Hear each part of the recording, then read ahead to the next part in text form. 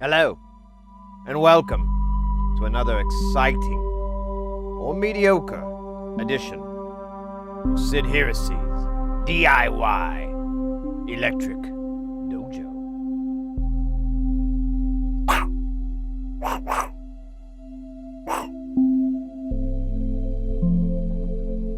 How you guys doing? Happy weekend, happy Saturday. Happy Sabbath? I think it's a Sabbath, isn't it? I don't know how calendars work. That sounds real. Welcome in. YouTube showing up. We got good old Razor Grill in the house. We got Leo. Damn it. I just closed and forgot. We got Addie in there as well. Am I forgetting somebody? I feel like I am. Let's see how I go. I think that's it.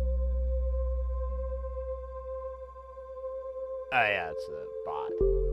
Welcome in, mates. Thank you so much for coming in and kicking it and all that.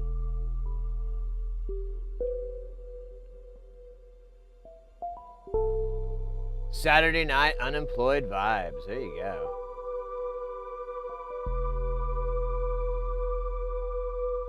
So now YouTube is seen in Discord? Wait, what? You can watch YouTube videos on Discord? Is that what you mean?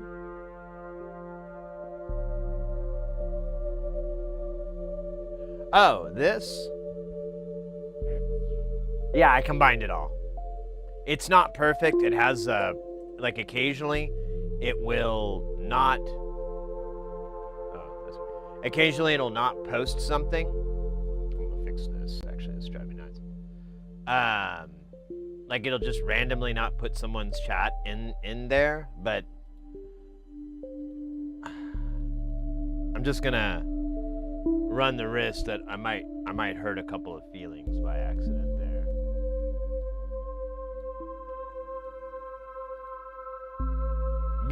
Wunderbar. Wunderbar. I at least it allows people from YouTube and Twitch to be able to communicate.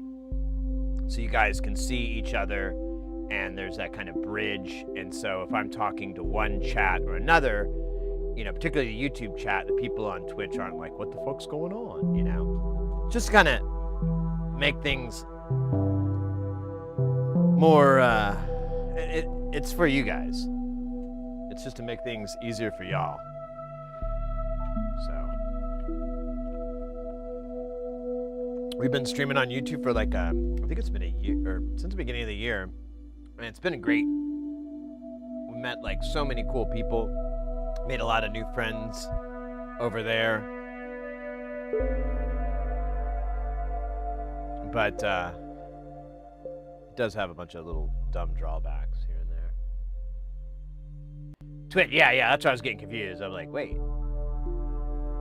And I realized, like, oh, I think they're talking about the Twitch. But yeah.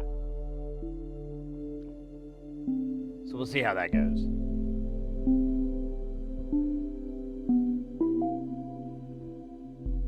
Yeah, I've looked for different things to do it, but I've never been able to find something. Oh, now I don't like that it's not the right size. I haven't been able to find anything that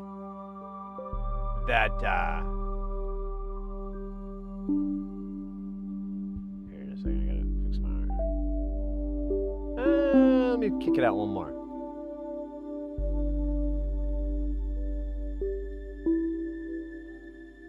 Yeah, perfect.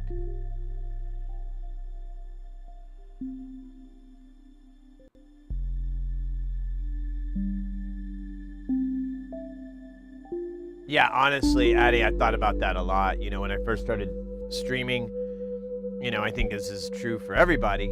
You want to be, you know, like, I don't know, insert very popular streamer's name who is not currently embroiled in some sort of controversy. Whoever that is right now. I can't keep up. I don't know who the big top dog or top, Yeah, I don't know who that is. But when you start, that's you see somebody doing that. You see them, they have like 10,000 people in their chat, and you're like, ooh, that looks like a lot of fun. I want to do that. And, you know, for like, man, I'd say almost the first year, I kept thinking that was the goal, that was the goalpost, I guess. But as I kept streaming, I kept finding that, like, really, that's not the goal. That's not the point. Because it's like, well, here, I'll put it this way. So, you know, I'll see a streamer that is really big, and maybe even in the same genre as what we do, or similar. And they don't, you know, they read the chat, but it's in spurts, and they miss a lot. And I'll read those chats, and I'll be reading it as it goes through, and I'll be like, oh, that's a really good question this person asked. You know, I guess maybe I could ask it again to amplify it, or, you know, like, but it's so much that it just kind of, it gets obliterated. So there really isn't a lot of good communication going. And when you get so big, I think that's a huge trade-off. Because then it's just, there's so much noise too, like just noise inside of it. So nowadays, I'm like, oh, you know, I don't want anything to do with that, you know, 10,000 people in chat thing. And I'd honestly like to keep it. I mean, I always want it to be bigger than what it is now. But I kind of have in my mindset, all right, at this point, I don't think, you know, unless it's a bunch of people just hanging out and watching, but if there's people interacting, talking, I think there's a certain number where I'm not going to be that good at it. And it's going to kind of, I don't know. I'll do something to fix it. I don't know how long it'll work, but whatever. It was a weird thing to talk about. If I ever get successful, I'm gonna make sure I take my success and shove it up my own ass. Then I poop it out later and say, that's my career. I did that. Come check it out. I haven't flushed it yet.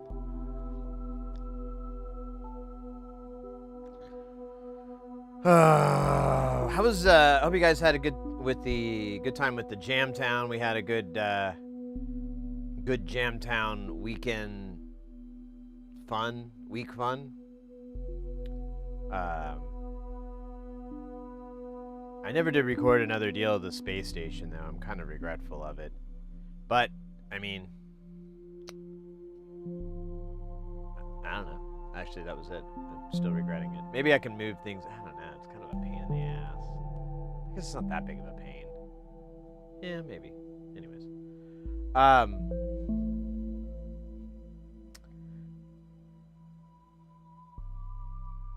What else? Oh, I went and played pinball last night. Yesterday was International Pinball Day. Or something like that. And, so, hey, Econ, welcome in. Is Twitch the only platform you stream on? We also are on YouTube. We're on both of those. So, Twitch has more fun little toys and whatnot for the stream because it's easier to integrate those APIs. But, and the other one's YouTube. I don't know. I didn't really have a plus or minus. I thought I had one going in, but nope. So we're gonna kind of have to pick up where we left off last week, which was when I was having a heart condition on stream, and we never did finish. And I think most of the parts are still on the board. I don't think I knocked them all off. We'll just go through and kind of double check our work. But same name on YouTube, correct? You should actually, Econ, there should be a YouTube link on the Twitch page. So if you scroll down, you should be able to just click on that. That should kick you over there if you want to use that method. Whatever floats your boat. I like typing them in too. Makes me feel like a hacker. I'd like to play some cool break beats when I'm typing in. Put some sunglasses on, and then just quietly, I'm in. When I pull up the page, when the page loads, I'm in. And then the music throttles up. It's great. Hey, nice data. Welcome in. Good to see you. Good to see you, mate. Hope you're doing well. Man, I have like this razor burn. I might have to go put some lotion on. I had like this little tuft that I missed, and so right before the stream started, like when it was running, I just ran off and went with the electric razor. Now I think I gave myself razor burn because it's not comfortable in that part of my mouth. This glass not beet red. That'll come later. But yeah, if you guys watched the stream last week, we had Jamtown, where we played in the musical space that is Jamtown. Blessed be. And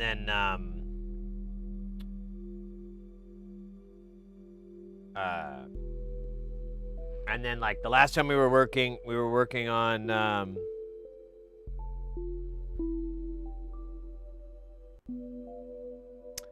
the comparators. That's what it is. And then I had like a weird heart thing, and my heart rate went up to 210 BPM, which is Gabber core. And normally I don't do Gabber core heart rates. I mean, I do like those blasts though, where it's like I like that sometimes because the kick like cuts the other kick. Anyways, hear me explaining Gabber to you. I feel like a fucking cunt now. Yeah. So yeah, it was really, really high, and it's this weird thing. It's called an SVT. I know I'm gonna screw up the pronunciation because I was doing it for a long time, but I'm gonna try. It's a supraventricular tachycardia, which I'm not reading that. I'm just staring into space. So I'm probably not saying it right. But either way, it's this weird thing where the gear shifter in your heart's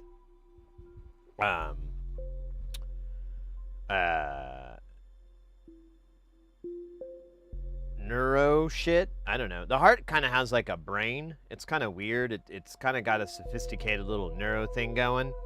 And there's a gear shifter in it for like when you're running or adrenaline or whatever the fuck. And with SVT, it basically just goes into high mode and gets stuck. So my heart rate was like 2.5 times what it should be. And it's a really interesting and strange experience because you can feel it. You feel like your heart's gonna just burst right out of your chest. And it's a little bit disorienting. It's a little bit weird. But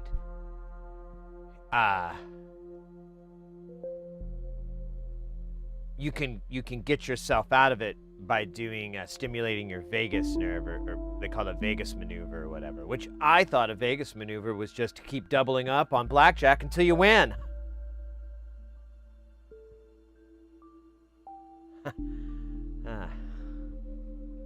Not a medical jokes crowd, are we? All right, well, you know, I try. Anyways, the vagus maneuver, you basically, like, you can cough, or you try to gag, you know, you gag yourself. You push down on, you know, like you're gonna poop, but you don't, of course. You can pop your ears, you can splash cold water on your face. Oh God, I can't remember them all. There's a bunch of different ways you can do this. And so we're on stream, and I'm like, oh, well, these only last like 30 minutes. And I'm kind of just waiting for it to end on its own, and it's not. So I start doing these maneuvers, but I don't want to do them You know, I got to splash water on my face. I'm not going to bring a bowl of water out and fucking do it on camera. So I run off into the kitchen, splash water, you know, cough until I gag. I just try to do all these different things to try to get it to happen. An hour passes by, and I'm like, I'm in trouble. This isn't good. So I end the stream, and I go and lay down, and I try to just do big, deep breaths, trying to calm down. And I can actually get it under 210. I can get it like 204, 208. I'm like, all right. I just need to like try to relax in a nice relaxed state, and then I got to do a Vegas maneuver. You know, I got to keep trying these things, and it's weird when your heart is like that. Like all your bodily functions kind of get all discombobulated, and I had to go to the bathroom. And so I'm like, all right, well, you know what? This is fine. This is probably going to help me. And I go to use the restroom, and I'm sitting there, and like all of a sudden, I just don't feel good at all. I'm like, oh shit, this is really bad. I feel like my head's flushed. I feel like disoriented. I'm having a hard time, like, you know, processing stuff. It just like everything is kind of overwhelming me, and I'm like, oh no, I'm in big trouble. And so I get up, you know, from the bathroom and everything, and you know, take care of everything. And I start to walk to the bed, and the bed, it's in the bathroom, so it's a very short distance. And I lay down on the bed, and I'm like, oh fuck, I got it. It's over. Please stay over. Please stay over. And it would dip every now and then, but it wouldn't stay. Like it'd get to 180 or 190, and I'd be like, awesome. And then it would jump right back to 210. And I could feel it, like my chest, like it almost felt like heartburn. You know, like when you have bad indigestion.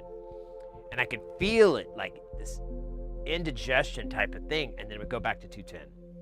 So I go to the restroom, I lay down, and I'm like, oh my God, I think it stopped. And I put my hand on my chest to make sure, and I'm like, yeah, it's beating normal. That's a normal beat. Okay, so just stay this way. And I keep like just kind of thinking this way. I'm like, just stay this way, just stay this way. And I look at my heart rate on my watch, you know, the same thing up here, and it says 119, 118, 115, 119. And it just starts hovering and starts slowly drifting down in like the low hundreds, like 108, 109. And it stays like that. And during this time, I'm kind of trying to get a hold of the missus, but she's at work, and her phone's not on or anything, so she's not able to answer it, and she doesn't know. And then she like finally finds her phone, and it's like about 15 minutes after this happened, and she's like, oh my God, are you okay? Blah, blah, blah. And I'm like, everything's fine now, and you know, I'll just see you when you get home. And so when you have these things, you're supposed to go to the hospital, and not the hospital. You're supposed to go to the emergency room. And I don't like to, you can kind of imagine I'm just not that kind of guy that likes to do that stuff. So I avoided it. I just wanted to eat. I was stupid hungry. I'd never been so hungry in my life. I ate so much food, I just fell right fucking asleep. I was like a bear that hibernating for the winter. So I wake up the next day.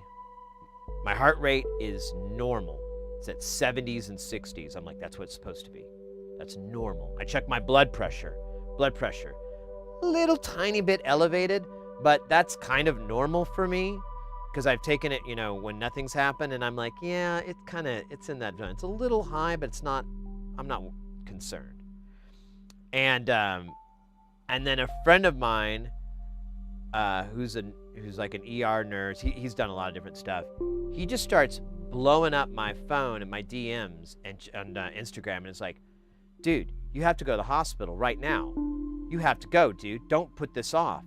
And I'm like, oh, dude, I'm fine. This is the third time this has happened. I'm kind of used to it now. He's like, you are not making the argument you think you are.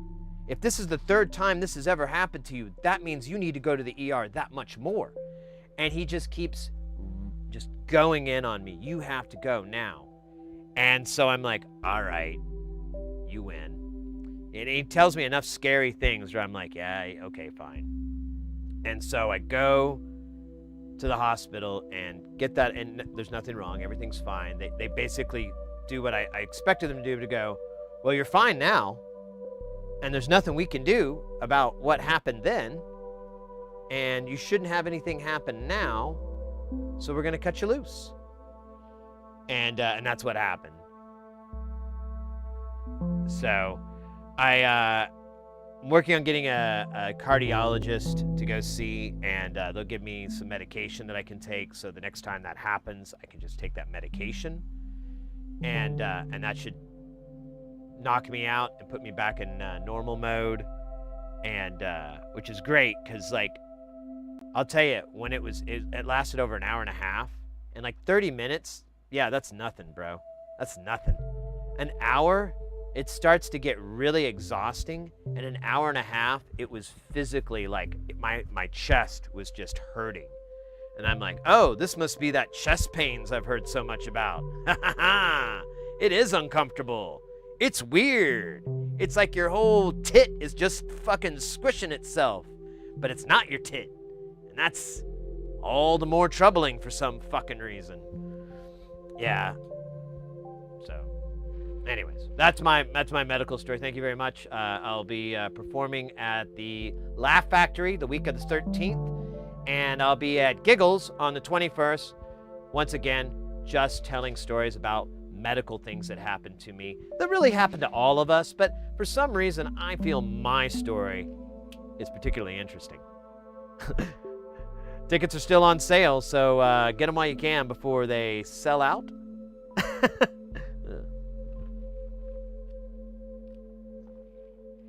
I keyed. Anyways.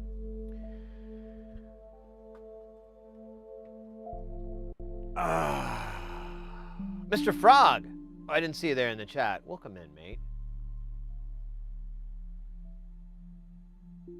Your sister is a doctor? Oh, I'm sorry. I thought I read chat, but I think I misread it.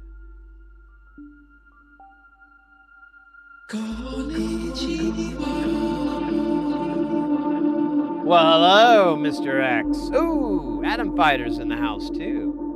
Willkommen. Pussy rot clock.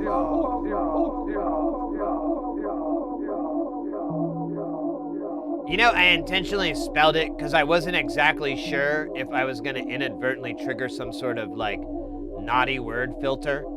Like, I didn't know if that was some sort of, like, I don't know. And a guy who swears a lot, that's kind of a weird thing to suddenly start giving a shit about, but whatever, you know. I didn't want to get yelled at.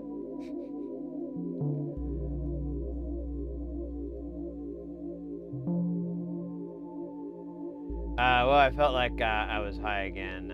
What are those sound effects? Well, we've got the sound effects. I need to figure out a way to get them so that they can pop up on YouTube as well, but I haven't found a way to do that yet. That's an ongoing thing. But the first one is a great meme to the great and all amazing Donnie Benet. I spoke of Donnie Benet's name last night. I was hanging out with some friends playing pinball, and I was like, well, you know who Donnie Benet is, right? And he's like, he said something else like John Benet or something. I was like, no, Donnie Benet. And I'm like, he's a musician. He's an Aussie. You never heard of him? I haven't told you about him? And he's like, no. I'm like, man, we got to hang out more. All right, Donnie Benet is this Australian musician. He's probably one of Australia's, top session players.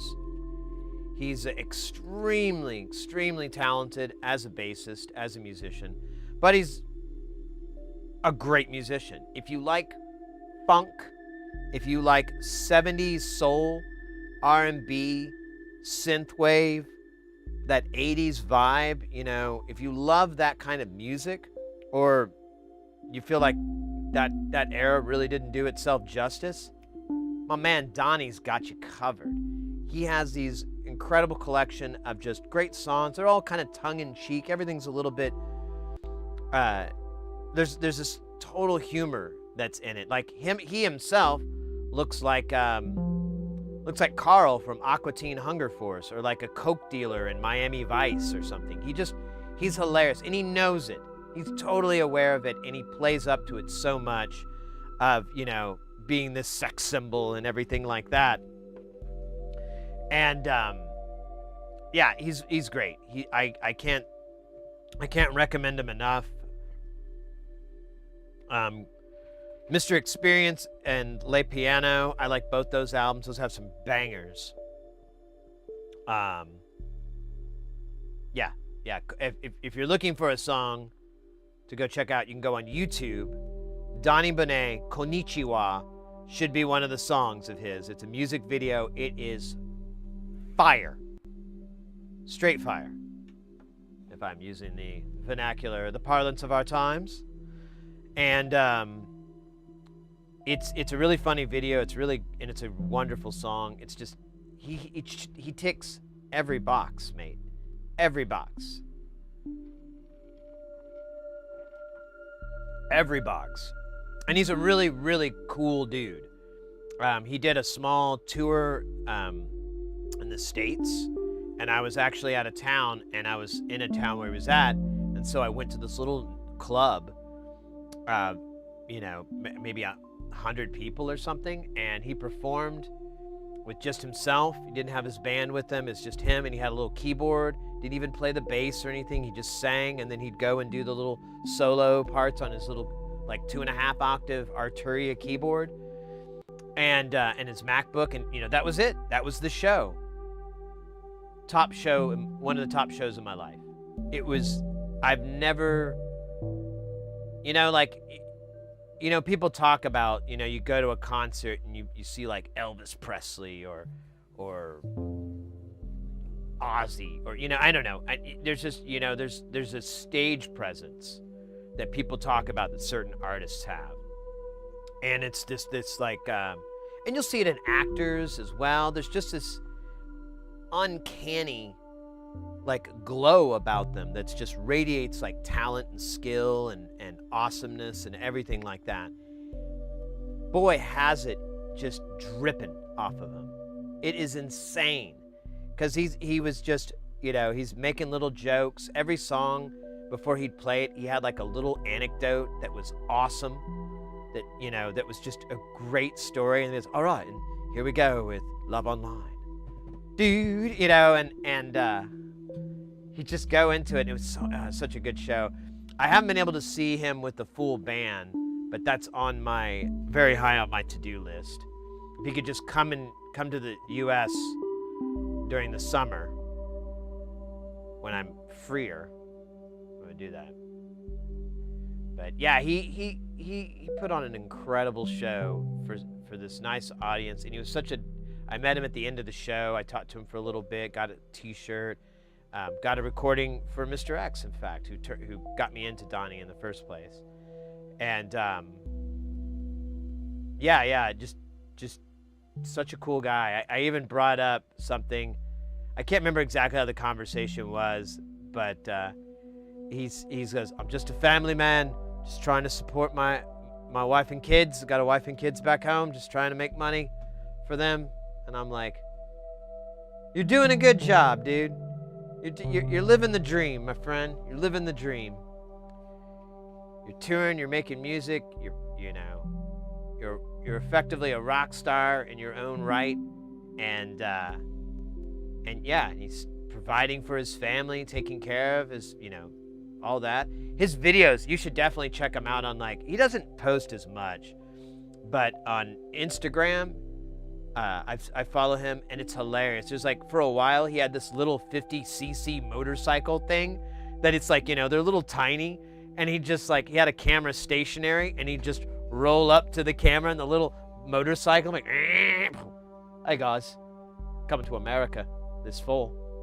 Tickets are on sale. Check the website for date." You know, he just do his little things like, "Hope to see you there." And do off. And I'm like, is he just cruising around on his little Aussie estate on his little motorbikes? writing stuff on his Lindrum. I remember he sold his Lindrum, and like the big thing that was really awesome about it is he had all his patches left in it. So you could get like the drum beat to Love Online or Konnichiwa or whatever. I can't remember what was all on there. And he didn't clear them out. And I was like, that's added value. Donnie's doing the Lord's work. Absolutely. Porfa, I don't know if I already said hello to you, but welcome in, mate.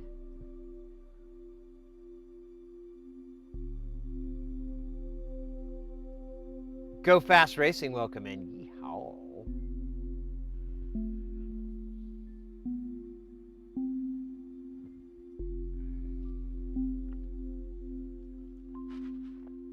Well,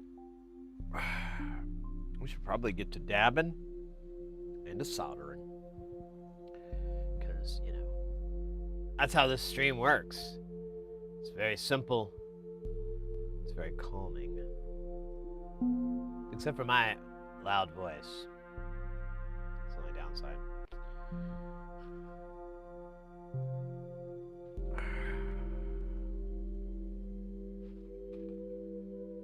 Scooby-Doo, Scooby-Dee.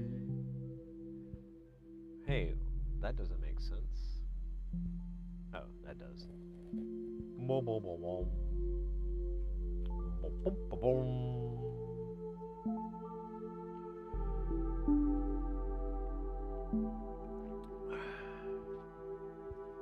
And I got my hair cut today. Look at that. That's down to the skin. Look, you put a little bald spot cap there. This little flap here protects the ever widening cowlick from the eyeballs of age.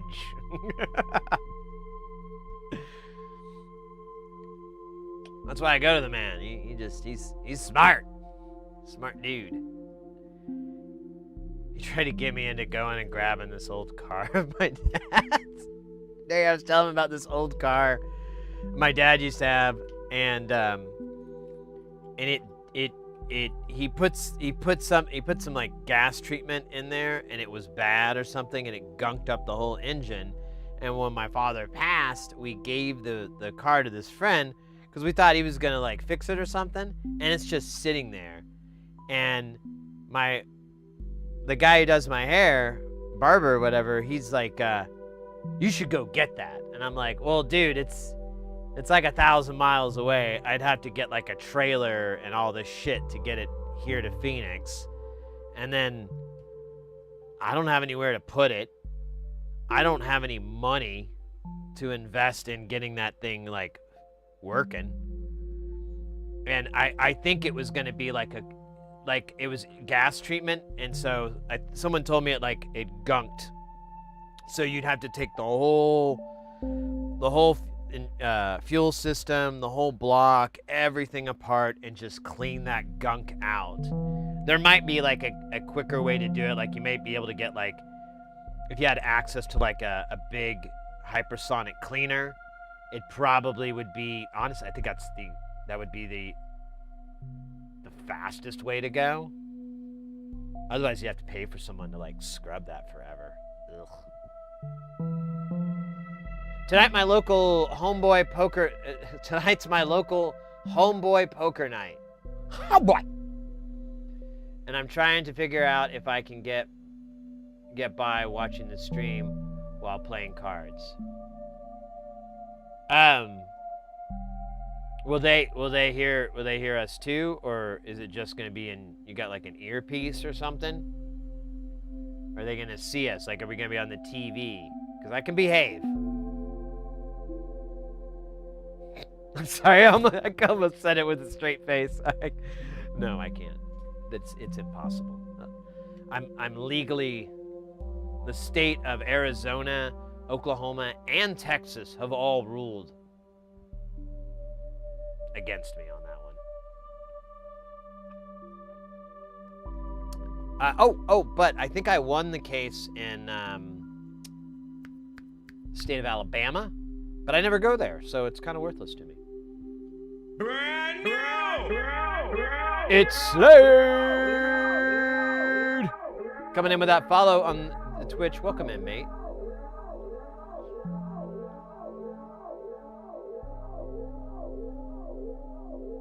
Everyone gets loaded to the gills the whole time. You're envisioning AirPod. All right. We can make it happen, Captain. If not, there's always VOD life, I guess. You know, there's always VOD, but it is kind of funner the real timeness. Oh, God damn. This universe, man.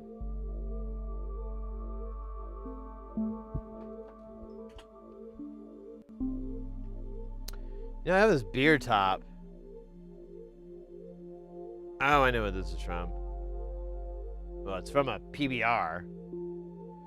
Because I remember this dude gave me, he's like, "What's your favorite beer, Sid?" And I'm like, "Oh, PBR." Because I knew they were going to get me some beer, and I knew they were going to pay for it, and I really didn't want to, like, go, "Oh, what's the most expensive shit they have?" You know, I didn't want to do that, so I was trying to be cool. I screwed up, because then they give me bottled PBR. Ugh. If you want to talk about it tasting gross, I'll go right with you if you put it in a bottle. The can imparts so much taste that is required for PBR. At least where I live. And PBR land. Ooh.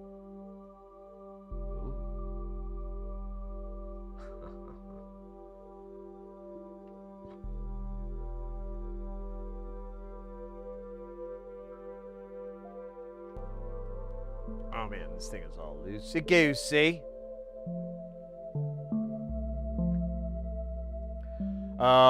Let's get ready to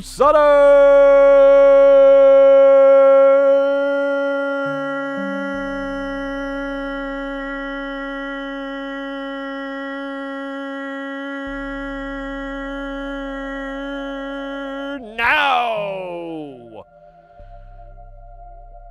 Man, we've got a lot of... I think I've been watching too much wrestling. Because, like, what was it, yesterday? I did, like, a whole thing with Jamtown where I'm like, in this corner, with over 64 modules, NLC certified, over the... You know, I did that whole thing. I mean, it was funny. And I enjoyed it. Because, you know, I always wanted that job. I don't know if you can tell. Or not. But I've always wanted that kind of a job. Be in front of a big audience, center stage, microphone in hand, and then I just take one word, maybe even one syllable, and stretch it out for as long as I feel like it. Sometimes over 30 seconds. That much power. It's intoxicating. But they don't just, you can't go to like the unemployment shop and tell them to get you that kind of a job. Because they're not even in the newspapers or on LinkedIn or Monster.com. Like, big arena announcer. It's just, I mean, you know, I don't want to bring politics in here, but the market has really been drying up. There isn't really a big, you know, I don't know who's in charge of creating big arena announcement jobs in the US, but we're falling behind. I know that for sure. I know China's got twice as many big arena announcement jobs per capita. And they're living like kings, too. Kings and queens. And they don't even have to, like, string syllables out for, like, 5-10 minutes. They just go, "Hey, everybody, it's the blue team," you know, or something like that. "Hey, everybody, the Gibson wedding is here." But me, I'd bring style, I'd bring panache. Separate myself by just really dragging the fuck out of syllables or words. I think it would be... I think it'd be a missed opportunity, honestly. Look at that.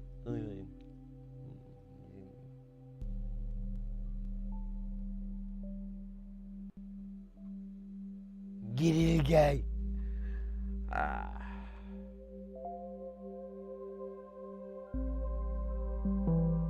I got a art thing too. It's good to hear you about that. Well, it's good to hear, mate. I think that's like that was earlier, but it's kind of shifting back the conversation. But that's one of the reasons I don't mind bringing that kind of stuff up, because I feel like, you know, there's got to be one or two people that have a similar experience. And I know from personal experience, if you see somebody else say, hey, yeah, that happens to me, it kind of, it's only positive. You know, there's no, I don't think there's any negative effects. It can only be positive. Like, normally I'm like, oh, cool, well, that guy does that, and he has that thing. All right, well, it's not just me. All right, well, it ruins my individuality feeling, but strengthens my core in the humanity. Good times.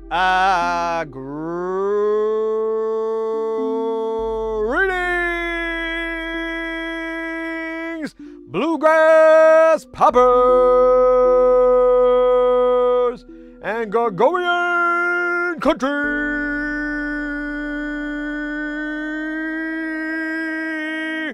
punkers to the 2025. Sid, can you just read the card? I am doing that. Air horn proves I'm right. Can't argue with it. It's irrefutable. It's the definition of irrefutable. You look it up. I'll wait.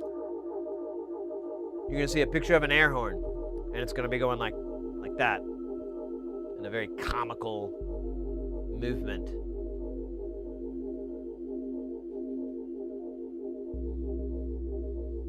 Calderio, welcome in, mate. I hope you're having a fantabulous weekend. Hope everybody had a good International Pinball Day yesterday. For those who observe, of course.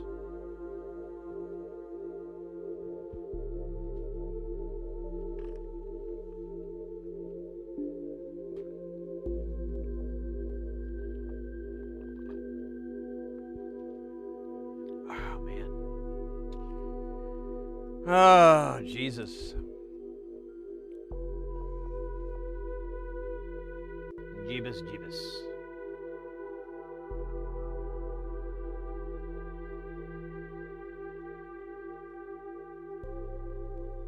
All right. Let's quit fucking around. I think this is where we stopped exactly. What the hell are you, buddy?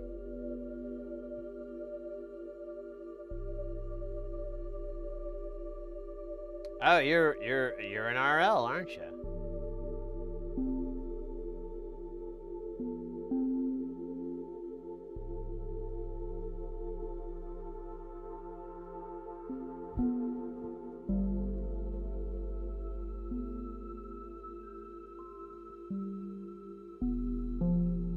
Yeah, I don't remember when that happened, but... And I don't even think it matters. I'm pretty sure there's a trace underneath here, but whatever.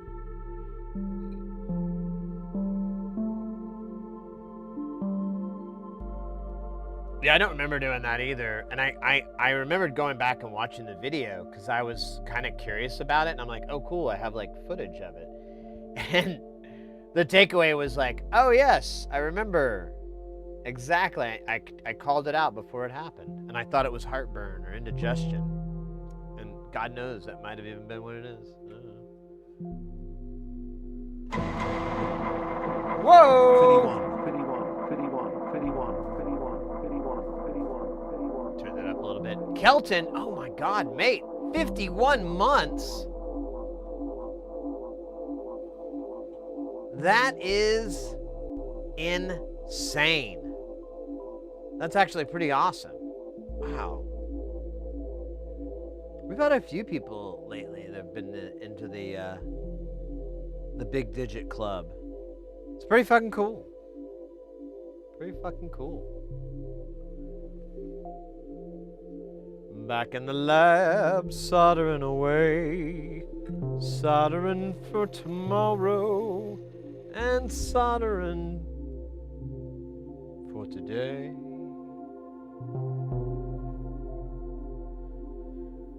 We already have mystery bridge. I don't remember making this bridge, but yeah, look at that. There's the tray, so it would never mattered.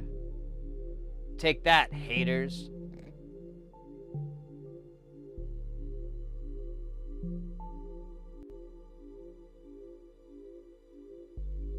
You know what? This is a good start. This is a good way to start it. There we go. Just never gonna fuck with that guy again. You too. I'm just gonna do these all fucking, yeah. How you like that, huh? Who made who, right? Okay, that's upside down. Oh, no, wait, that's right side up. Oh, sorry there. Collateral Damage, starring Jean-Claude Van Damme. And Van Damme Jean-Claude is brother. That doesn't make any sense. His stunt double, Van Damme Jean-Claude.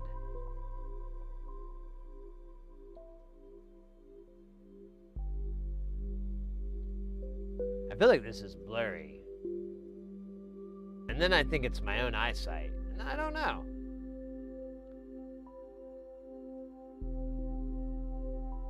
Actually, that was pretty sweet. Don't tell your mother about it, though. I swear to God. She'll have both our hides.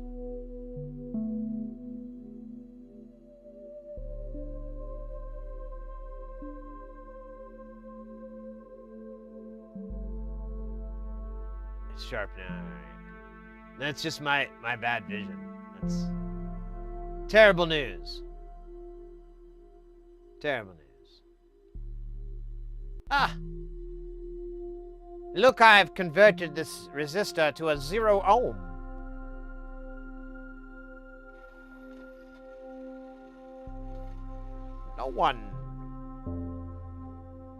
No one listened to me before the mask. What does he say?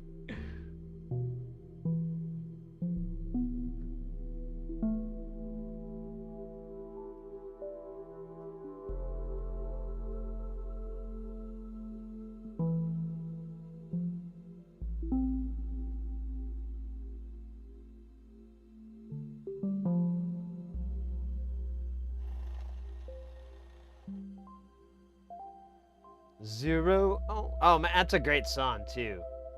Sometimes 0 ohms is enough for me. Going down the road with my girl, watching MTV. I don't know the lyrics to this made-up song. I just know there's some problematic language because it's an old song. Oh. It's the social commentaries. That's where they're streaming really good. My mom's rear has its own separate zip code. Sexy.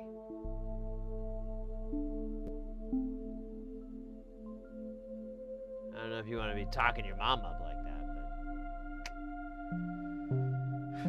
I mean, you do you, buddy. You do you.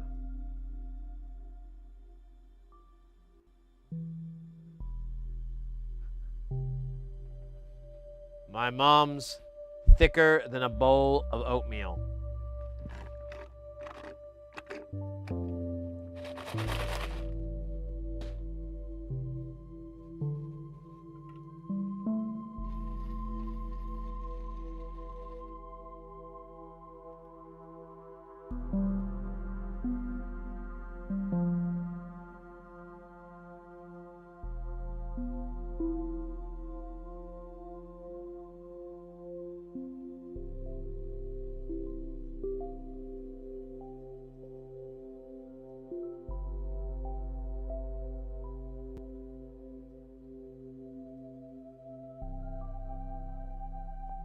Yes, you will all be demons.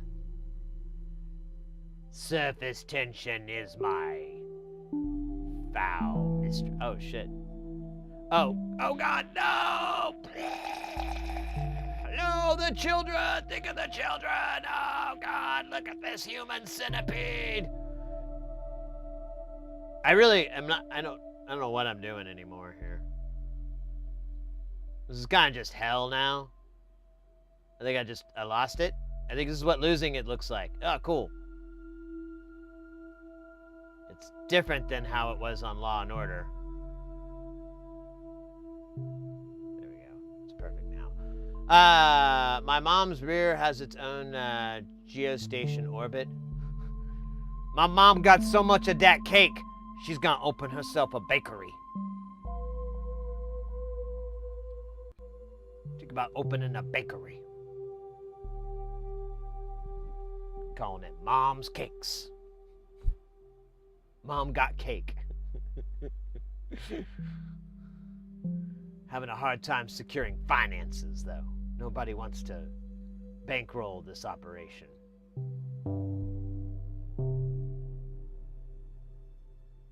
They just don't understand my mom's dreams of cake. Oh, come on. There you go. All right, now you're going to come off. And you're going to go right here. There you go, you little biscuit. Here, slide on. There we go. And I think we got a guy. Yeah, we got a guy over here. I don't even know what the fuck you're doing here, bro. Get over here, buddy. No, we're going to solder you in. I don't know where. We're going to find a place for you. You're going to come live with me, Chuck. Rocky Road.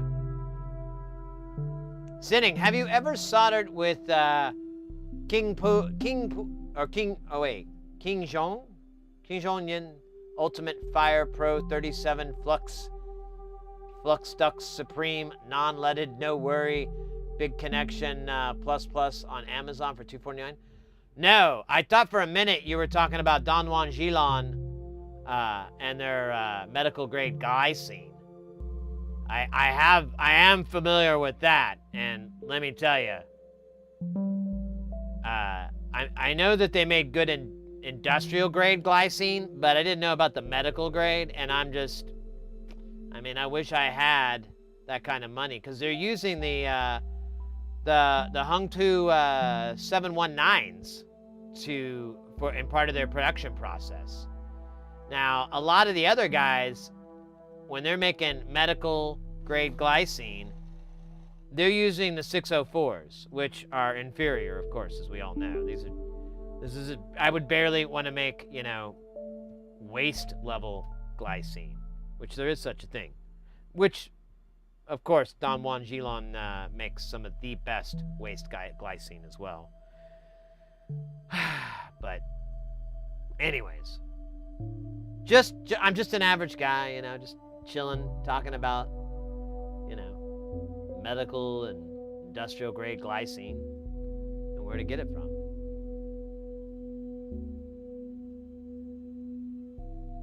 The squeeze bottle gin liquors.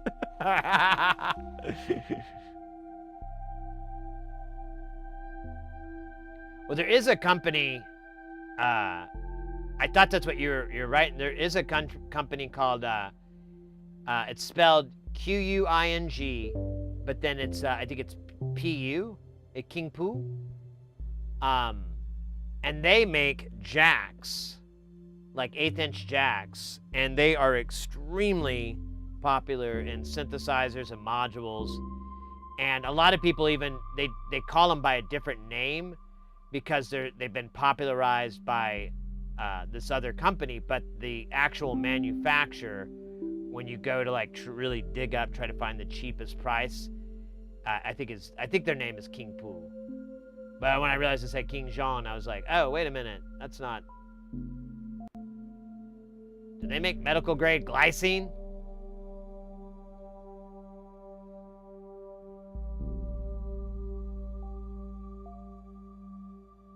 Dave, thanks for watching, mate.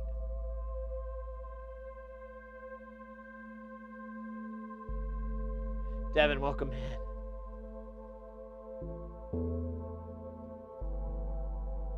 Good to see you, mate.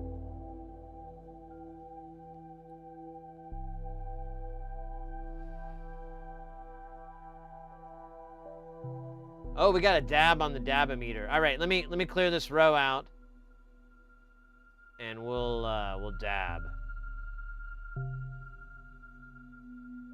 Or maybe not. Maybe I'll just shit all over this. Turn this into a giant turd. It's upside down. I don't know if I can... Wait, where did you come from? Uh-oh. Did I do that from there? Oh, shit. Son of a bitch.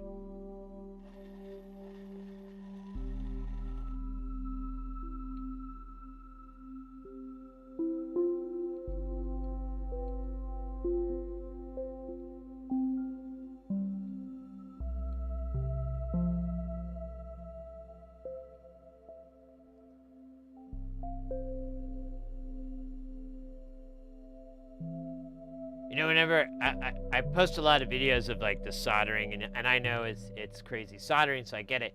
But what's interesting is like I get a lot of criticisms, which is fine. I understand why I get them, and I listen to them, and I try to give a very nice response, like, oh well, yeah, I used to do it that way, but that's really slow, and this way it's really fast, and it's a lot more fun for me. And at the end of the day, isn't soldering all about having fun? And they usually never respond to me on that after that. But the one that I don't have an answer for, and I need to come up with one, is when they tell me I'm using too much solder. I don't get that argument. I'm like, too much as opposed to what? What do you mean? Like, that's like your car's too cool, or your helmet's on too tight, or, you know, I just don't, these are all terrible examples I just gave. I don't know. That one always kind of, I can't level with. I don't think I've heard a good argument that you should use less solder. I heard one that, like, you know, oh, the welds will crack under heat or something like that. And then I'm like, dude, we're never gonna get even close to anything over 50 C. That's not gonna happen. We're not making amplifiers. And even then, I don't know, whatever. I'm winding now, sorry guys. King Poo jacks are like the backbone of DIY modules. They got the price down on something otherwise expensive that you need millions of. Yeah, and there's, if you're ever looking for where to get those jacks, I have some places that you can go and different options depending on what you're looking for. Like, there's some places that will just sell just the jack. No nut, no washer. That's the cheapest I can find. And they sell the nuts and washers separately. But if you're using a different, if you don't need them or you don't use washers like me, because I mean, come on, man. I raw dog it. I don't use washers or nothing. I don't give a fuck. You're gonna come at me with that washer support.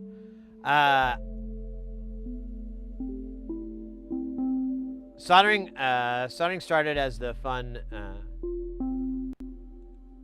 of not paying for being badly made.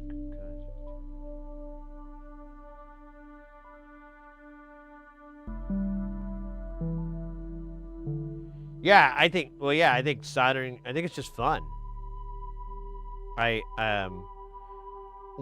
couple of people in chat we've both shared this mutual, like, I just enjoy the process of soldering. I know I can pay a robot to do it. I know I can put these all on a you know, heat plate, and I can, you know, solder. I know I can do that. I've done it. It's great. But you know what's fun? Dancing with these devils all the time. If we could only play Van Halen's, is it Dancing with? Yeah, if we could play some of that, it would be even better. But we can't. Thanks, copyright laws. Hi, are you working on a specific project? Hey, mate, we are. We are. Right now, we're kind of populating these boards as best as we can, but we're not. We don't have all the bits and pieces to finish everything, so I'm kind of just. I'm about to order them. I've had the shittiest couple weeks lately. Not the shittiest, but it's been a sustained fire of entropy at my soul, and I pretty much, I'm almost on the other end of it. But that all being said, all that whiny excuse, I never did like sit down and go, let me get the Smelzer order done. Like, I haven't done it yet, so I'm behind. I'll get it done by this week for sure. I think at the end of the week we'll have parts. Or my name isn't Sid Heresy. Nah.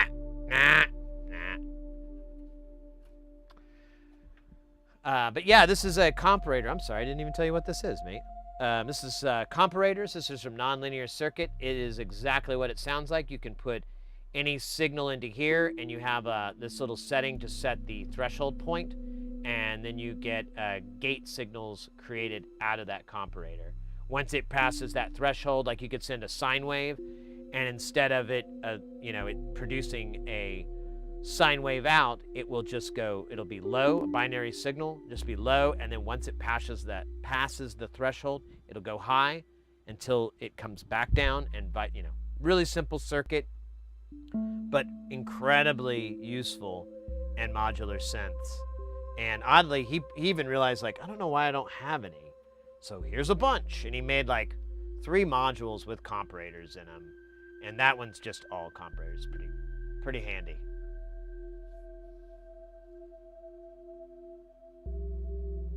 Tiny ant with Parkin. Do you want to solder for tiny ants? Because that's how you solder for tiny ants. You should probably watch that movie sometime. That Saving Private Ryan. Isn't that the movie? Ben Stiller's in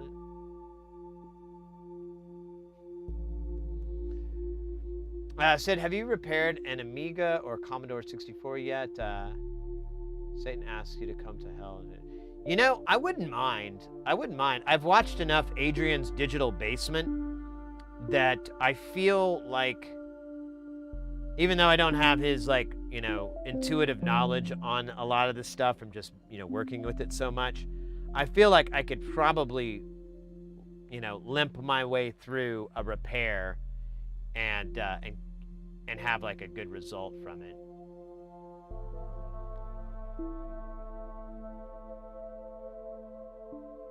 A quilting channel? Ah, that'd be sick. Hi, and welcome to Sid's Quilting Channel. Today, we're gonna put nothing but battle patches on our quilt. We have over 422 battle patches that we picked up from Etsy, and we're gonna be sewing them onto this giant battle quilt, and then we're gonna give it to the kitties. Oh my God, this actually sounds like a really great channel that you just invented. I would watch this too, even if I was on it.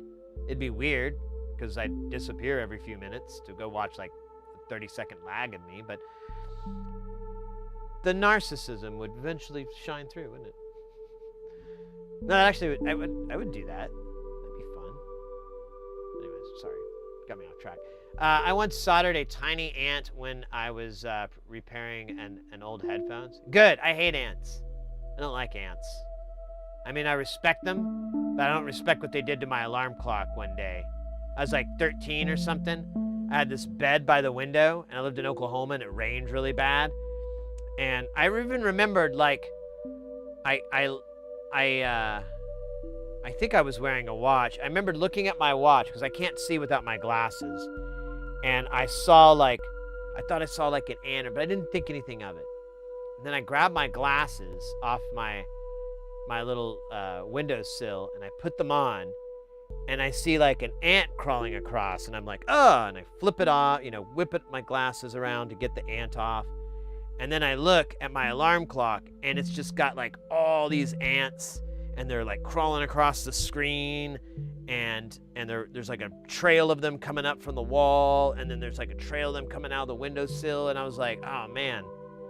And they took the alarm clock over, and I admit my reaction was a little bit extreme, but I was 13, you got to be extreme when you're 13 or you're just not living.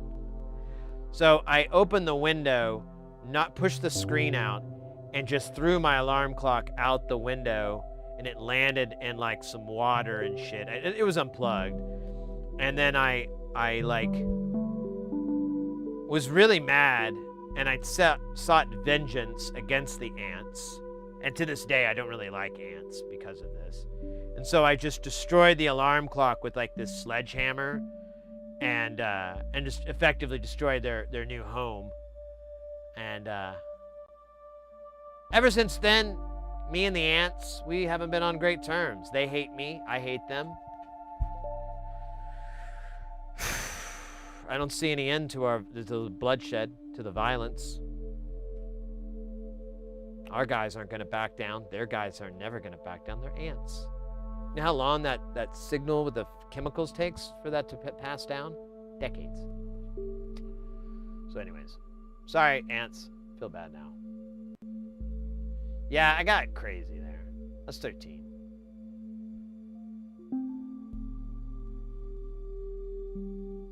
Uncle's in there.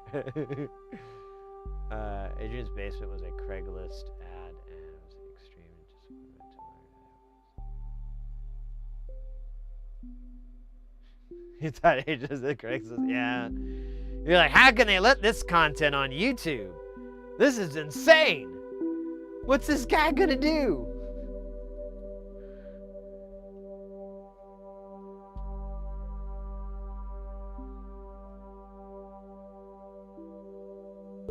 Shutters.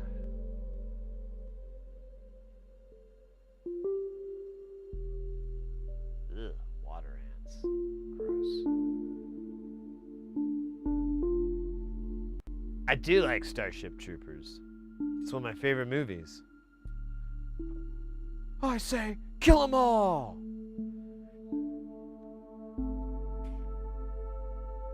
That's one of my favorite movies.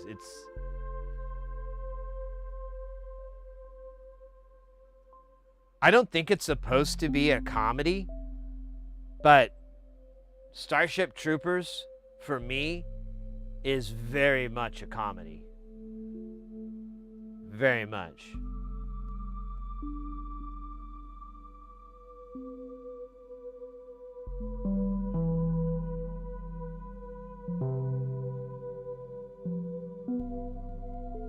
With that shower scene, too, the co-ed shower scene.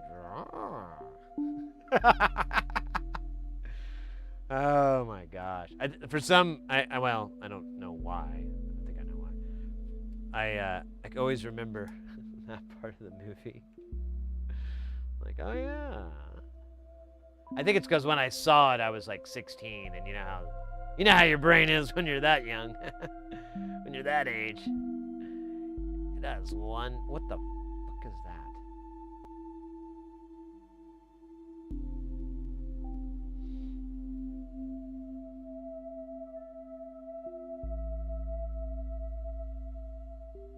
Yeah, no, I think it's a comedy. I don't think it's supposed to be, but that movie is so fucking funny.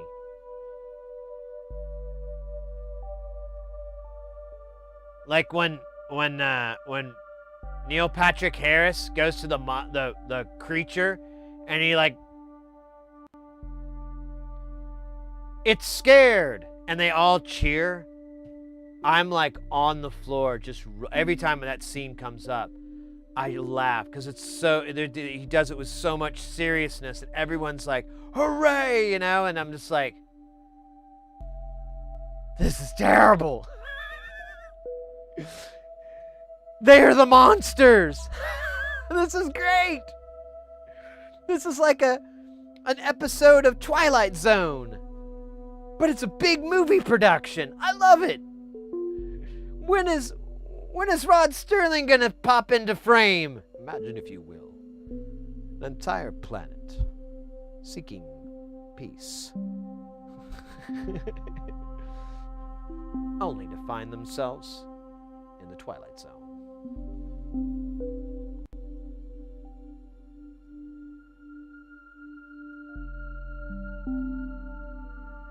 He just said it because he's very with that.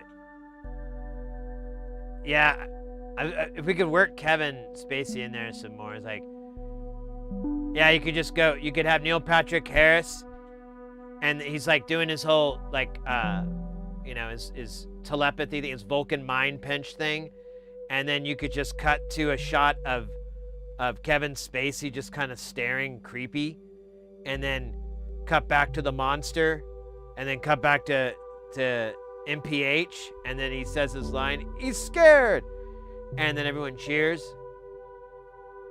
We can make this work. We can make this work. The trick is we're gonna have to get him in Starship Trooper appropriate uniform for Spacey. So I don't know how we're gonna do that. I'm kidding. We'll use AI. Come on. How are we gonna do it? We're gonna prompt it. We're gonna spend 15 minutes prompting this shit out. Would have taken a special effects team months. Would take $35 a month. Only take $35 a month and 22 minutes of processing time.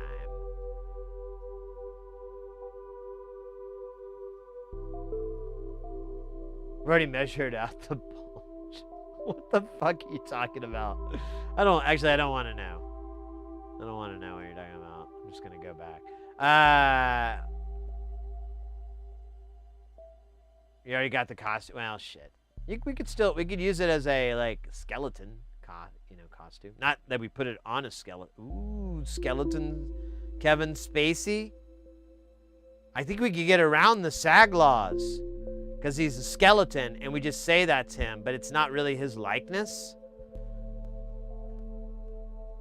We just gotta be careful. We should does anybody know an entertainment lawyer? Like a good one, though. I don't want some dork who just started and calls himself an entertainment lawyer. I want one that's got some real skin in the game. Either way, we'll consult with them on our skeleton Kevin Spacey in a uniform from Starship Troopers that looks oddly like a particular uniform from a particular historical military group. Uh-oh. Sinning coming in with that YouTube subscribed. Thank you so much.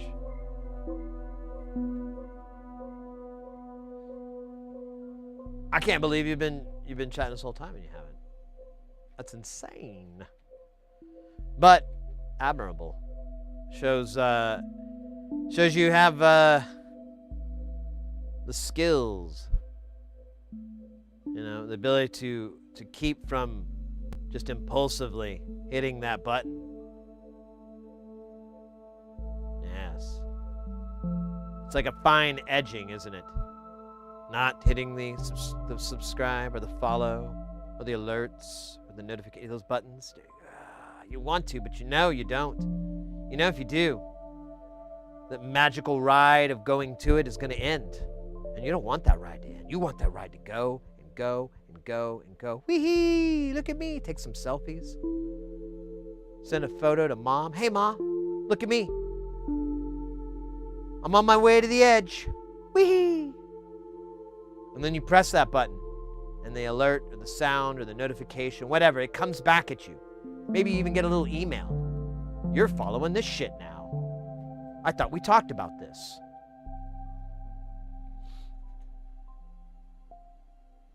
But it's worth it, because afterwards, I don't know if you're like me, I like to take a big old nap.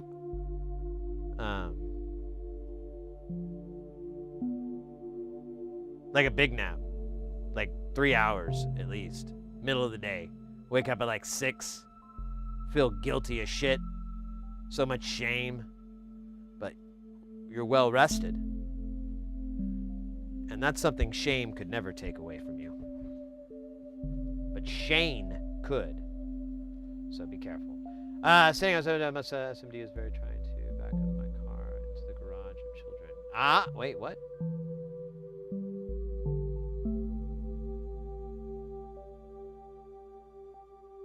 You only solder surface mount? C. We don't only do it, but I highly prefer it. It's like my jam.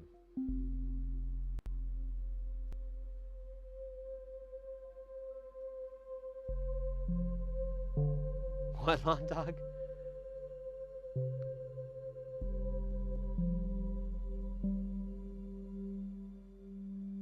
Sinning. You know what's funny is like, I still hold my breath before I power something up. And I've done like hundreds of projects. And I'll still be like, okay, it looks like, okay, you know, and just as long as it lights up, I don't see a puff of smoke or you know, the lights, all the lights in the house go out or something like that. You know, as long as that doesn't happen, I'll exhale. And I'll be like, ah, good. No one died. All those children, they're safe.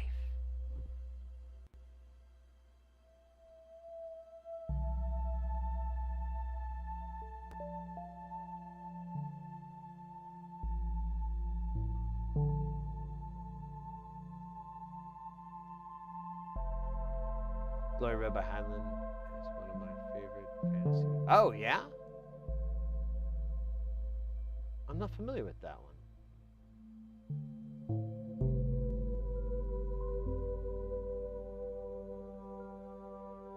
Yeah, I mean,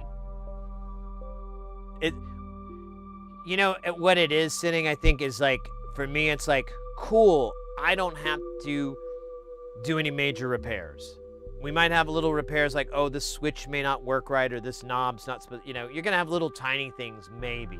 And you go through and check everything, but as long as it doesn't just explode, or it's like, womp womp, you know, you don't have that feeling when you first power it up, it's good. And sometimes you'll plug it in and like, it won't work at all, nothing will happen. But I still exhale, I'm still like, okay, we'll figure that one out. But yeah, the whole, like all the power in the city block goes out. It's still a very real fear of mine.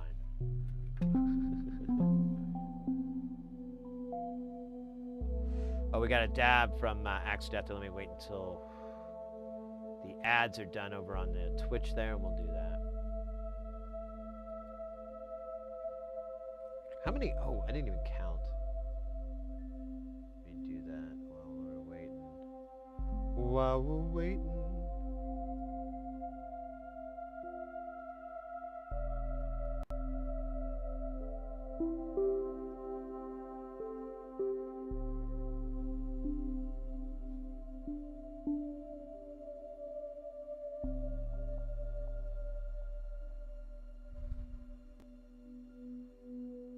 Oh, cool.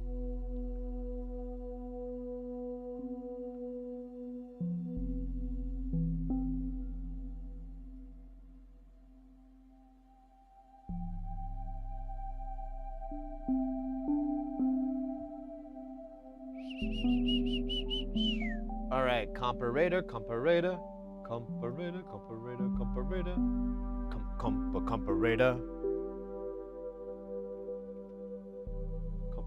Comparators. Rock me, comparators. 8?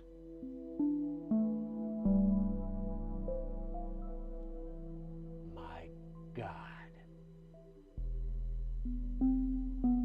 Have you ever made a, wait. A back, yeah, there you go, backwards polecat, yeah.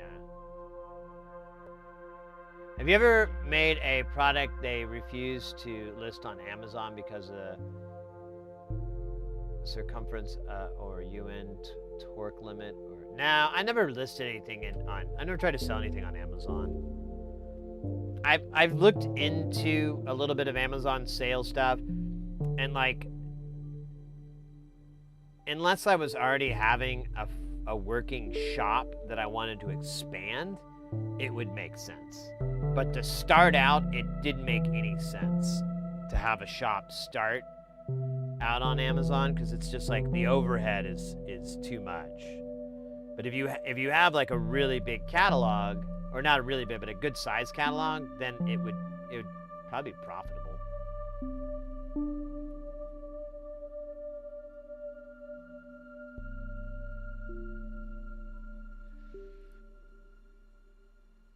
Yeah, I don't know if I've had a cap pop because we sent too much voltage to it.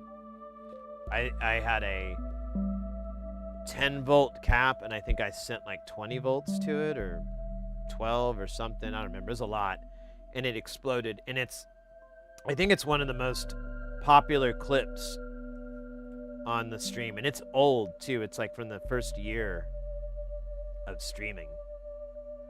So I don't even have the mustache. It's before I could grow one. It was so long ago. No, I think I had a goatee. I had this shit, which I really don't miss that.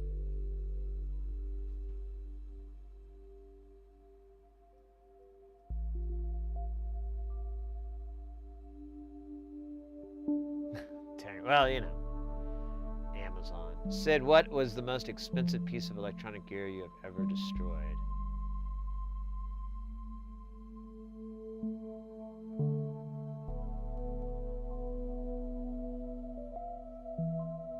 I don't know. I don't think nothing by my own hand.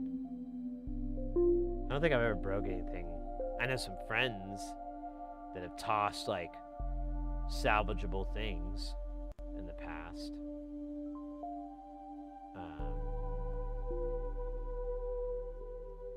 I don't think I've ever gotten rid of it. I mean, I try to fix stuff, so. We have like, well, that's not even that expensive, because I think that thing's worth like 800.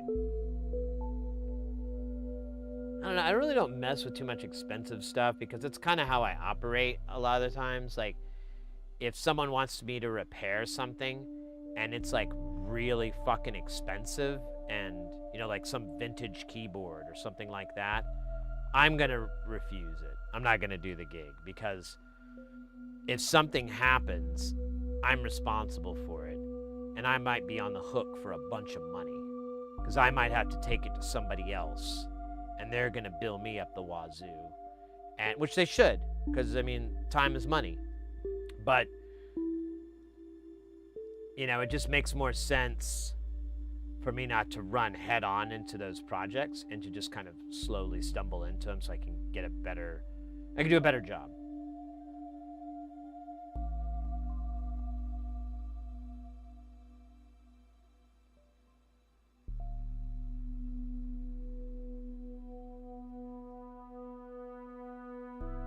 Yeah, I've burned some CPUs out. I've burned a couple little I've destroyed I've killed a couple of 10Cs.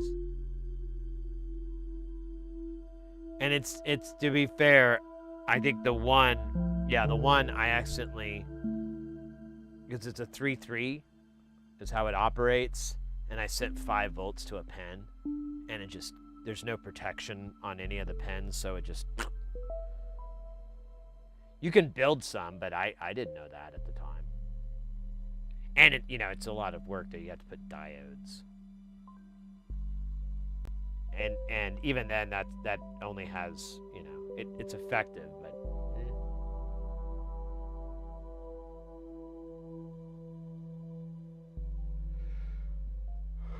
oh wait, damn. Sorry guys, I didn't mean to yawn there.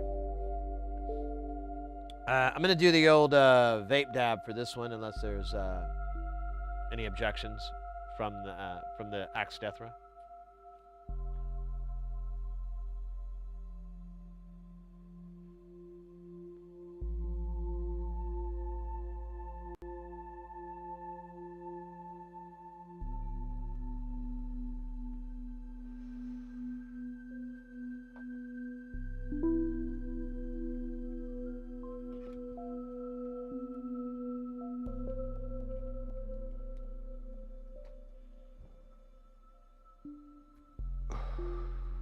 Yeah, I didn't feel like they got me anything. All right, let me do this again, because I felt like there was nothing there.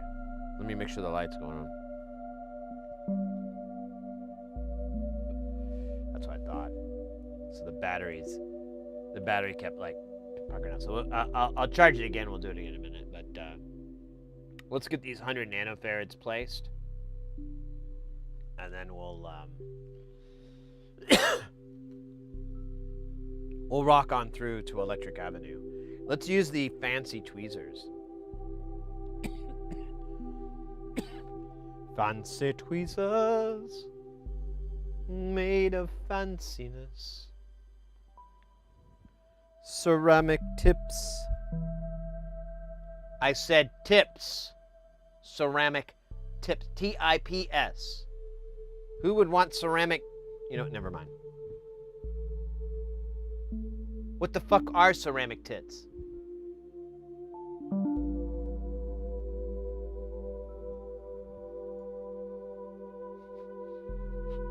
That sounds awful, actually.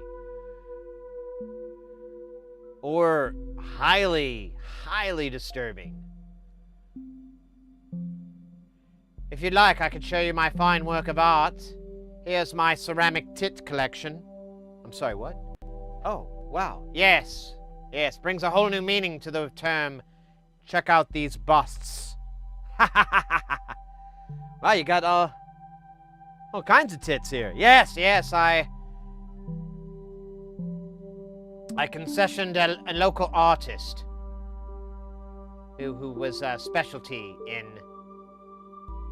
the human form. And I said, make me as many ceramic tits as you can. And at first, he brought a bunch of ceramic tipped tweezers. And I was like, oh, no, I said tits, T-I-T-S. And he was like, oh, okay, you know, I thought you said that at first, but I was like, that's crazy. And I thought you meant tips. But I'll get you what you want. Give me a month. So that's how I ended up with these. So it's better to write these things in an email. You know? The lady from Total Recall. Wait, which one? 2 weeks. That lady's fun.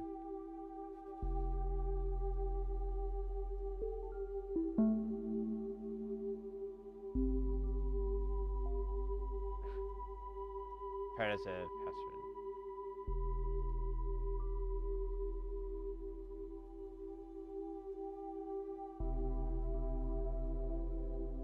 Oh yeah.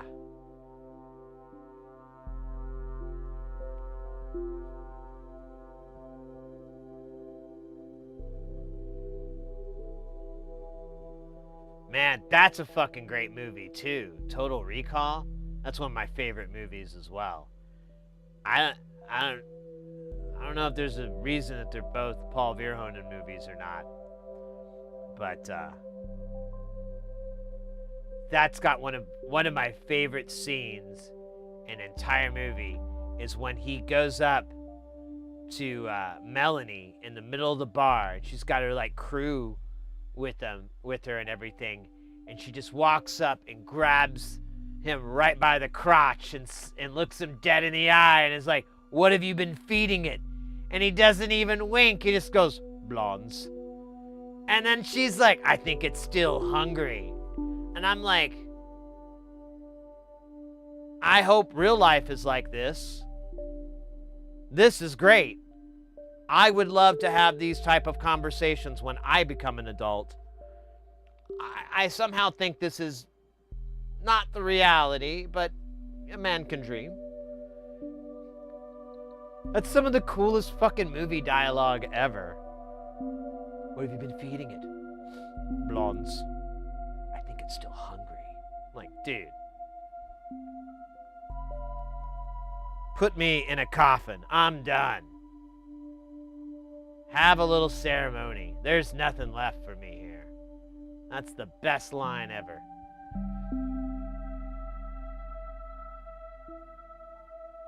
This is why I subscribe. Get your ass to Mars.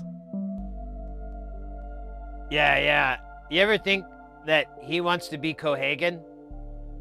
Got enough shit up here to fuck up Cohagen big time.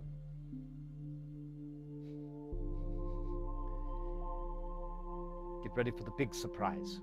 You're not you, you're me.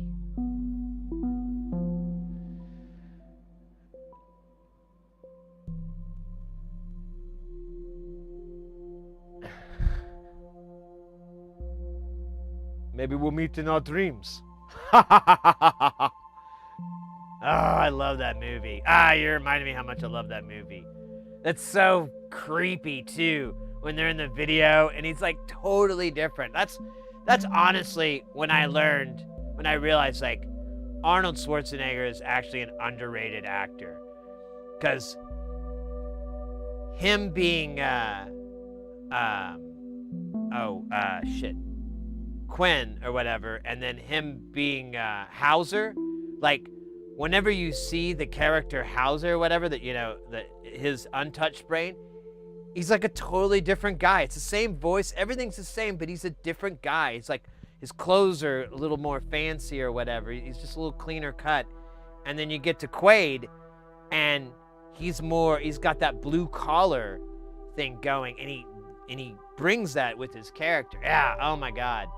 We're gonna go into, we can't go down that hole.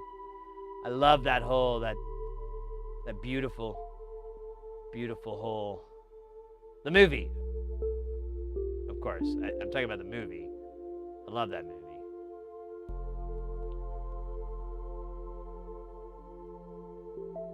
Yeah, exactly, and he does a good job. Like, maybe I'm just dumb and I've just seen it forever that way and it's just embedded. But I think Arnie does a really, really great job in that movie. Everyone does a good job. What's Michael Ironside, and that's his name, right? That plays Richter. I think that's the guy. I always get there's two actors and they kind of look. I always kind of get them confused. I always feel bad. They're really great character actors, and they've both been in Paul Verhoeven movies too, so it's kind of confusing. But either way. Like the guy who plays Richter, he's so fucking nasty and such a great bad guy. Yeah.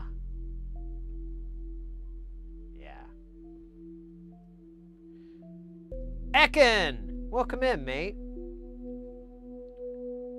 Here's a cool thing I don't think a lot of people know about with that movie. It's a little hard to, well, I guess nowadays it's not too hard to find, but you'll have to look for it. There is a book called Total Recall, written by Pierce Anthony.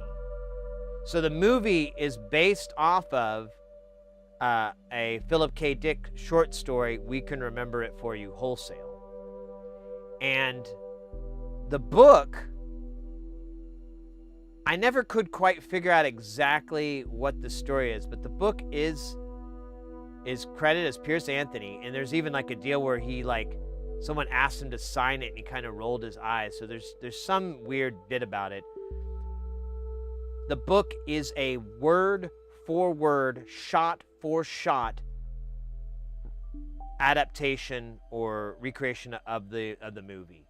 There is nothing different except everyone's name is changed by one letter. Instead of Quaid, it's Quinn. Instead of Richter, it's Crichter. So it's like one letter difference. It's weird.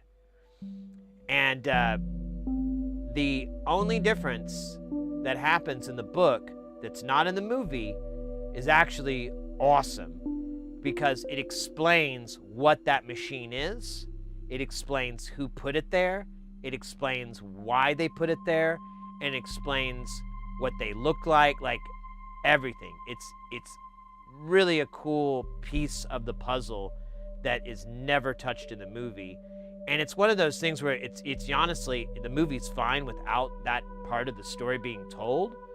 But if you really want to dig into the lore of that storyline, for me, it was very compelling, the whole thing. So I really liked it. So to read the book, and I was like, oh, maybe I can glean more. there's a whole explanation to the device that they find with the tritium and all that. They explain why and what and everything, and it's really, really a cool concept. And I almost feel like this is where Pierce Anthony took over, because it's very, very much like his books. And if you're not familiar, he's a fantasy writer. He's very prolific.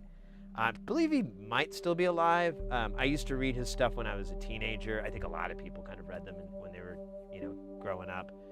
If you're gonna discover that author, and it's fantasy. He did the Xanth novel. I read one of his first books. I read. It was it was the was it the Xanth series? I can't remember, but basically, the main character had to be death. And this was written long before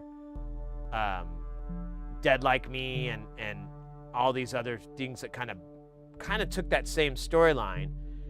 So it was really a novel idea, and like he had a whole universe for Father Time and Mother Earth and all these different like kind of demigod sort of modern, I don't know what you'd call it. It was really fun. It was really fun when I was a kid reading it, and I liked it. So realizing I was Pierce Anthony and my favorite story, I was like, oh, this is gonna be cool.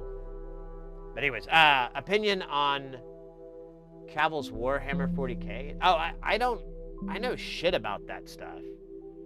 I don't know anything about Warhammer or anything, except it's after 20 years, it's finally getting into the mainstream.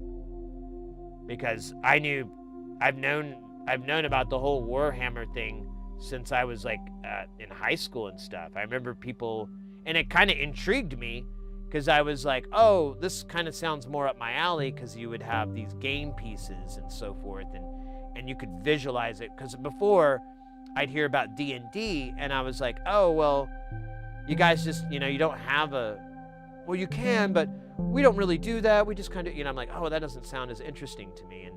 And I was interested in Warhammer, but I never had any friends or anybody that was into it enough to where I could really spend time with it.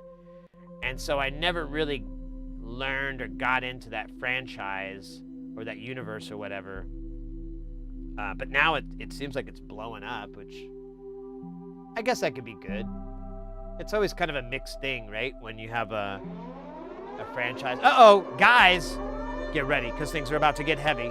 Jump up, because we're gonna bump up, and get down, because there ain't no clown in this here town. We got none other than Sander Klepper coming in with that piping hot, won't stop, skiddly bop. Oh my God, freaking hot. Hooray!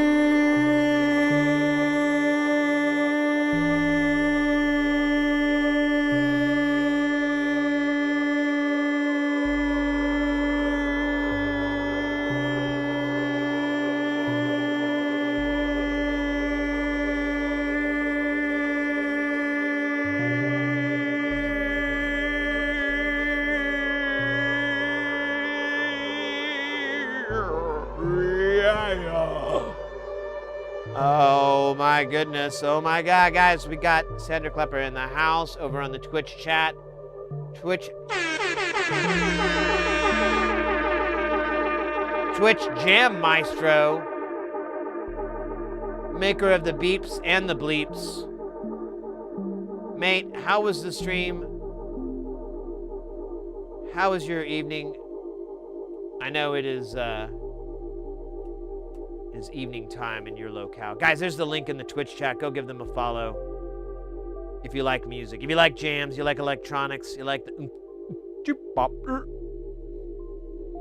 my boy, Sander Klepper's got you.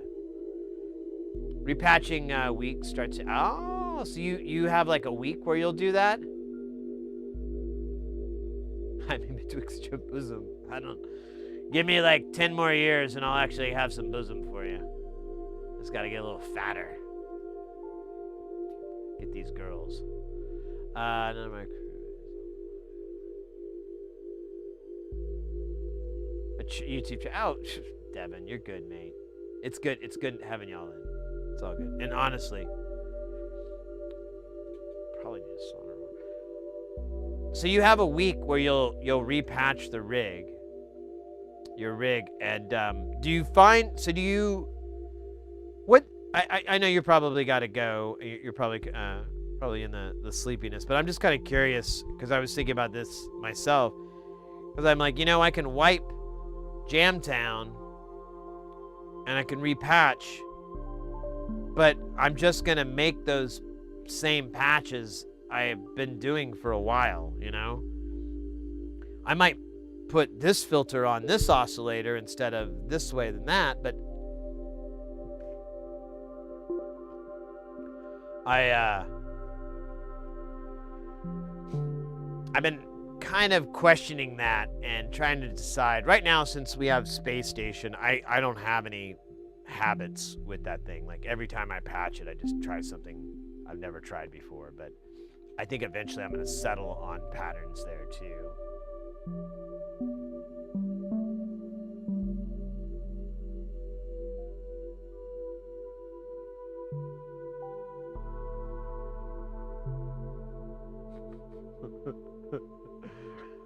Uh, 2 weeks jamming it and then build a new patch from scratch.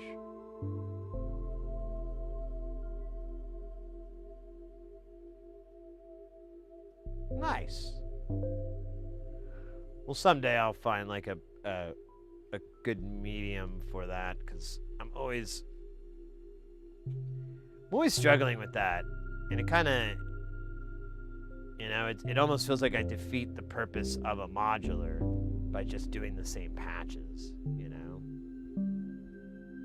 I do have a lot of stuff that's kind of perma-patched, but it's plumbing related. It's like, oh, well, this is how I want the timing stuff to work. So all the clock stuff is patched this way. It'll always be patched this way. There's no reason to patch it any differently. Any variables or different patches, those are on their own little spots that I know I can go into and manipulate. But everything else is like, oh, this is how it's going to be. Because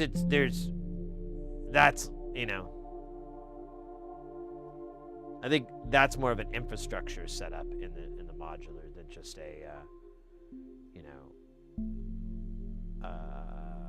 what would you call it? Like like a a la carte. You have like an a la carte choice of, I'll use this oscillator and this filter and this VCA and, these envelopes and whatever. But there's a lot of like internal plumbing that you'll just do, or not even internal, you'll just do plumbing that's always going to be this way. Because there's no reason to not. My clock is always there and not unpatched every time. Yeah, exactly. I don't bother unpatching the clock stuff. Because I'm just going to redo it. Honestly, I was thinking about making a tighter patch, like braiding the cables together, or maybe like Velcro tying them, or just doing something so they're nice and tight and out of the way. I've seen plenty of other people do stuff like that, and I'm like, maybe it's time to grow up, Sid, and do that with your clock shit. Come on, put on those big boy pants. Accept facts.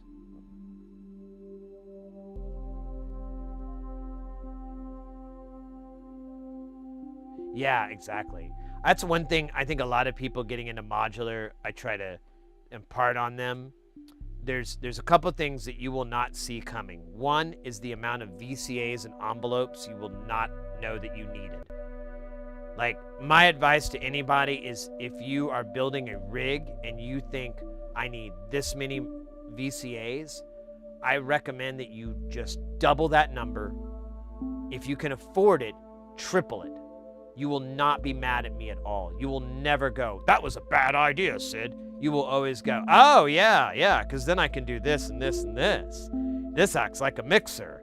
This does that, Yeah, mults are really good too. Those are easy things to acquire, and there's passive and active ones as well, that kind of. But I feel like VCA is the biggest thing that people have no idea how common that is in a patch and how useful that can be. Like the good old mod wheel vibrato effect. You can't do that without a VCA unless there's a VCA modulation built in to a module. but you know, sometimes it's not that way, or maybe you got to do something weirder. You have to use some sort of attenuator, and VCA is always the winner. And I think people don't realize how much envelopes are useful. Like I'm always like, oh, damn it, I'm out of envelopes. I need more envelopes. I'm gonna reload this soda here real quick. Here, I'm just gonna go upstream. I was sitting funny, so now my legs are a little goofy. Oh, right.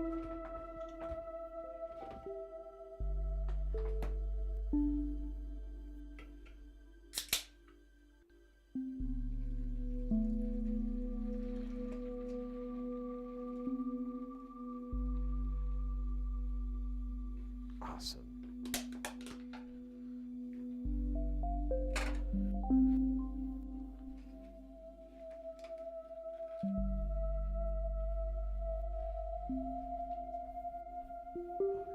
Take this up one tick.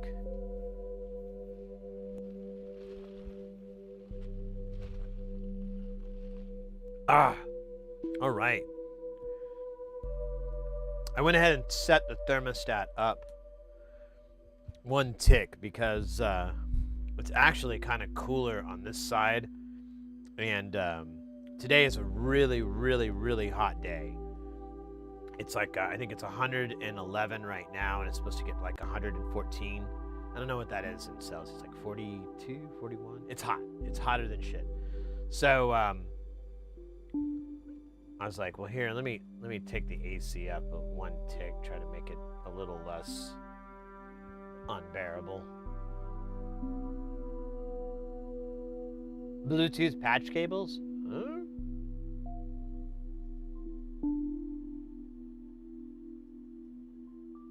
Let's write fanfic about oh man.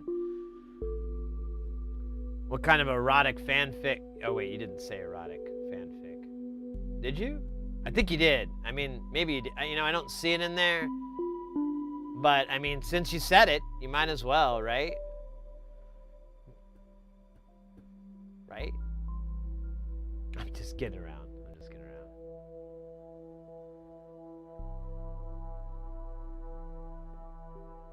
Just, I mean, if you did do something like that, just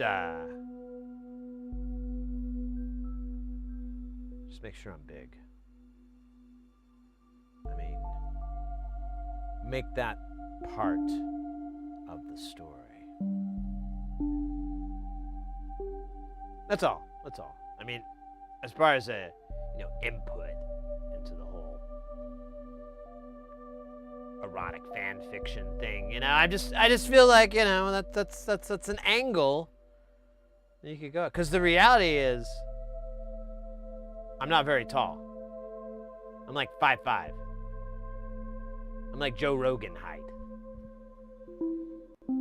But, unlike him, I don't work out to compensate for my height difference. I accept that I'm a tiny man, and I love it.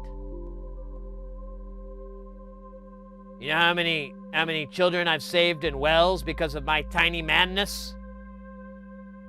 None! I'm claustrophobic.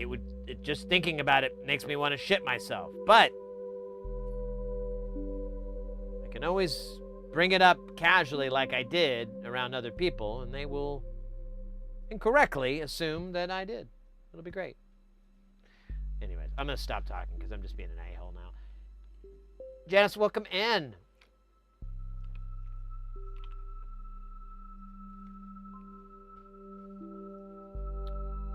Quartzite. Quartzite is up in the north, isn't it? Where is Quartzite? I've lived here for 20 years, and I know the geography.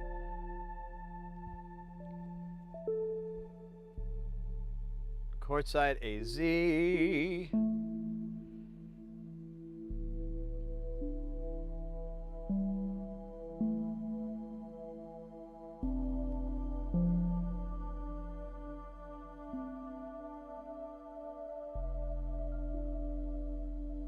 Oh, there it is. Oh, it's out. Yeah, it's up in the. It's still in the desert. Quartzsite, because it's over. It's west of Phoenix.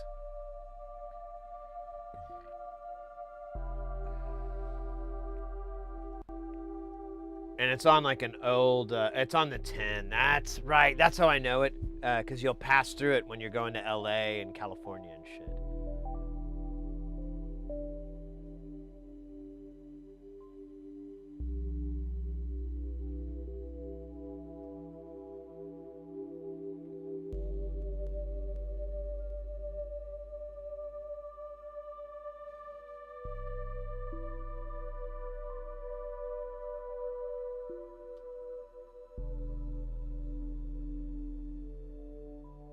So modest, yeah. That's the whole plan. Don't you don't have to write it all out.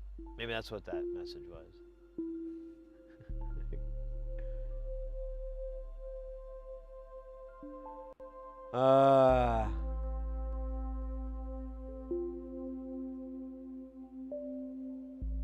Anyways. All right. We probably should get back to soldering. Oh yeah, that's right. I was gonna dab, and then we we're gonna solder.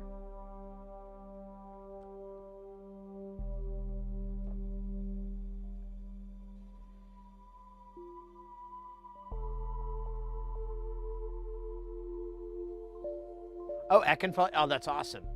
Yay, let's go. They good peeps. So that's awesome, man. I don't know what it is. I get really happy for like silly crap like that. Such a silly thing to get all like hyped about, but here I am being silly. Man, I've for my own mental health, I've just tried to turn all my social medias into cat related stuff and pinball related. I just try to get all the other things out so I can just, no news, none of that. I got enough of that from all the other stuff. If I could just have it, and I realized there's a Facebook group I forgot I followed that is literally just photos of cats laying around on pinball machines. That's the whole fucking channel. That's it.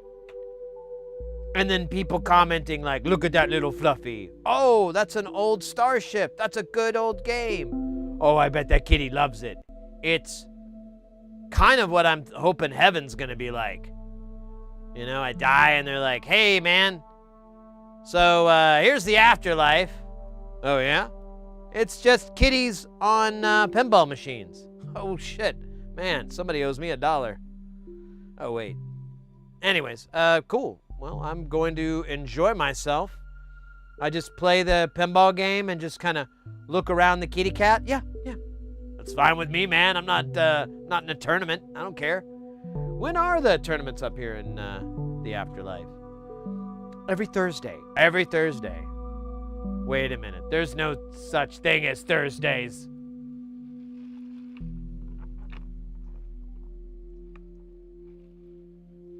Oh my gosh. All right. The dab that I promised.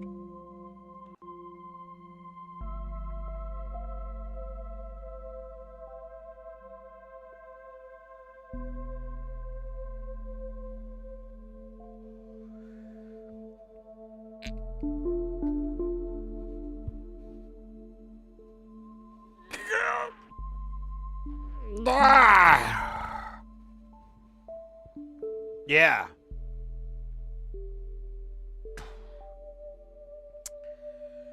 I can see through metal, boys. And that ain't no lie.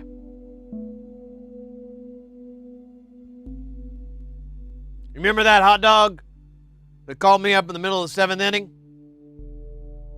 Told me the Braves were going to win. Well, that hot dog called me up on the telephone the other day. That's such a great sketch. I'm not going to do it justice by reciting it. There's a If you ever want to look it up, it's funny. There's a sketch from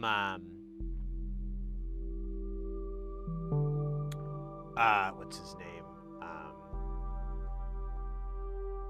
Will Sasso, when he was on Mad TV, and he does this whole sketch where he's Elvis, and it's 3 parts. And the kind of the gist is, without telling the whole joke, is like he's just like, it gets progressively worse as, you know, things do for Elvis in real life.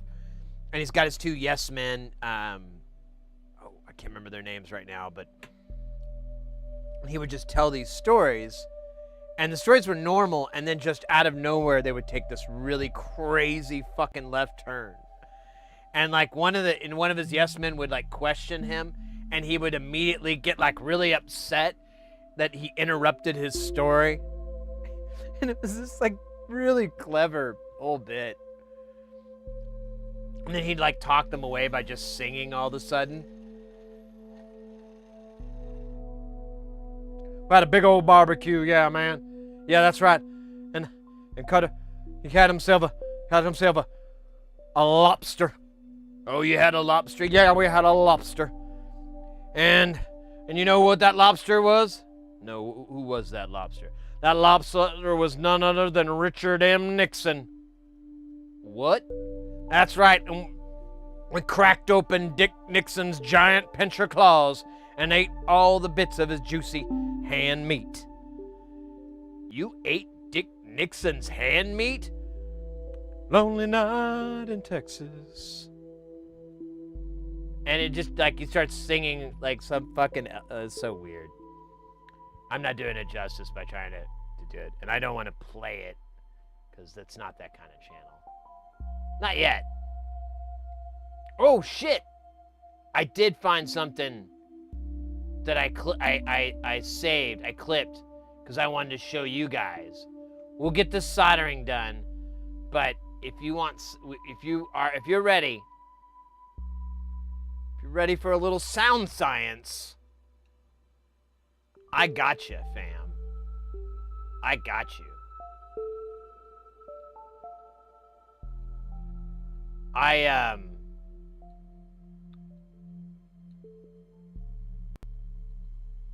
Fuck you. So I got let me back up. Pardon me. Yes, got it.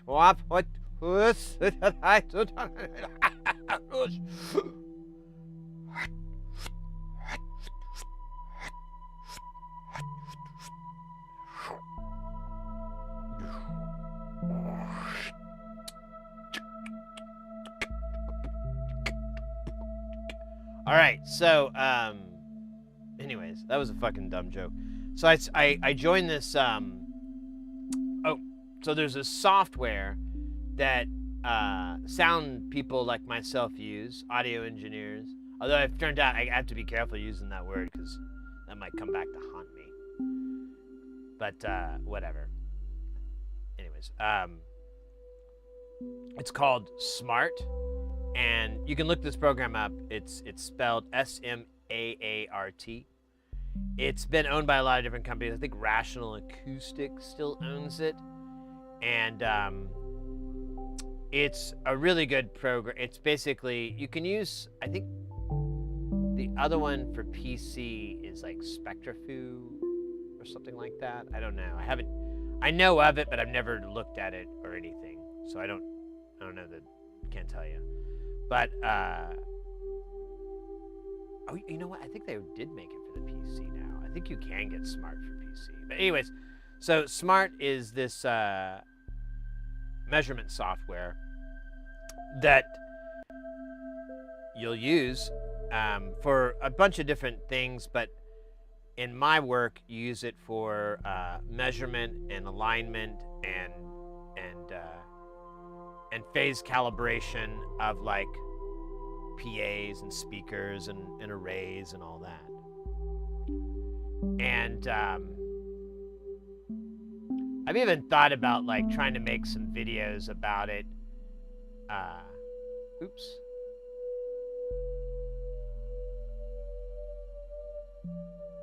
But I haven't researched if someone's already done it, and you know, sometimes it's not worth it to do something again. But anyways, I kind of joined the Facebook group for that software, and it's like an unofficial Facebook group, so it's just a bunch of people posting shit. And this one person, or I don't know, it's a couple of posts actually, because I looked around and I could find other pictures of this, and I forgot the name of the concert. But the lead engineer, the audio engineer on that one, did these two cardio. There's two different examples of this this form of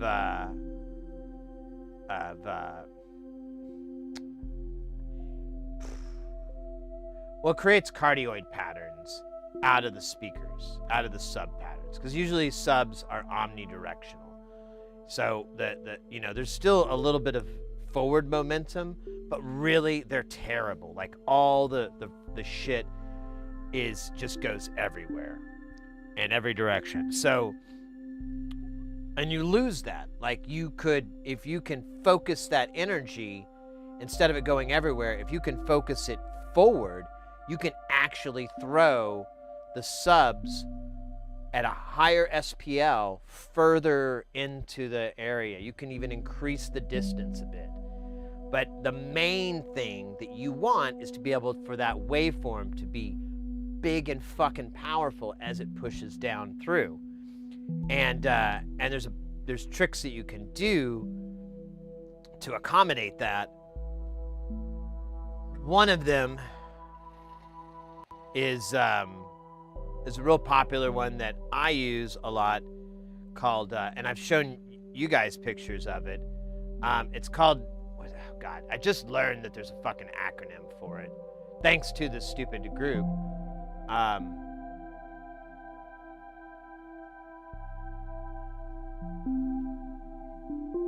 CSA, so cardioid subarray. And a cardioid subarray is very difficult to explain while soldering at the same time. But what it looks like, and you can spot these if you're ever at a show, you can see this and you'll know. So this would be some fun trivia to impress no one.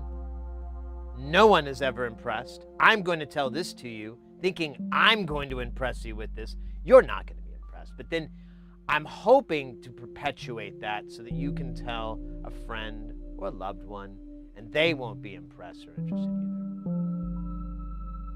It's called the cycle of disappointment.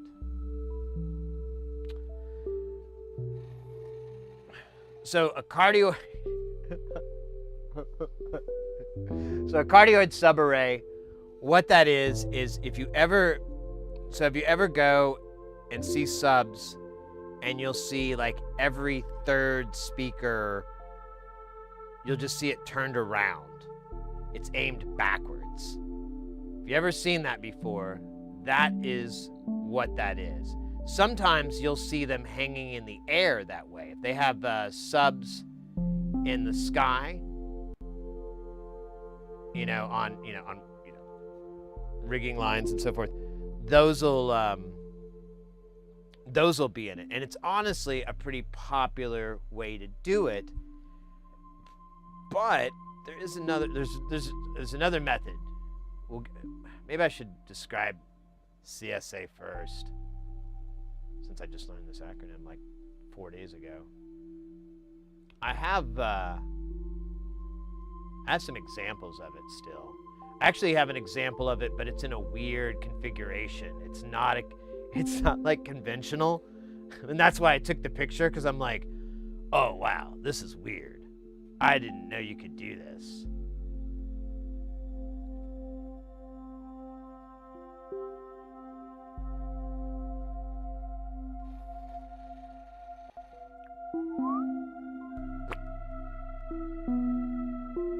feel like that guy's not on there on the top too well, right? Yeah, now he is. It's a little crooked, but I'm going to let it slide because I'm legally obligated to.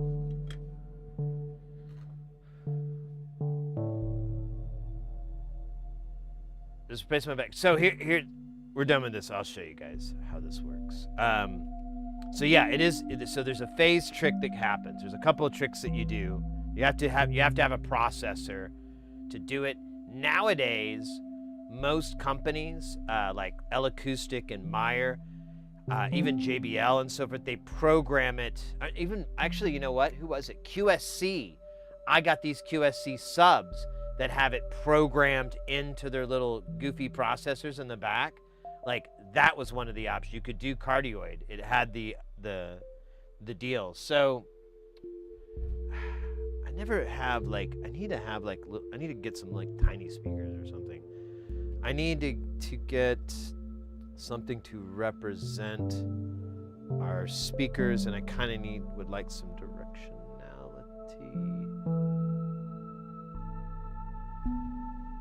Or I could just draw it or something. I don't know. I don't know if I have any paper. I don't even know what paper is anymore.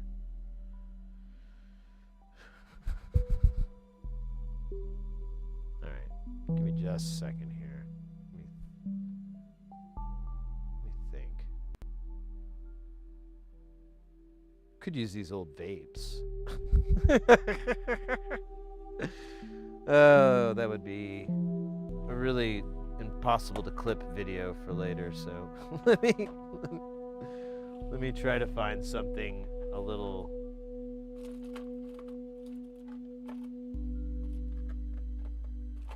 You know what? This might work. It's not perfect, but that's what they said about me. Oh wait, can I get one more, please? Oh, you son of a bitch. I don't want 3, I need 4 to make the... Actually, you know what? We'll do 3. Fuck it. Fuck them all. Fuck them by. That's what she said. And she was right. Okay, so normally you'll have your subs and they'll be like this. So this is the front. We're going to call the part with the leads the front of the driver. And where the speaker is and everything. So obviously this isn't a very good speaker design. Just ignore that fact. You would want them to be kind of cubic or something. That's pretty common. And it'd have a big old 18-inch driver or something in the front. Single load. There's some dual loads that are fucking sick as hell. But we're going to keep this really simple and just have these all be single loaded 18-inch drivers in each one. So when you do it this way, the pattern, what happens is you get like a lot of bass like everywhere around these points, which is good. That's where you're aiming at the audience. It's great. But then there's a bunch that just goes out here and goes into here, and that hits the stage, and now you're sitting in this like nasty bass on the stage, and it's no bueno. And they've done different things. There's different ways to attack it, but if you do this, it's pretty cool, and you'll see them at a lot of shows. So you'll flip one of these drivers backwards. Now this actually works easier to understand because it's symmetrical, but you could actually have 4 drivers and just flip one backwards and you accomplish the same thing.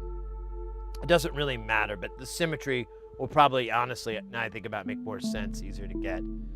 So you flip this one around and you have to send this a separate signal from these. So these can get tied and go to the same amp, but this has to get a different channel, and it gets and they both get processed differently. So the first thing that happens is this speaker gets 180'd. So instead of it firing outward, like these are firing outwards, it's going to be pulling in. That's really the biggest aspect of this. The other part is that there is a delay from when these are going to actually fire. It's milliseconds. single-digit milliseconds. And I think it's like 2 or something. I haven't done it, like, had to actually calculate it in so long, because you can just measure it sometimes. But anyways, so what will happen is this one will pull in 1, 2, 3. These fire out. And what happens is it draws air in and draws it from the surrounding because of this phase difference and causes it to move outward, and it creates this cardioid pattern, which is kind of this pokey beam sort of thing. And you can keep replicating this pattern over and over, however you want. Honestly, you want to get maximum efficiency, so you kind of just do the backwards one as little as you have to. But usually it's a pretty decent ratio. I think it's like 3 to, you have 3 boxes to every 1 reversed, I think is the rule.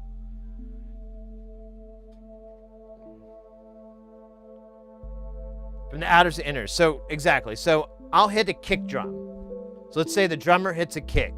Now we'll just ignore the fact that there's all this time delay. This is from someone watching it, and we can always kind of time align a little bit, but this is going to be as fast and as quick and as live and as real as it possibly can, as minimal amount of infrastructure delay from going, signal and all that shit.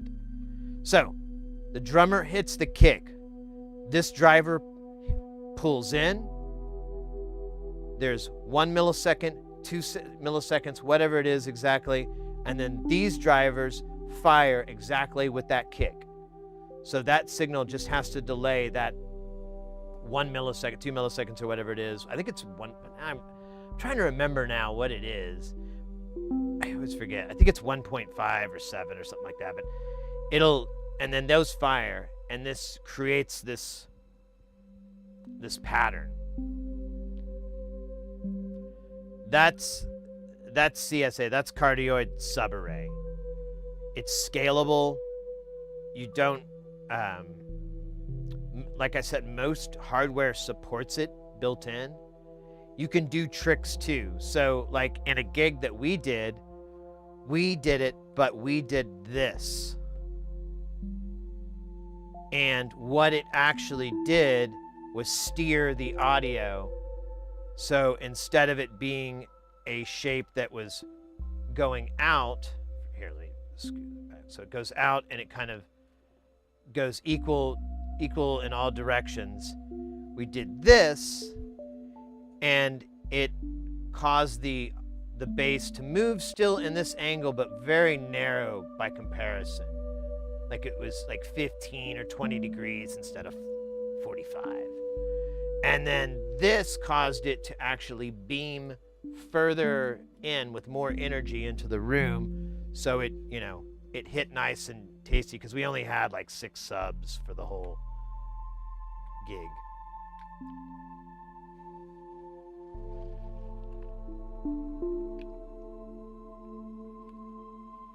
Right, this is, all this tech is not even remotely new. The issue is with audio is it hasn't been really implemented because the technology wasn't there.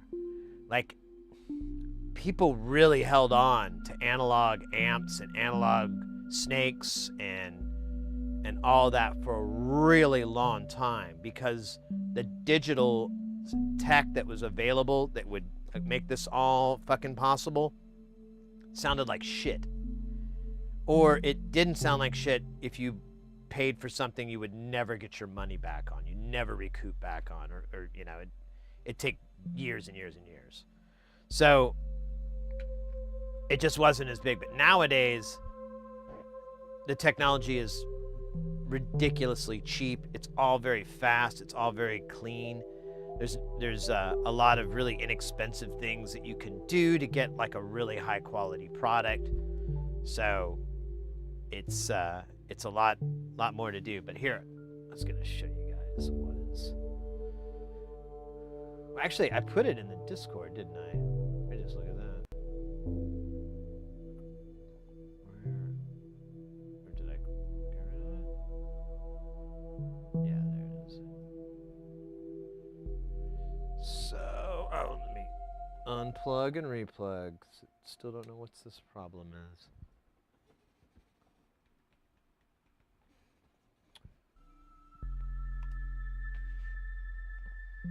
So there's 2 line arrays here that we'll look at. So this is in firing. Here's another one.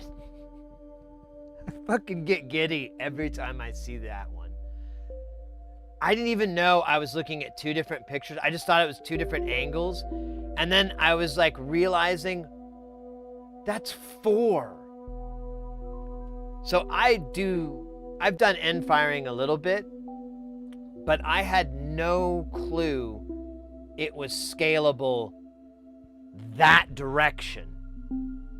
Like I thought you could just, you could do that and then you always could have a line array behind it and you could, because you could do the same principle. So the concept behind this is, let's say you don't have 3 speakers, you only have 2, but you really want to clean up the back.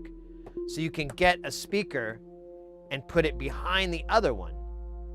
What'll happen is the same delay that we were talking about before, drummer hits, this one fires immediately. The air goes across 1 millisecond, 2 milliseconds, 3. Then this one fires that exact same thing and they converge. And that, because of that and how those are arranged and how the air is between them, you create this cardioid pattern, basically. Or you can create a more controlled beam. It gets rid of the shit behind here. It's a lot less bass. It's really cool because it's almost like this weird 90, because you can walk between it and you can just like, what the fuck? They do make even cabinets with this built into it, where they'll have like this one company, Nexo, I think.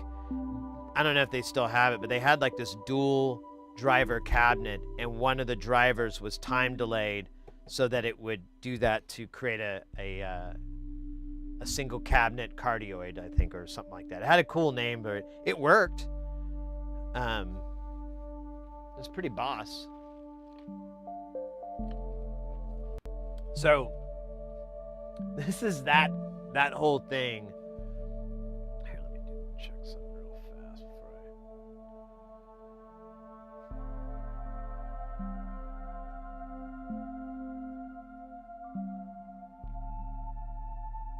All right. So here's 3 and here's 4.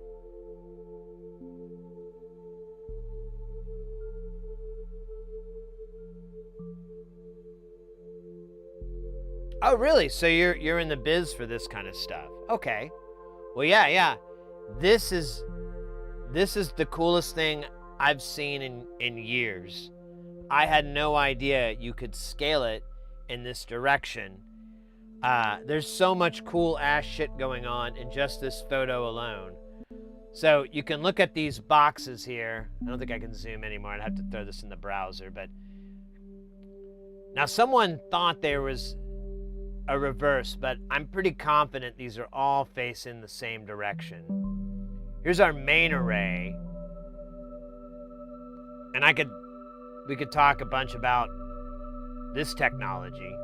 It's pretty cool. Honestly, if you're really, really curious about this kind of stuff, there's a great YouTuber, great engineer, true audio engineer, like master of everything. And he's an EE as well. Dave Rat. He's probably he's the coolest dude. He started making videos around COVID and so forth, and he covers a lot of topics, including point source and line array, and he really explains a lot of how this technology works, and he does a great job. He does a better job than I. I think most of the time I'm just trying to regurgitate what little I could glean from his stuff, but yeah, Aqua, we're talking about different types of line array configurations and so forth. So if you notice, these are ascending and these are descending. So the way these are referred in the original post is that these are upward and downward firing cardioids. And we have,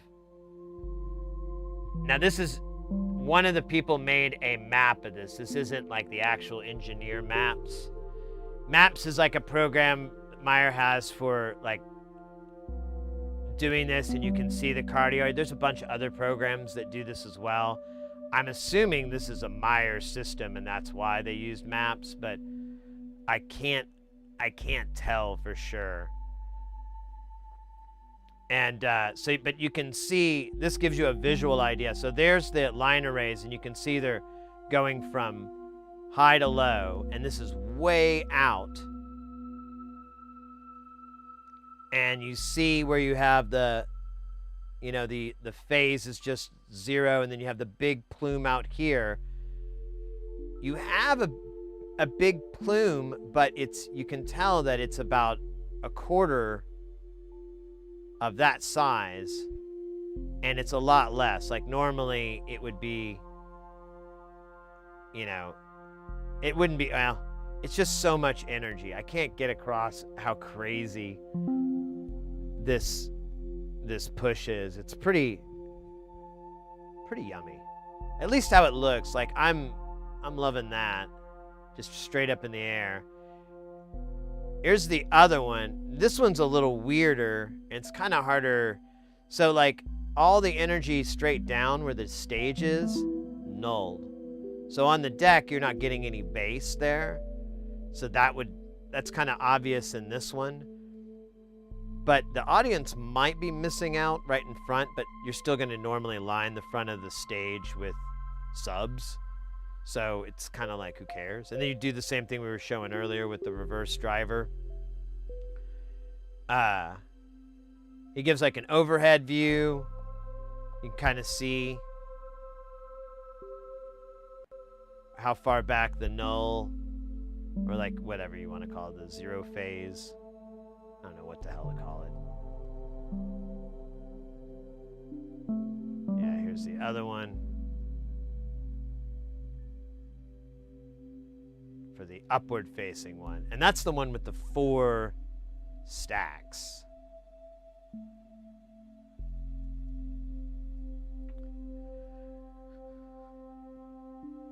So just getting this up in the air is absolutely amazing. This is a lot of work. Like trying to get these really long arrays. Yeah, this looks like a Milo or a Leopard or something. It's one of those. I think that probably is Meyer. But just getting these up in the air is such a job. Because it's not, I mean, what do? You can't build something. You can't build it like that. It's crazy. They all have different systems, but just getting this line array up alone is a bunch of work. But to get all these subs up behind it is pretty amazing. Exactly. That's kind of the whole point of these, Anvar, is just to try to focus the energy out instead of taking all this wasted energy. I mean, also, you have like, God, how many is this? Like 20 subs? 30 subs? Something like that? It's what is it? 1, 2, 3, 4, 5, 6, 7, 24? Wait, nope, 28, Sid. 28 subs, and you have them all in this one spot. If you were to try to drape them down, you wouldn't be able to do it. You could do 2 big boy hangs, but they'd still go all the way down, and the band would just get blasted with all this bass on the side, or the performance or whatever. It looks like it may be further back. I forgot what this festival was or whatever, but this is awesome. I thought this was some crazy special rigging hardware, and I'm like, oh wow, this is cool.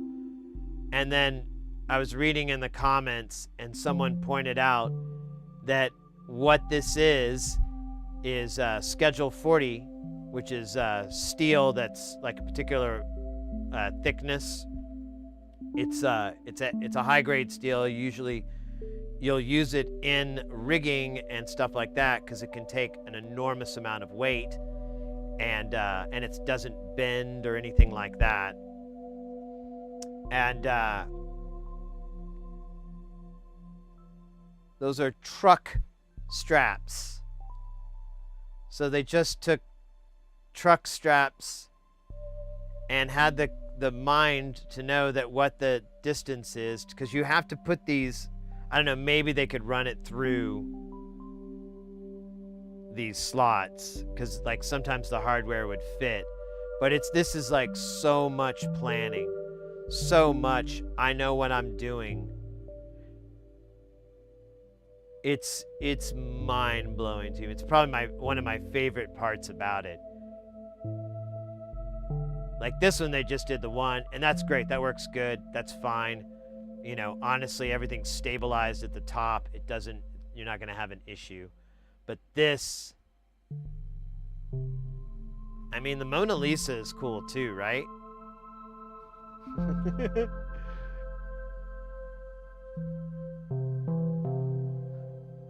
Oh, we got a dab there from Booze. Welcome in, Booze.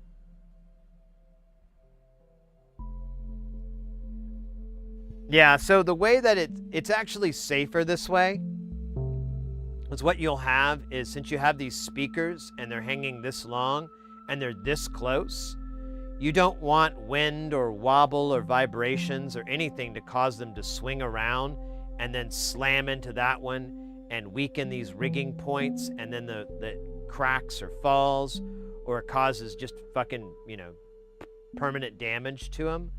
So having these poles here unifies it as one big structure, which makes it way safer. And then now all these motors are just doing the job of taking the weight, and they don't have to worry about lateral strains. Same with the rig points up top here. There's no worry about it, because the thing's so heavy and it's a dead hang that, I mean, yeah, it might move a little bit, but it's going to be significantly less than if you just had individual hangs and so forth. If you could just get around them flying in and smacking each other. Like, maybe this is outdoors, so you have to prepare for inclemental weather. You always have to worry about this kind of crap. So you make it safe, because there's plenty of horror stories of when they didn't. And yeah, if they had weather, what would happen is they would drop all these things as low as they can go, where they'll all kiss the ground, and everything's set to where they can drop it like that too. These are tensioned up, but there's no, if they start lowering these, that tension just gets loose. And the idea is you're keeping as much weight to the center of gravity as possible instead of up top, where it's gonna cause more vibrations. And sometimes that helps. That's the first thing you have to do if you have a big storm outside, is drop the rig. But anyways, and you that's the other thing. And you have to, when you have it that way too, you have to have it set so that there's a coil on top of all of these that has maybe a breakaway. I don't know. I've never done a show this fucking big. So I don't know for sure, but either way, you would want some sort of way for the wires to be able, you don't have to disconnect or anything like that. Like, this whole rig can drop and it can go back up if the weather's over, and there's no, you don't have to reconnect anything. We can just start playing music, turn the amps on and go. But anyways, that concludes Sid Heresy's silly audio hour. I didn't mean for it to be an hour. Well, maybe it was half an hour. It was long, but it's my favorite topic, and I love talking about it. And I'll find any fucking excuse to talk about it, because it's. I don't think a lot of people know about it. And when I learned about all these things, I was like, oh, cool. They're all, it's not any abstract concepts really. I mean, the air passing through is, I guess, a little bit, but you can imagine how that would work. You can get the gist of how that would flow. So it's not that weird. It's not like I'm explaining, you know, chemical engineering or something. It's just really just air wiggling. Big O crazy fans. Anyways, let me catch up on chat. I think I'm behind. But we do have a dab, don't we? Nice.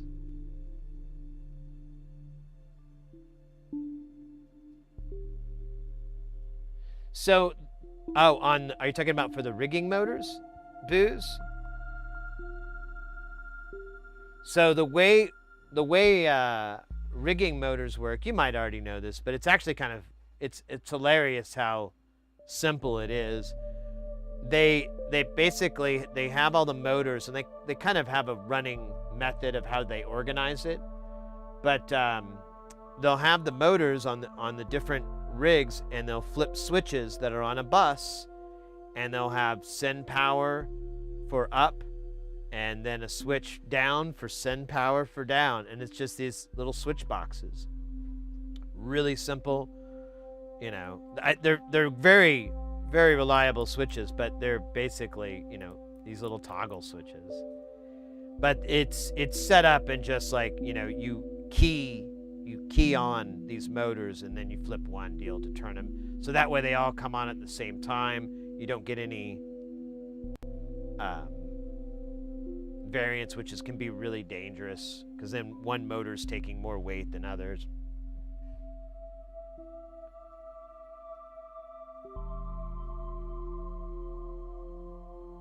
That rig that with the 4 runs of subs, oh my god, that's like a $250,000 rig, probably $500,000, probably maybe $1 million, honestly, because that's a lot of speakers, and we're just looking at one side. Everything's doubled. You know, there's another pair of all that crap, and then there's probably subs, and then we have no idea about if there's any delay lines further in the show, like on, you know, big festival shows like Bonnaroo and, oh, what the hell's that one? I've just forgot it. Whatever. There's a bunch of big festivals. They do that shit all the time. Man, now it's getting to me. It's the Stagecoach is there too. I don't know why I know that, and I can't remember the one. It used to be really cool, and now I think no one likes it anymore. Whatever.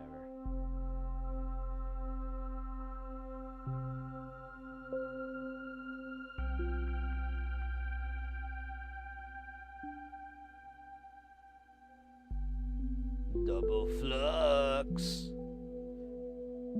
This sounds like an ad. Double your pleasure, double your fun. With double flux come double flux, the fresh maker.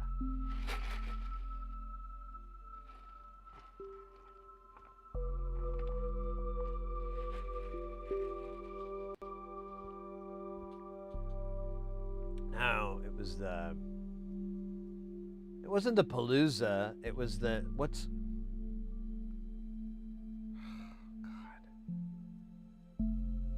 just had it like a couple months ago, I want to say, or maybe it wasn't I don't even know when it is anymore. God damn it.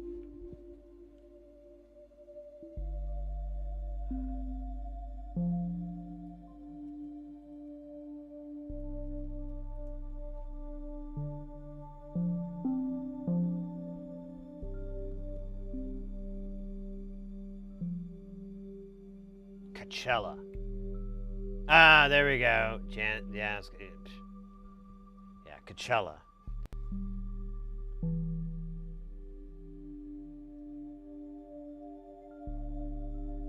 I forgot the whole point. All right, let's solder these sons of bitches on. Or did we already? We did do that. So now we have an extra one. I don't know what to do with this guy. I'm gonna keep him around. But I don't see any more hundreds, and it told me there were 8. So either I counted wrong. No, I counted. Oh. Maybe I didn't solder these on. Hello. How are you two? That's wonderful. That's wonderful. That's wonderful. Good to know.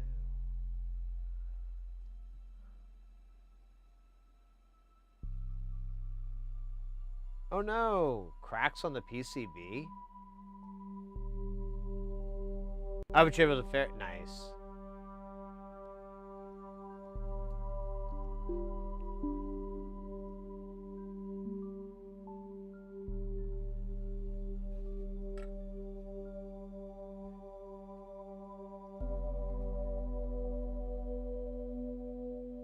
Oh shit, I forgot about delay lines.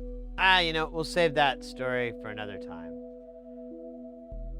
But delay lines are another really cool piece of tech that you see at a lot of concerts and shows. And the tech for that has gotten to a point, like, and I've seen it since I started in the, you know, doing the, like, AV, like when I first started, you know, it's still kind of wet behind the ears. This guy taught me this really cool trick and kind of an interesting way to think about speakers and so forth.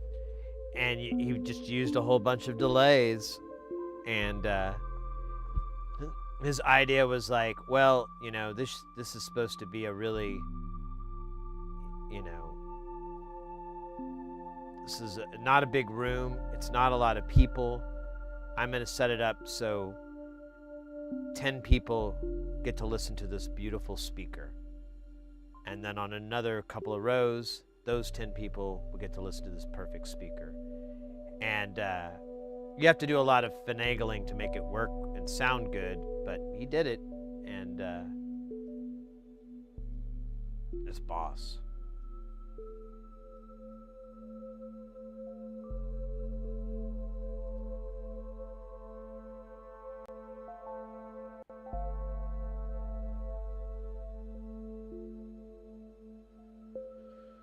They abuse PCBs.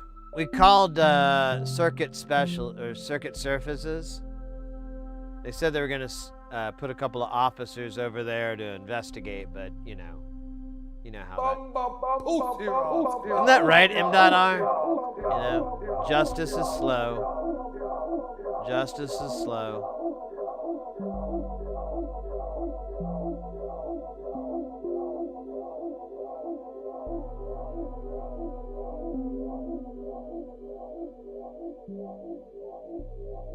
Okay, I don't see 100 nanofarads anywhere, and I'm pretty sure I got something wrong. I don't know. I'm wondering if I accidentally put like 100K where I should have put 100 nanofarads. I don't know why I'm talking like I'm from the valley, but you know,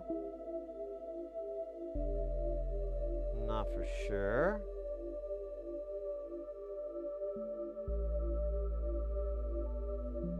So now I'm just looking at all these 100Ks, making sure they look really cool and real 100K like. Keep poking myself with this fucking wire. Poking myself with the fucking wire, baby. Oh, I'm not looking at the words. I'm thinking about this banger track I'm writing. Fucking on the landscape. I gotta put these things aside, Sid. Gotta keep your brain clear, bro. Gotta look for 100Ks that might be actually ends. You might.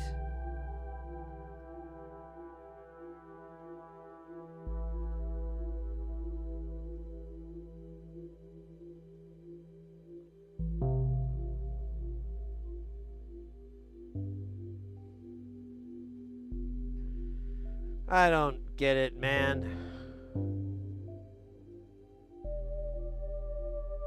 I don't understand.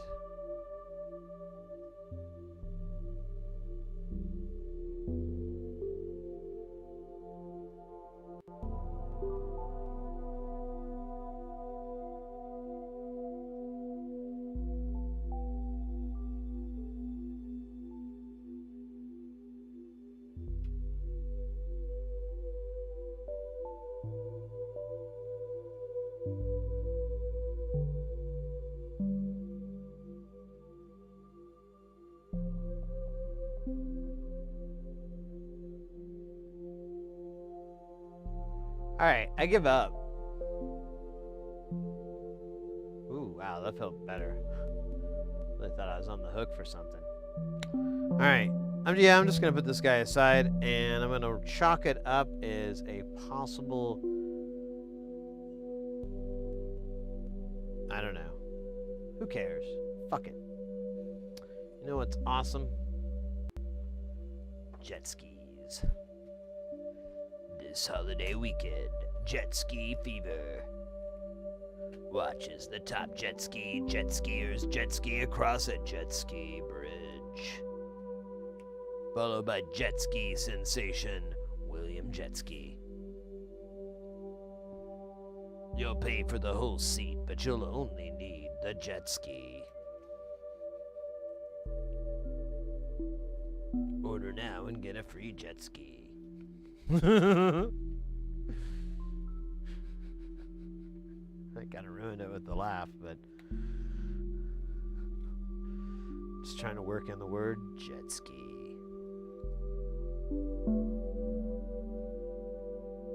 Oh, I should have made like one of the announcers. I think, or wait, didn't I have William Jetski in there somewhere? I think I did. I kind of went lightheaded because that voice, you can't breathe too much. So I kind of, world kind of got sleepy for a minute there. Lots of tunnel vision. So it's hard to remember. I don't remember so good when tunnel vision happened. Motor skill no good too. Sad days. Can't afford new stuff, but always looking for the earphones. Yeah, exactly. I think it's more enjoyable.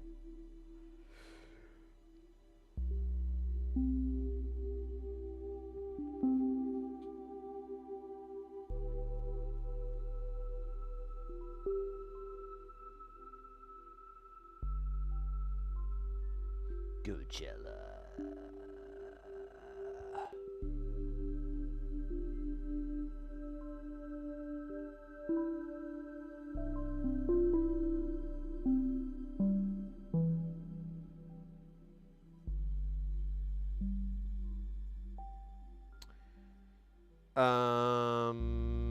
Bird.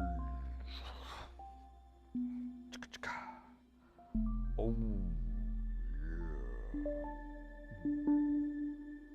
Oh. Sorry, I don't have the rights to the song, so I'm just doing my version of it to avoid any legal troubles. Bow bow. Bow bow bow. Man, you know, I've been doing that joke for a while, and then I was watching like Rick and Morty, and Jerry was doing like karaoke version of that song. I was like, oh, damn it.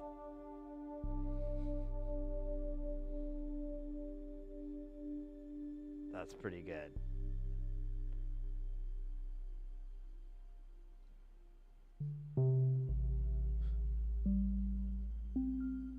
You're just saying with the slowed down voices. Oh, beautiful.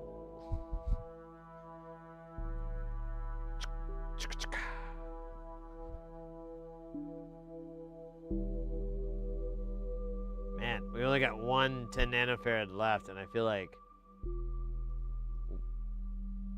okay, I don't feel like there's more room. I feel like I'm gonna need more here in a second.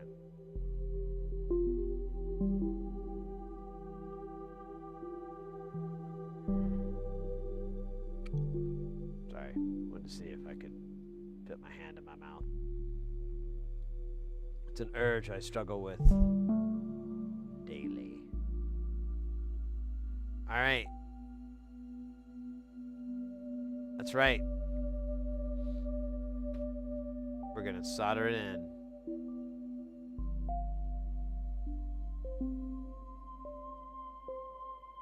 Your 2 8-chan mixer? Man. Is that like the successor to 4chan?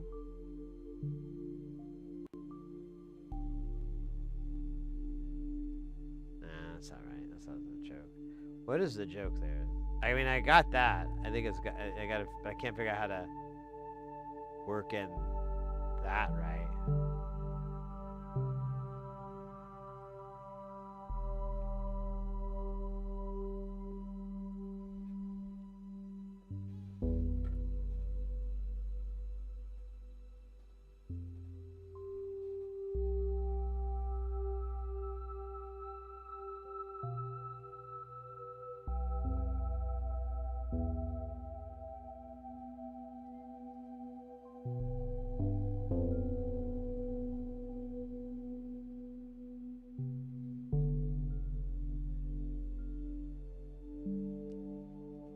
It's so pretty.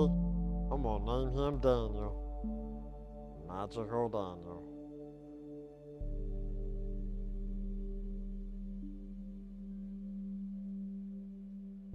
Quadrified. There you go.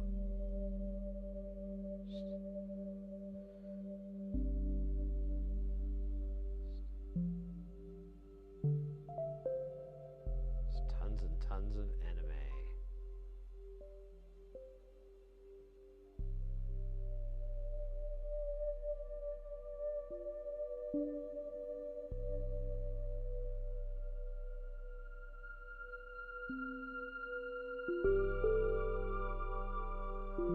My dad had a quadraphonic receiver from. Oh, those are awesome.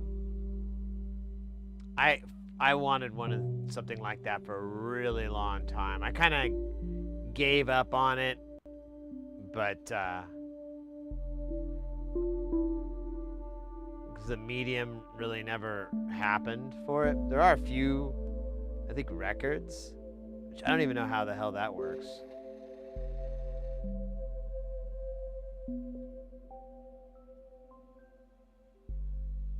I want to say records, maybe not. Maybe I'm making that up. Could have sworn though. You know, if Technology Connection hasn't already done a video on it, maybe I'll look into it. Although I think he'd be a better person.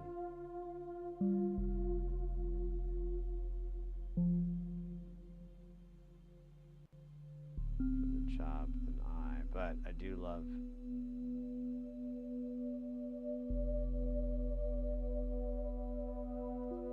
quadraphonic.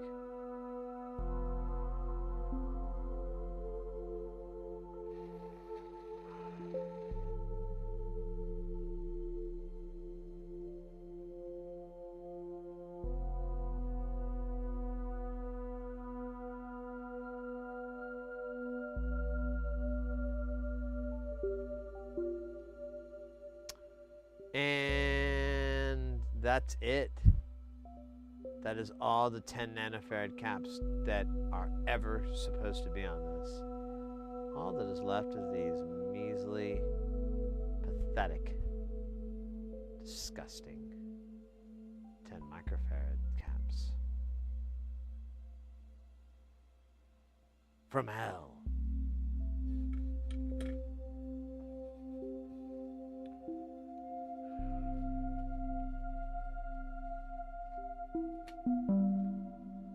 I don't know if I think I did. Did I do your dab? I feel like I did. Or it doesn't look like I did.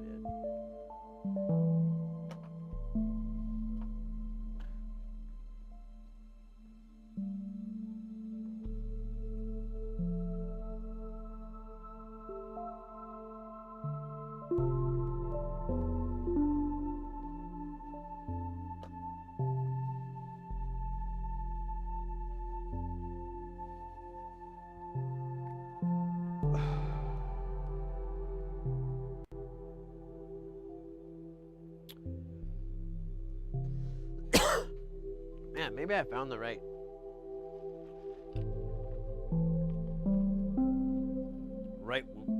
width to open this door or something. I don't know what it is, but it's significantly cooler in this room today than it normally is. Like it's only 85 in here.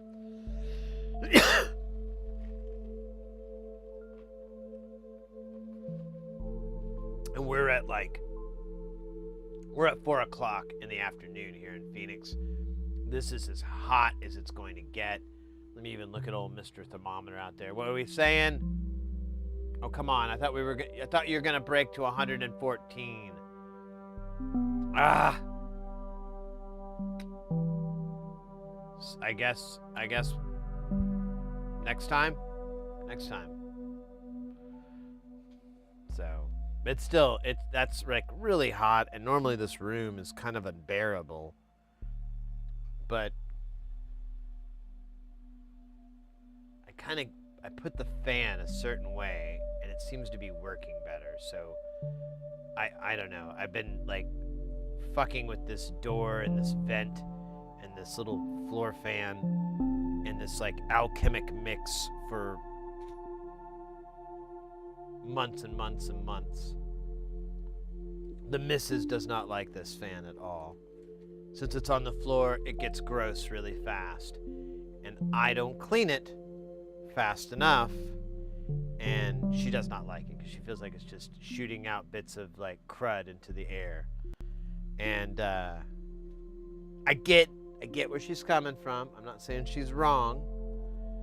But, either way.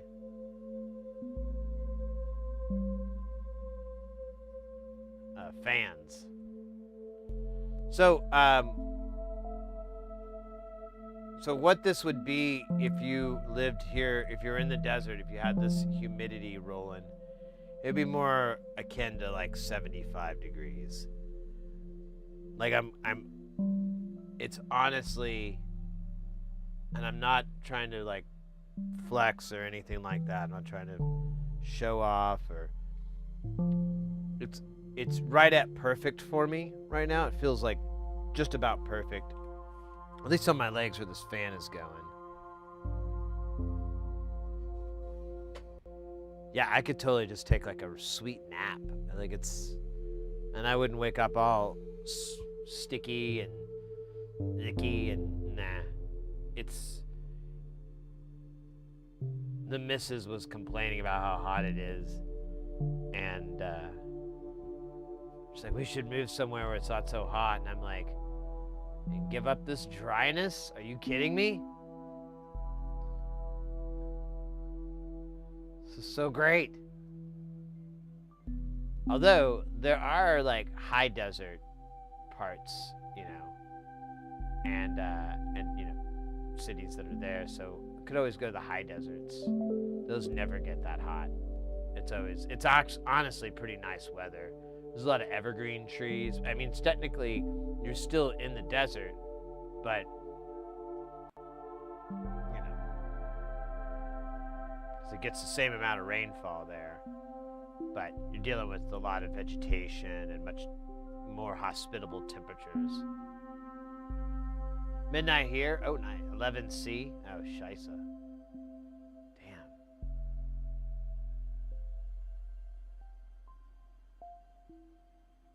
Yeah, I think you're right. I think it's like 25 and a half or something like that. We're cooking at 29.4 in non-freedom units. 29.5 since I held it. So, count your...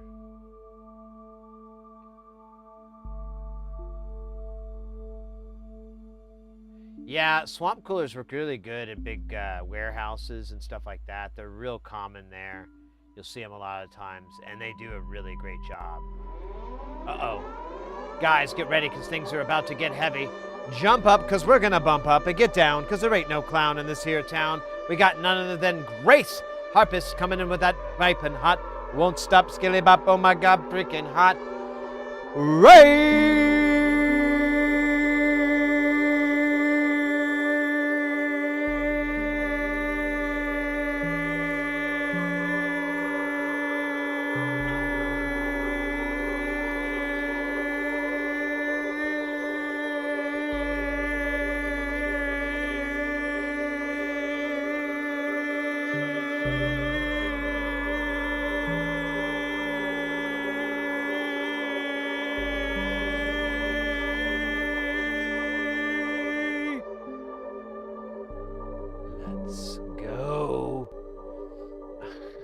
Guys, if you're not familiar with Grace Harpist, do we get it?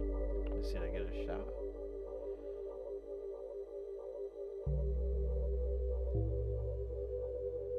Let me.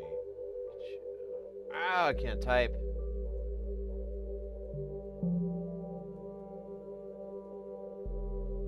Brand new. Ho! What do we got? Jacques Van Vliet? Van Vliet? Did I say? I don't know. I messed that up. Welcome in. Let me catch up on chat here. Where we at? Welcome, Raiders. Yeah. It's like my only redeeming physical quality is I can't run. I can't jump. Can't really like. I get sleepy really easily. But there is one thing I got, and it's a fairly decent functioning pair of lungs. But a crippling vocal cord system that will rob me very soon of that trick. But whatever, I'm gonna do it while I can. It's fun. It scares the kids away. You know? They're like, they don't like that. I don't have any kids, but I'm just saying if there were kids around, they would go like this and they would run away. I'm almost certain of that. I haven't tested it. We should get this into testing now I think about it. Hold on a second. Note to self, do field testing on children and the raid yell. Main purpose is to determine how fast they will run away. How was your stream? What were you up to? By the way, I don't think I already said this earlier, but guys, there's the link in the Twitch chat there. As well as you can always click on their name and go to find their channel. Please go give them a follow. I'm not going to tell you what they do because I don't want to come across as condescending. But it's not Guitar Hero. Or is it? You know, I haven't seen that yet. People always assume like, I don't know, maybe I'm just a bad musician. People are always like, oh, you would be good at this, Sid. You play music and blah, blah, blah. And I'm like, yeah, I don't know, man. It's not written out as red square, circle, triangle, you know, it took me a while too to get where I'm doing now. I don't know if I got I don't know. Your assumptions are wrong. I'm terrible at Guitar Hero.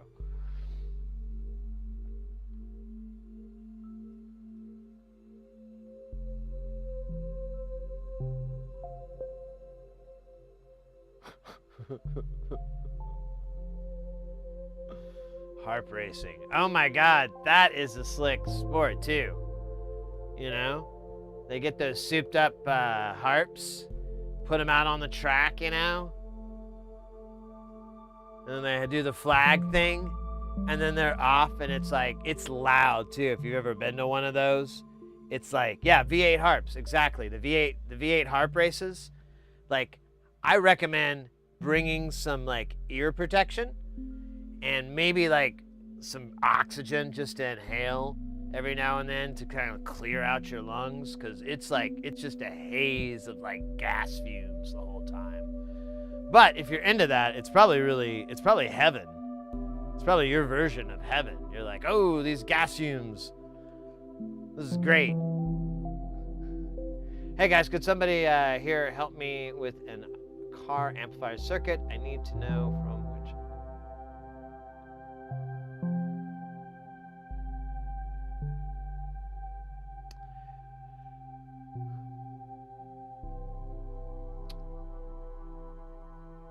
Spelder, I don't know. I haven't worked with too many car amps. If it's saying that there's a short, the way you could probably confirm that is to take if you have like a multimeter, there'll be a mode for continuity.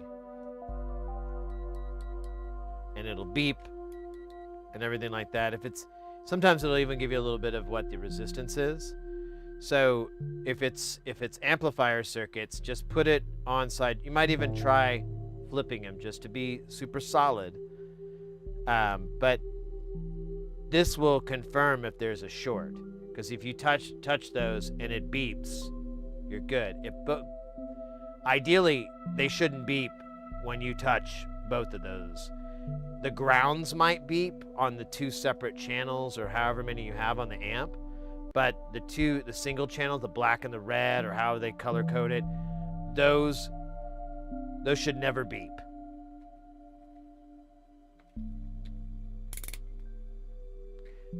Do this with it powered off. Make sure there's no power going to it, because otherwise you're not going to get an accurate signal.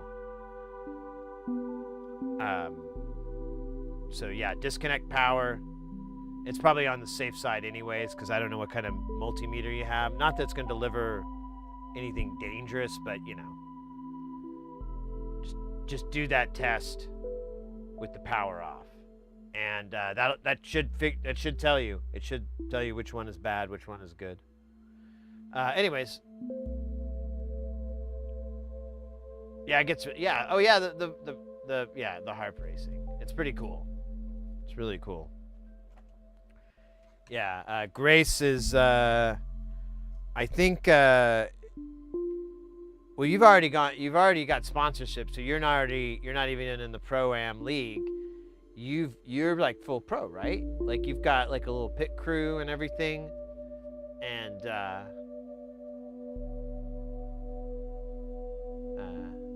probably have like some patches you got to wear for your sponsors or something like that, you know.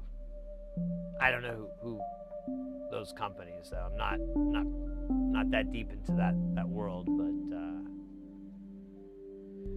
Upshift, welcome in, by the way. We're talking about V8 harp racing, some of the most fastest, exciting, and incredible stuff that we just made up.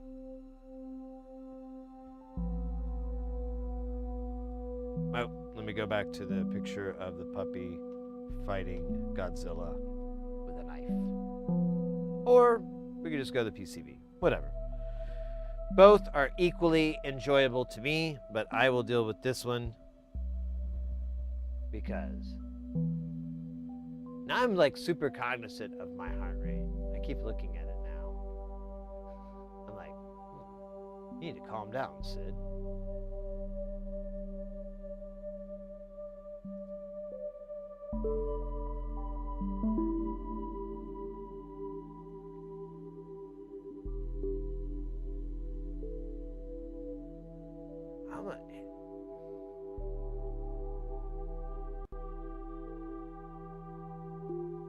See if I can do this. Huh.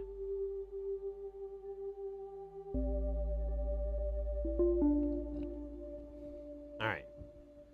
Let's solder these guys on. I'll keep an eye on the old numbers there. I had an auto harp. There you go. I like a manual.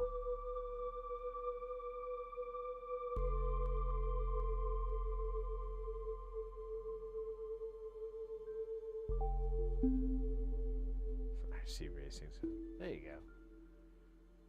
Ooh, I know what I can do. Oh.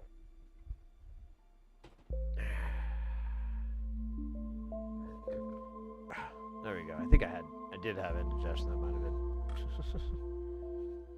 All the soda pop I drink because I don't know. I don't have a good reason.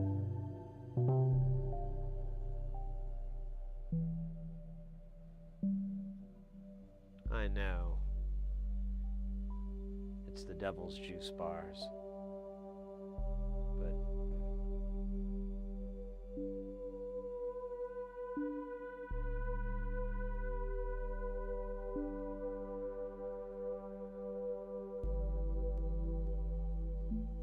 guess that's on. It looks weird. They all look weird.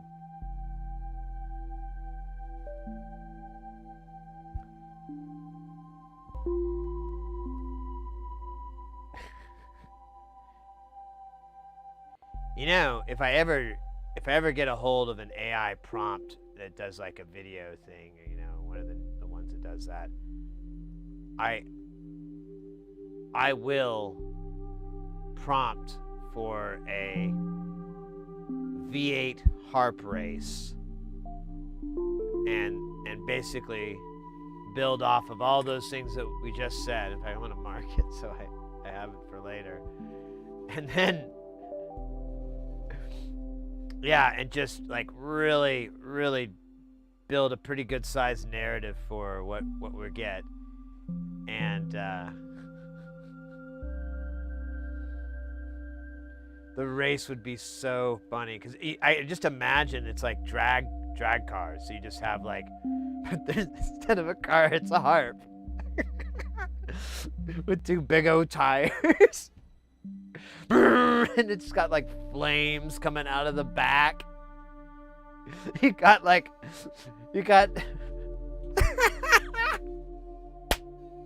you got like people riding them, but they're like out in the open. There's no roll cage or nothing. It's like motorcycle drag racing. It's like, hey man, hope everything works out for you. And it's just this big harp, and they're like strumming it, and it like revs up the engine. Oh my God, how is this writing itself so perfectly? Yeah, it's like, run, run, run. They like look at each other, and there's like 10 of them. Oh my God. I don't know, maybe not, well, we could do multiple ones. We could do a Mad Max version.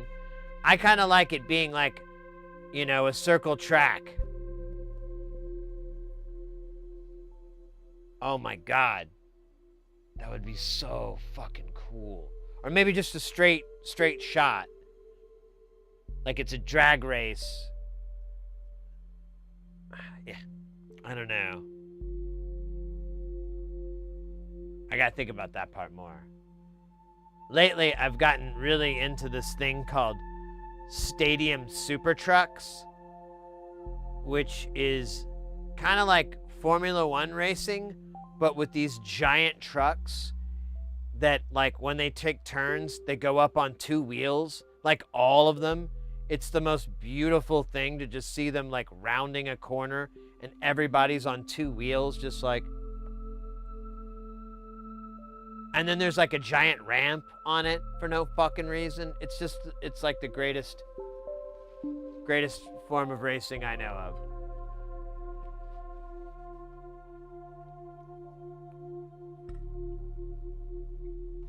They're allowed to bump each other. They can go off track. It's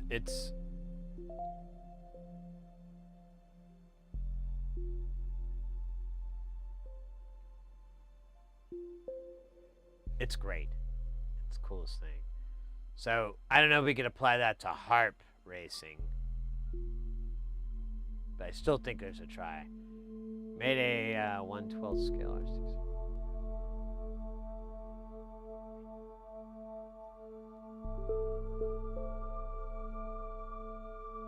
Oh, really? That's cool. I could see that being an interesting challenge to overcome. All right, guys. That was all the resistors. That was all the caps.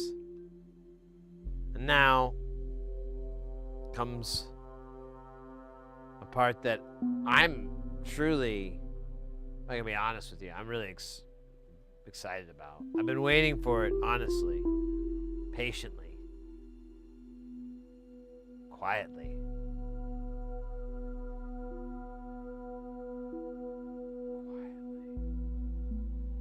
But I wait no more.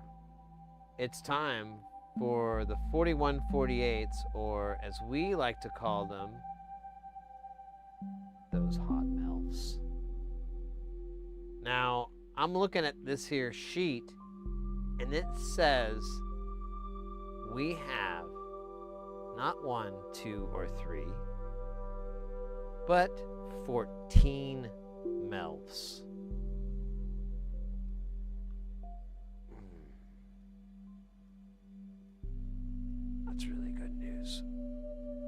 I'm really excited about that, as you can tell by my face.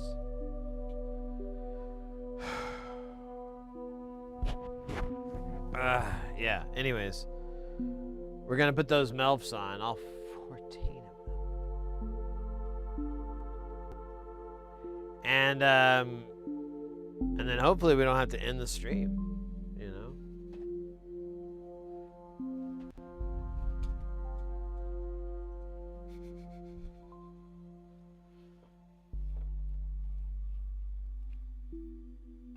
Hopefully it's still up, you know? So these things are gonna get pretty interesting, if you know what I mean, with these MILFs. Now I know what you're thinking. Sid. What? The hell's wrong with you, man? That doesn't even make sense.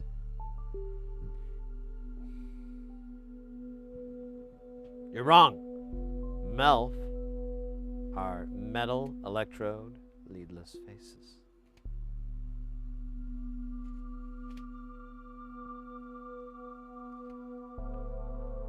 They are the heaven's gate of packages.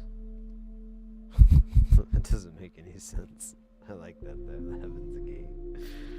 Oh, I gotta keep that for later. Oh my god, we're kind of like powering through our MILF collection here. I don't know, I'll have to move these MILFs around or something. Well, these aren't. These are SOT 2s or 20s or whatever the fuck.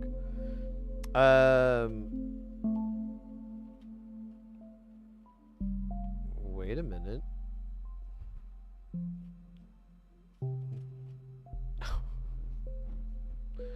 There's another page of 4148s, of course. I was so stupid. So dumb. Like a child trying to understand anthropology. Or the relationship of the characters in the television series Cheers. Impossible. Impossible. But here we are. Here's Norm, the sassy one, with a quick comeback. Almost ready every time.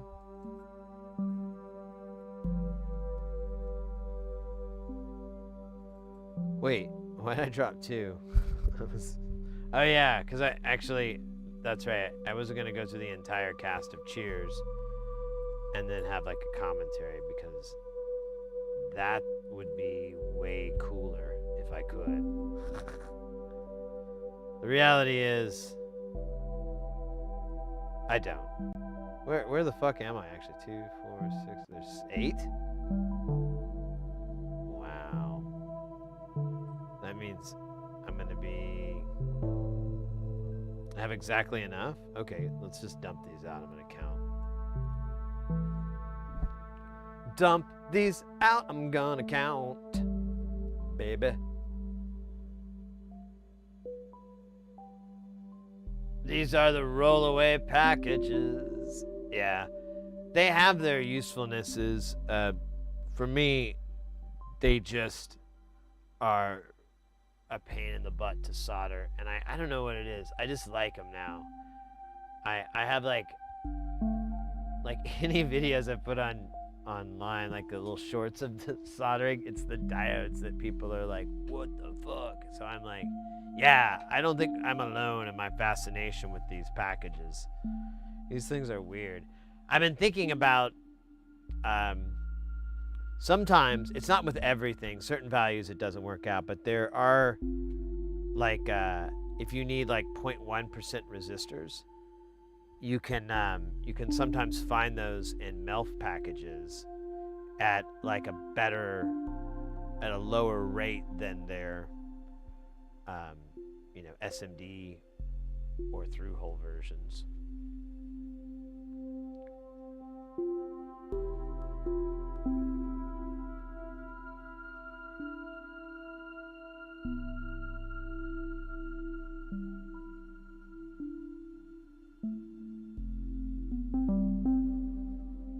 Yeah, yeah. In the implementation that we're using it in, it doesn't really matter. So the reason that here's the actual origin.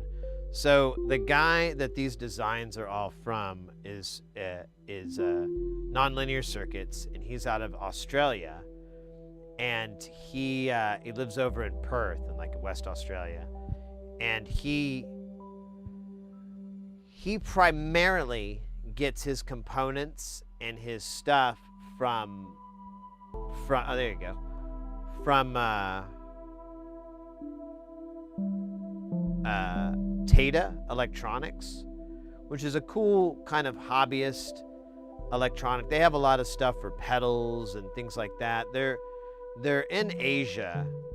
I can't remember exactly where they are, so I don't want to say it and be wrong, but I feel like a big net of Asia is good enough. But he, you know, I think it's just convenience, but they sell 4148s in this package for SMD, and that's the only package they do for SMD of that one. I'm pretty sure. I haven't checked recently. They might have updated, but for like the longest time that I can ever remember, they never had this in anything other than a MELF. So if you wanted 4148s, you could order them from Mauser or DigiKey or, you know, any of the other companies out there. But if you were trying to be easy, they're Thailand. That's right. That makes sense too. Yeah, they're really great company. I've ordered from them not too long ago, and they did me right again, and I kind of kicked myself because I meant to order some pedal stuff from them, and I totally forgot about it. Anyways.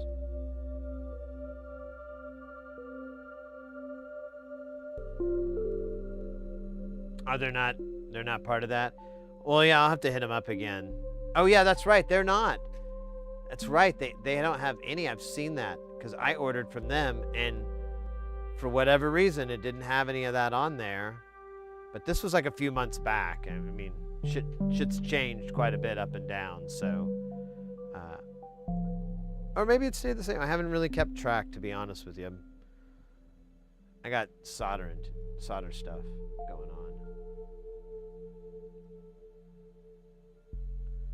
But last time I ordered from them, and someone else I know who orders a lot from them was like, hey, I just got a package from them, and there was no additional cost. I didn't owe anything.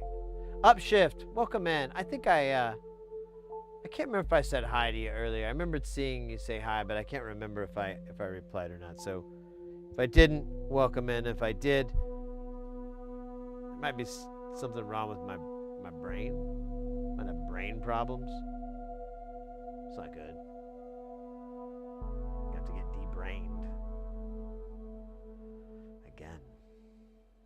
That gets expensive. Average debraining is $1 to $25.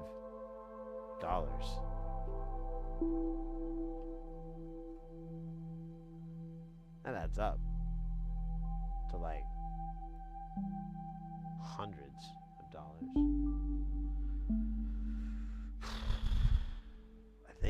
I don't know. I've had a lot of debrainings.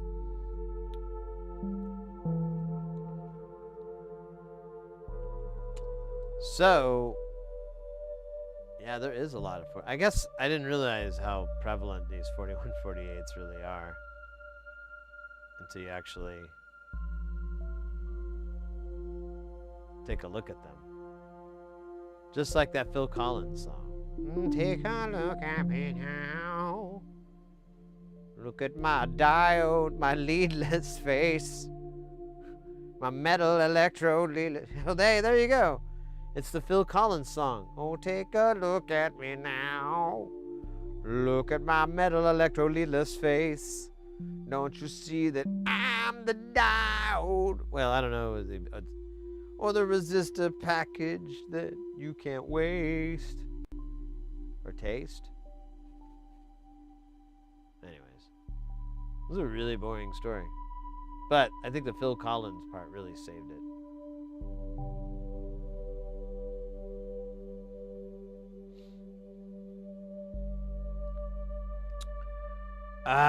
Should just do them all? Voices in my head? Yeah. Yes, do it, do it. Feel it, feel it. All right, voices in my head. You're the boss.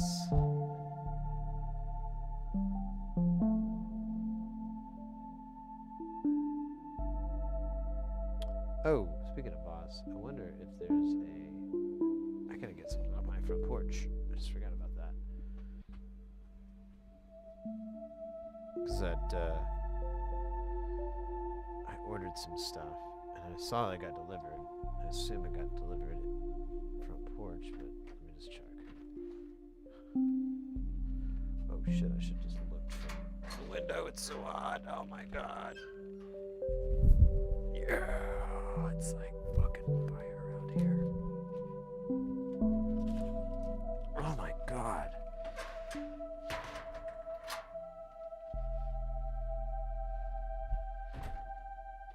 Oh shit. Oh my god, it's really hot out there.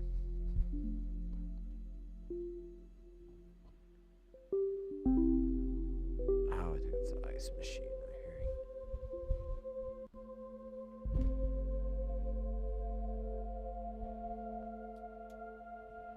Oh. Have fun soldering. All right, Grace, take care. Thank you so much for the raid. Stay guile, and see you soon. Guys, get ready, because things are even going to get more heavy. Jump up, because we're going to get even more bumped up. And get down, because there's not even more clowns. You got none other than Oddball coming in with that piping hot. Won't stop. Pippin' hot. Hooray!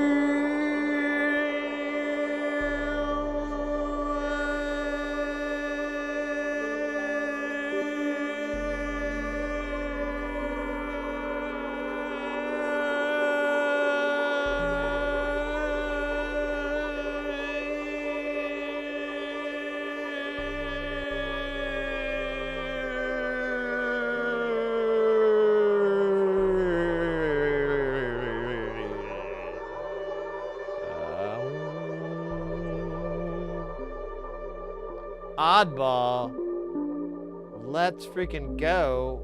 Welcome in.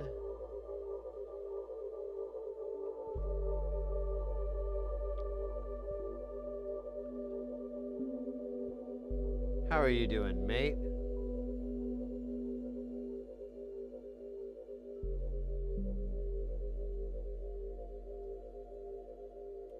Thank you so much for the raid. Guys, if you're not familiar with Oddball, go check their channel out. They do all kinds of fun stuff. Electronics. Making, well, mostly electronic stuff, really. I don't think I've seen you, like, play Pac-Man or anything.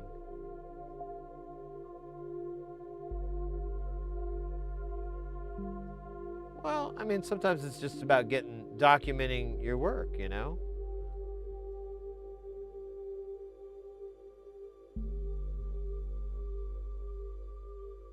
Yeah, I can't do the collab because I don't have any, it's not wired up. Like, there'd be a feedback loop. Because I don't have a way to send you a mic. I can send you the stream, but then when you talk, that'll come out, and then it'll come back in and out and in. I don't have a way to do like a mix minus. But, I don't know, Dowie and I have talked about it in the past, and there's a way to do it, but I have to rig up like a separate audio feed to come from a different computer so that it will manage our communication, and then I can send the video of that feed to OBS and then like chop it up and do everything to make it look right. But I don't have any of that at all. Yeah, I mean, it's well, Dowie and I were wanting to do like a pinball day, where we would just play like, you know, the same games, and we'd have like a little leaderboard, like, you know, play field. We'd have the dual play fields and like, you know, little pips of us in the corner, and then we'd have like some way of displaying like the leaderboard to see like who's got the highest score so far, and we'd play like, you know, maybe have like timed match, like play this for 25 minutes or whatever, and then whoever gets the highest score, whoever, you know, ends up getting the highest score wins that round, and then we just have like a rounds of different, you know, pinball, something like that. I don't know how any of that shit works, but that seemed fair when I made it up just now. But it requires a bunch of like logistics that we'd have to sort out, and I mean, just to be honest, we just haven't. We did a little bit, and I realized it was going to be like a pain, because I was like, oh shit, your audio, that's right, I can't just make it a channel, I have to mix it live. But it's not so bad. I'll put it on my notes to do on Twitch, like build a setup so I could like just hit a couple of buttons, and I might be able to just pipe somebody in that way. I don't think that would be impossible. It actually wouldn't be that difficult to do. I just have to do it.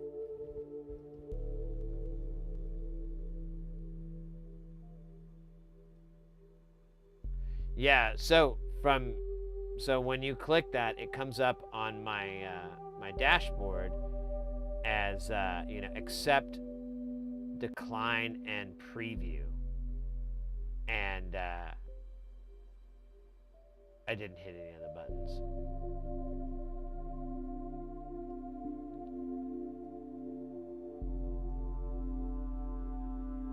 So we'll never know if it was accepted, declined, or previewed.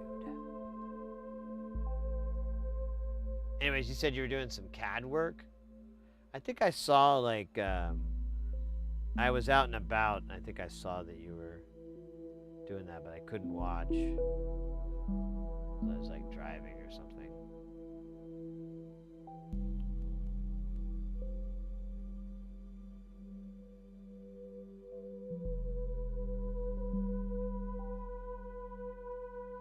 Well, that's the thing, like it'll ask for your local camera, because it basically, you use Twitch as your streaming system. So I'm pretty sure that's how it works. Like you're just supposed to have a face cam, and then it puts your face cam next to the other guy's face cam, and you know, like you're gonna battle it out or something.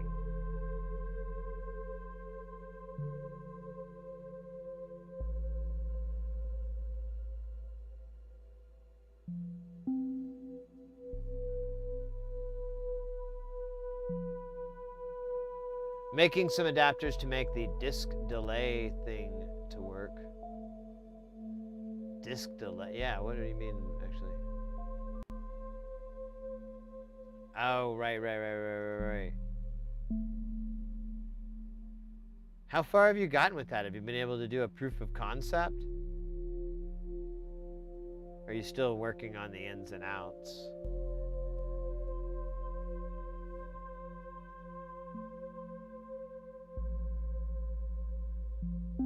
I could see that working. I mean, it's just a magnetic material. There's no banding or anything like that in it, so you can just kind of write wherever the fuck you feel like it.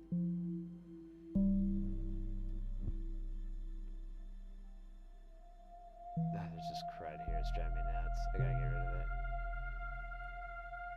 Oh my god, go away, you piece of shit.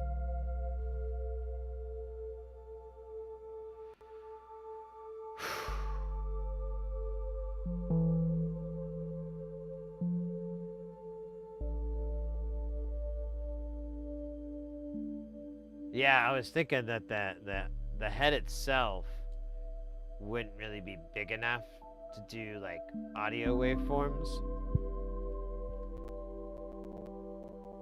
But yeah, if you were able to find a way to swap that out, I guess, is that what you're trying to do? Is just swap the heads? So if you can find like a physical way to replace it.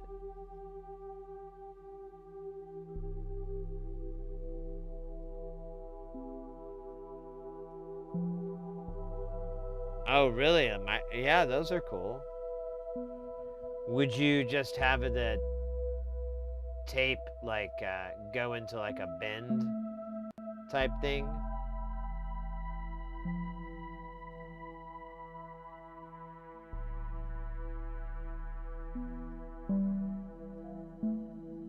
Because I mean, you can get away with.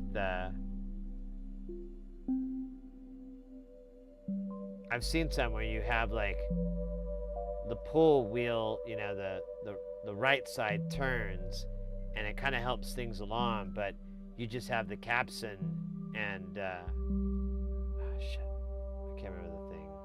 Whatever, the pen that it sticks next to, and the cap stand and the pen. Maybe it's the capstan. Whatever. You get those two guys lined up, and that pushes the tape and everything. It's just feeding it back into the tape itself.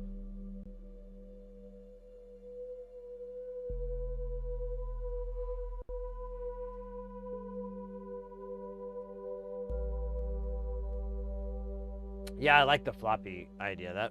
That might be interesting. There's a lot of I see a lot of issues that might be hard to work around, but you know, when there's a will, there's a slap. There's a slap. Then he gets slapped by him, and then he gets an award. 30 minutes later. And you're like, damn, I ain't recovering from this.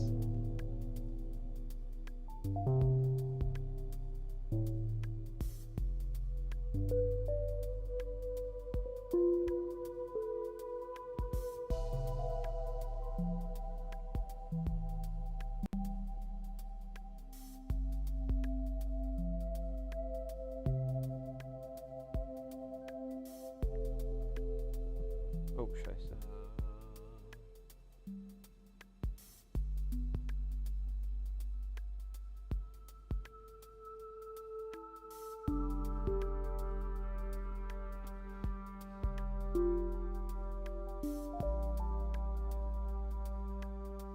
I feel like I'm treading on dangerous waters by just putting all of these on here.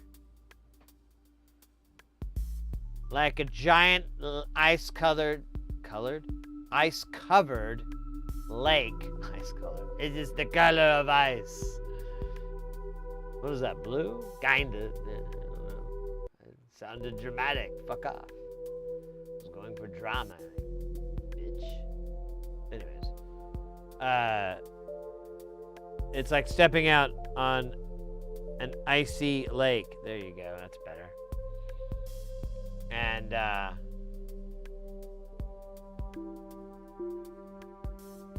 you start like suddenly breakdancing and doing the worm.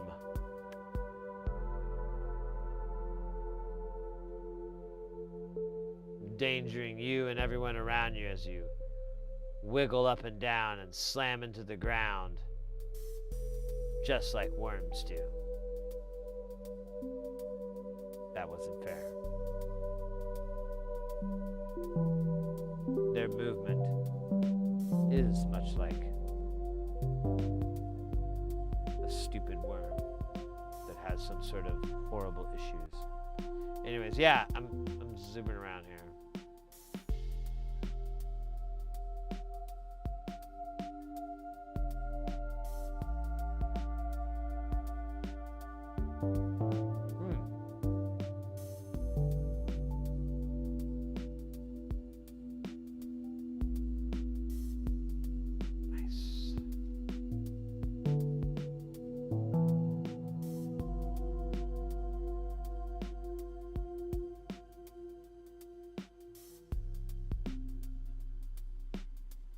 Alright, there's 2 left.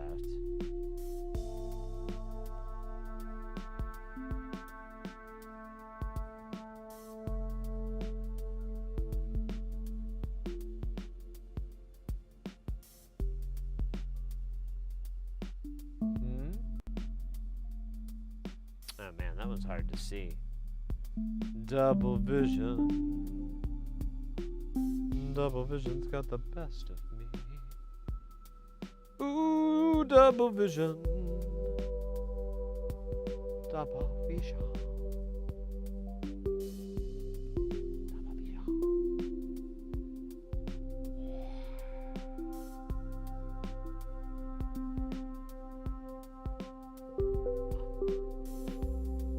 This is gonna be fun because both pads are covered in slobber.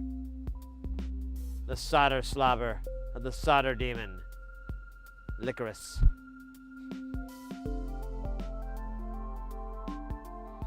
I'll see myself out, thank you. All right.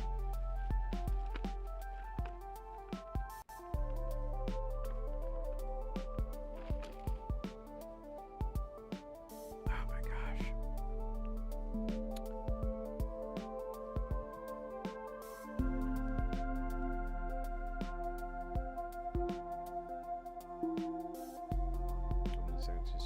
Yeah, I'm wondering that too.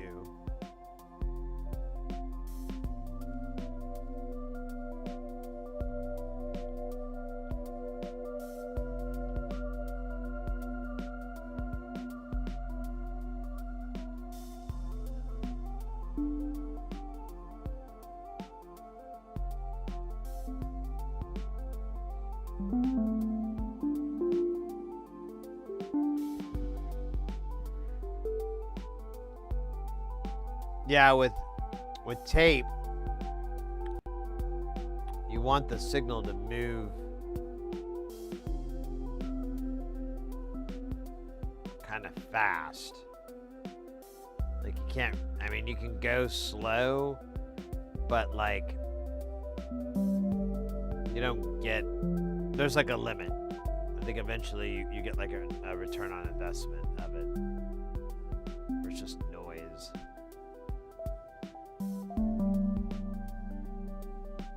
It's just really noisy.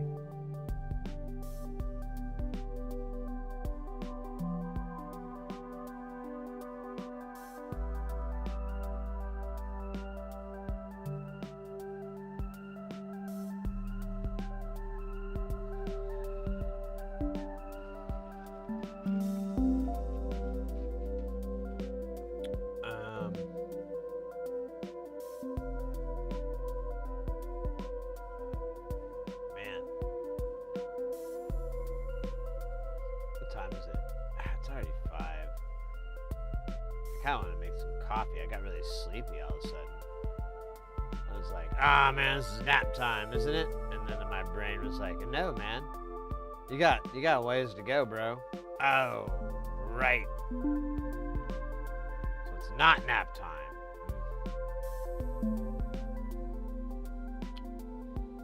Not. Just making sure. Brand new! Oh, Anvar, hey, yo, thank you for that follow. So glad you're joining the channel. This is cool.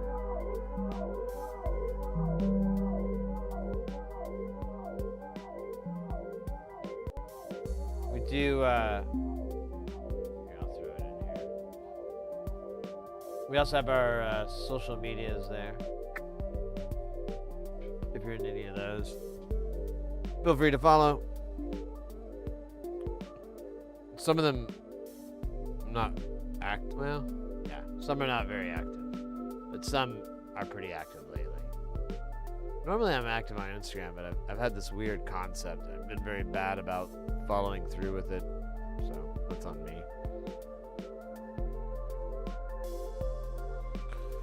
Oh man.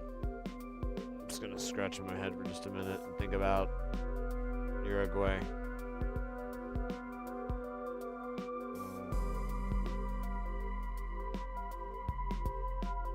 Uruguay. Oh wow. don't know if that had the effect I wanted. Oh yeah, I can't make coffee because I had to throw out everything because the stupid refrigerator died. Ugh. We haven't gone shopping for new stuff.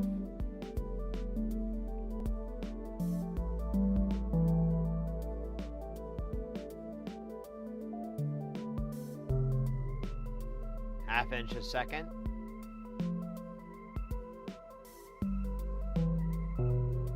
That might not to be too bad.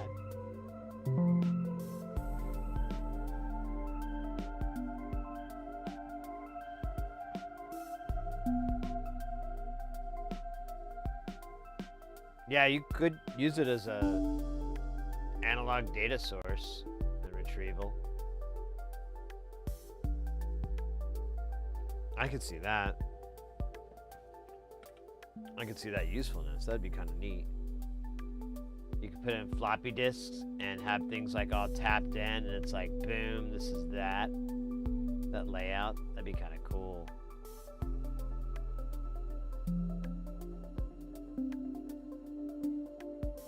Put a clock on it so you can advance it with a clock, reset, stuff like that.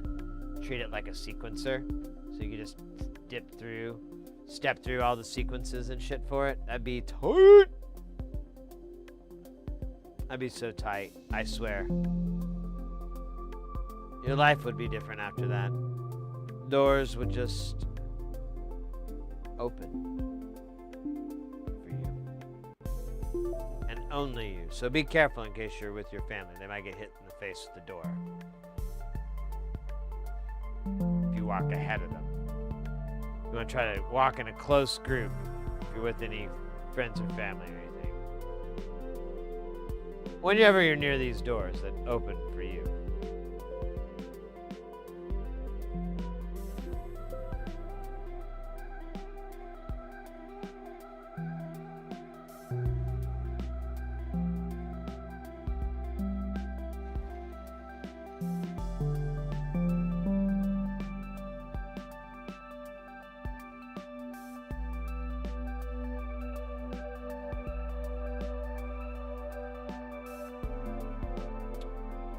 Muy buen. That's terrible pronunciation. Muy buen. Muy buen. I don't know. I can't speak Espanol, but I'd like to try because one day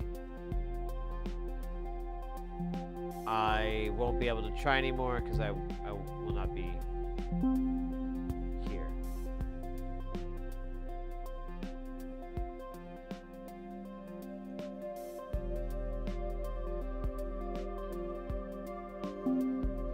DIY tape, yeah, download tape.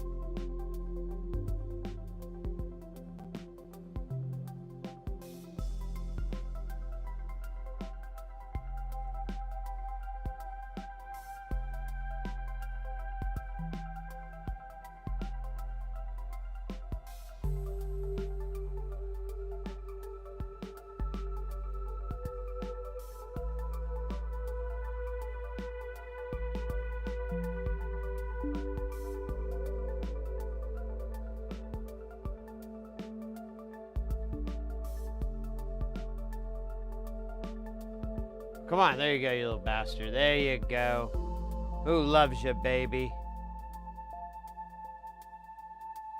I mean, seriously, who? Dick.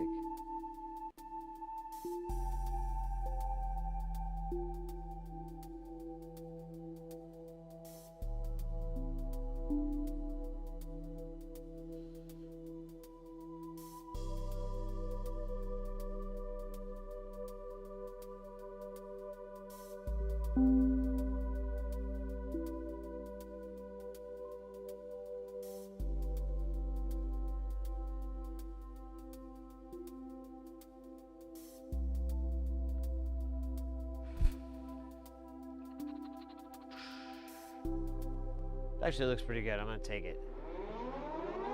Damn, we are getting rated up. Guys, get ready. Those things are about to get heavy. Jump up, because we're gonna bump up.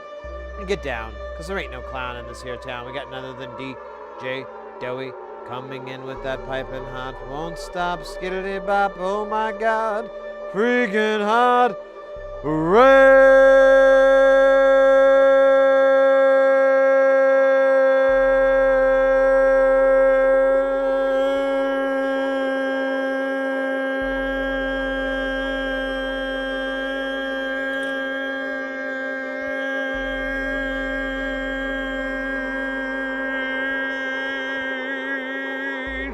Yeah!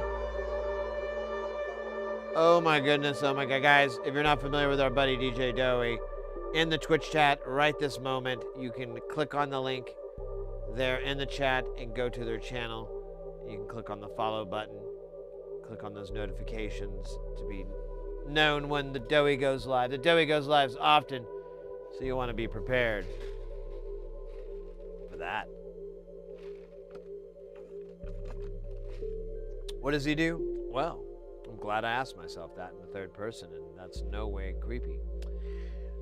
They're a variety streamer of sorts. They do everything from electronics, to games, to music, to art, to vibing, as the kids say. They truly are a renaissance man. Doughy, how was your stream? What were y'all doing this fine day? Oh man, I bet you gotta go. You have dinner. Sitting on my. Never mind. I never knew of this of that show until I got.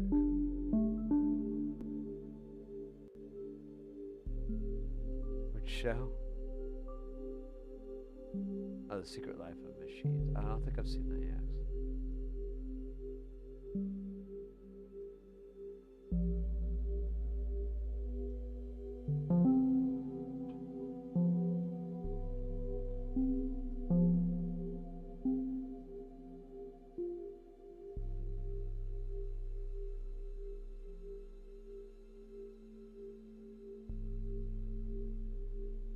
Ooh, quesadillas. Those are great. Those are great. Those, yeah. That would be pretty good. I don't know how healthy it would be. You have to do something to kind of yin out the yang, but sure, we can figure it out. Yeah, mate. Thanks so much for stopping by. Thank you so much for the raid. And raiders, if you've never been to the channel before, welcome in. For the people that have been, welcome back. And yeah, we're doing snottering, sort of. I'm mostly rambling. I don't know why. I'm not exactly happy with that part, but that's the way God made me. There's nothing I can do about me.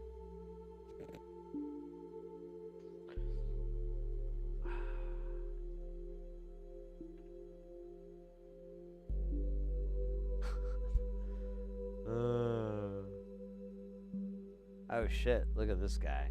We're gonna solder him. He's sideways. I mean, that's not his name. He's sideways to what we were doing, actually.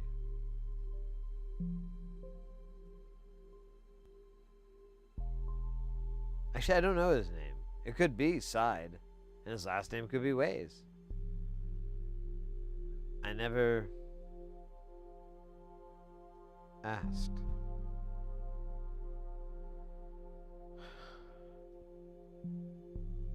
Sometimes the hardest part is realizing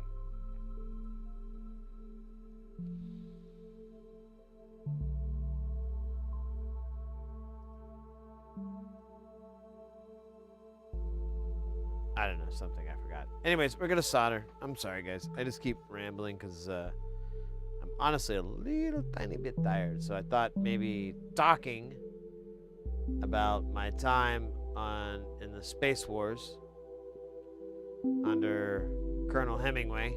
Yes, that Colonel Hemingway. And how we were successful at Wolf 293 or whatever the fuck I'm ripping off now. Is this guy crooked? I think this guy's crooked. I know this guy's crooked, but I'm cool with it. I think it looks cool. This guy looks weird though. He's pissing me off. You see him? You can hear him, right? I'm not the only one that can hear him screaming, ha ha ha, like laughing at you. It's demeaning. We don't deserve that. We're better than that. There we go. Problem solved. Who's laughing now, bitch? I'm sorry? I'm sorry? What? Huh? No? Nothing? That's what I fucking thought. Here, let me take that little spike off of you. I see that. You're not getting away with that, buddy. You're going to have big old round solder balls on either side of you. Nice and round. Succulent. Perfect. So delicious.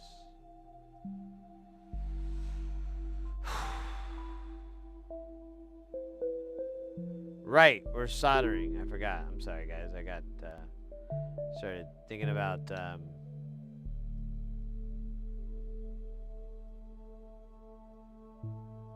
wrestling moves. Wrestling moves you can pull off in the bedroom. That would be the greatest Vogue article ever.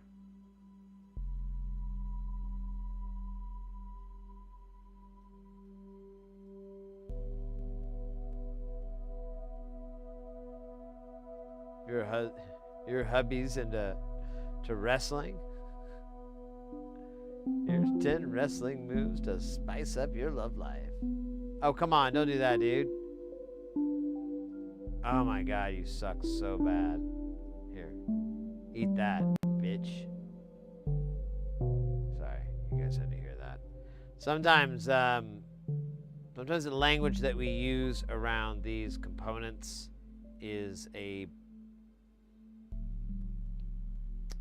bit problematic, I guess you could say, in this day and age. But trust me when I tell you, they absolutely deserve it.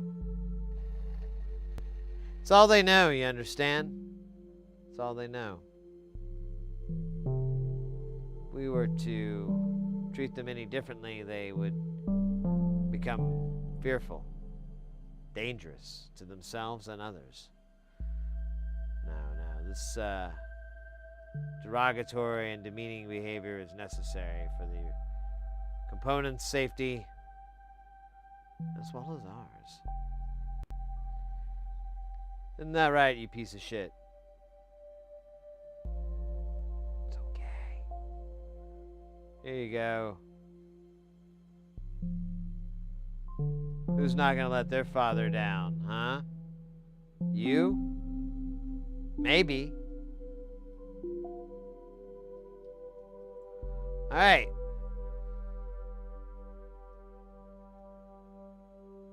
This one is for all the math teachers that said I couldn't math good.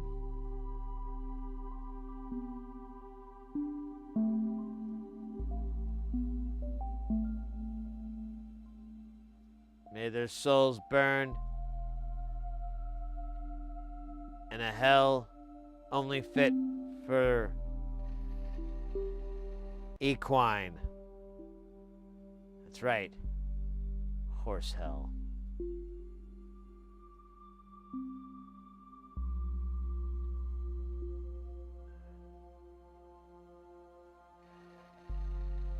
Where they're forced to trot on concrete non-stop without good shoes on.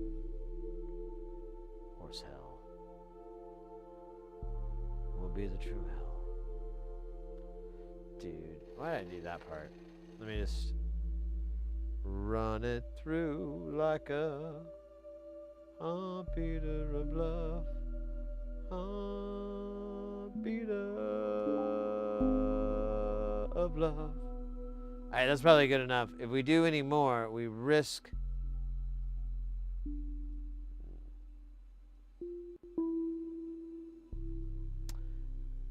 I don't know if we really risk anything. Potentially.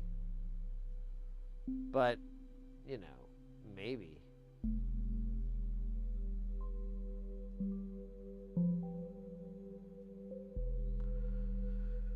Oh my God. I'm a little tired. And I'm tired of my tiredness.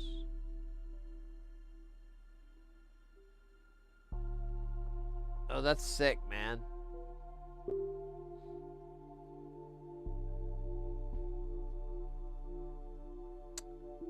That's not too bad. I like that one. It's a little subtle. Very strong, though. It says, touch me. Touch me here. Don't look at them. Look at me. Yes. Good. That's what it says to me. It's kind of creepy, honestly. I'm not sure I'm cool with it when I think about it harder. But that is its thing, and that's not my thing. Let's make that clear.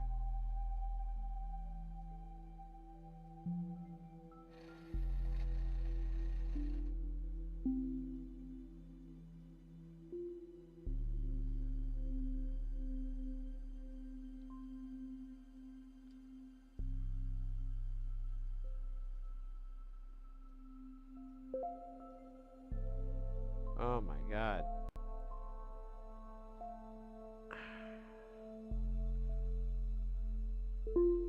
Ooh, well, damn it, I didn't grab that. I knew I should have gotten a cookie earlier. I got some food before I started the stream. I had to start late because I went and got my hair cutted. That's why my hair looks so slick. But it's not that I just suddenly styled it right. Professionals were brought in. Not professional.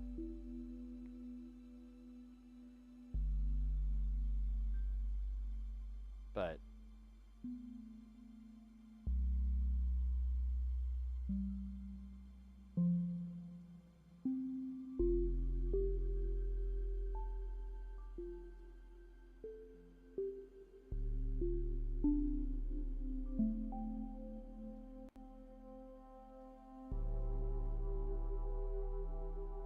oh, come on, don't be that way. I should have just done it the other way. I didn't even... I'm sorry. Sorry, Ken Jennings. I don't know why I brought you into this, but I'm sorry. Oh, this is hell. This is what they mean.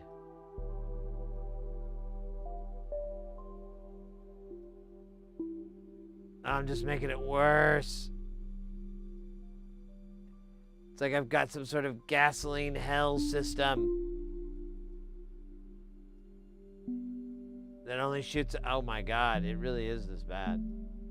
Okay, that...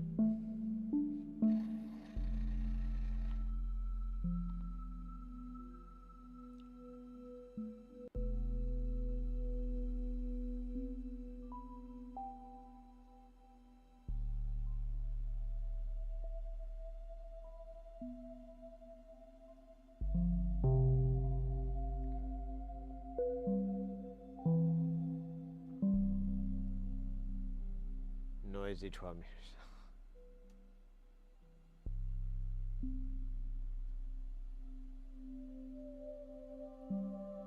Oh, come on, man.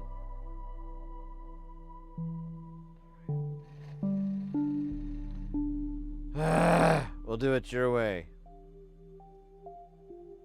Piece of shit. No. We'll do it your way, buddy. Let's just play your fucking game. Put on your fucking hat. Your fucking shoes. Your fucking nose plugs. And your goggles. And your little vest that says, I'm a big boy.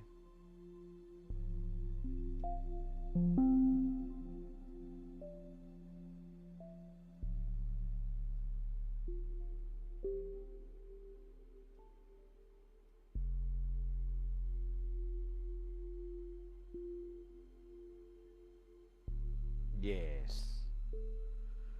Alright, we're almost done here. Oh yeah, I was waiting for the ads because I didn't want to solder when the ads. That's what was up.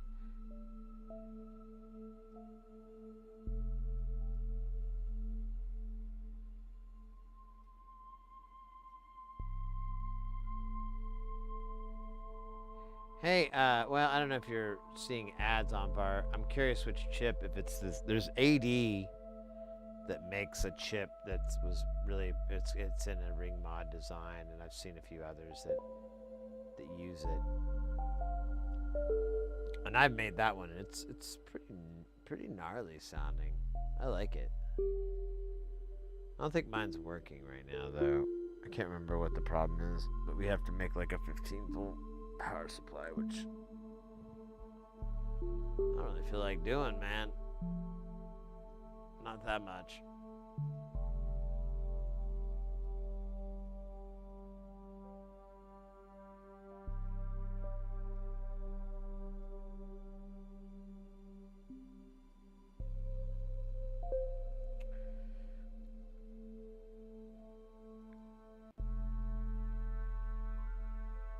Oh, the L input. Okay, then no, it's different.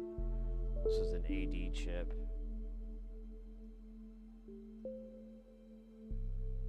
I can't remember the model, but it was a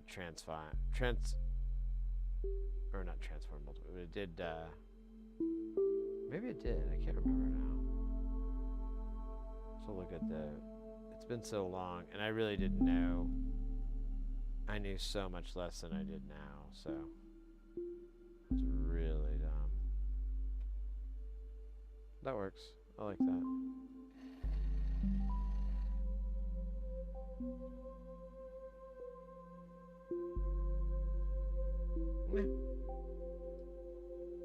Was that it? Is that everybody? Is everybody pointing the right direction?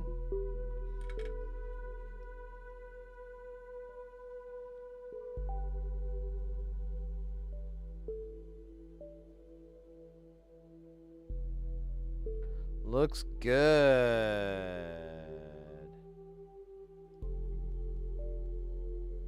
Excelente. All right.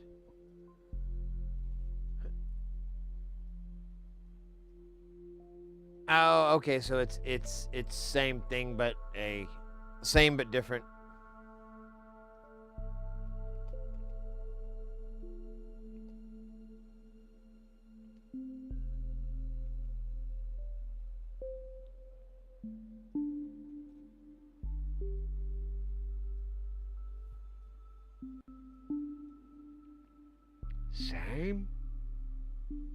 Same.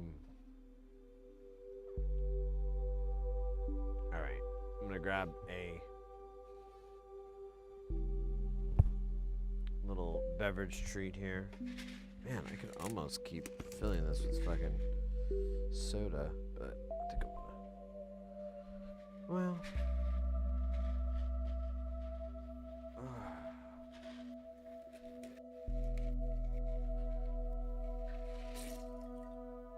Good. I'll just keep it cold. I'm gonna have one more Dr. Pooper here.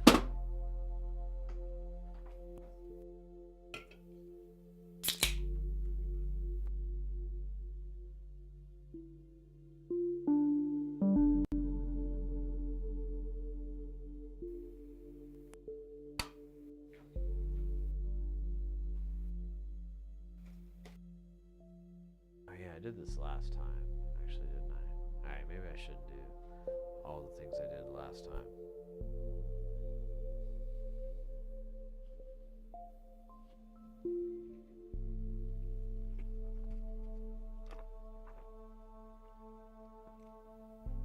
play it smart. I was gonna get like a suite. I think we still have these I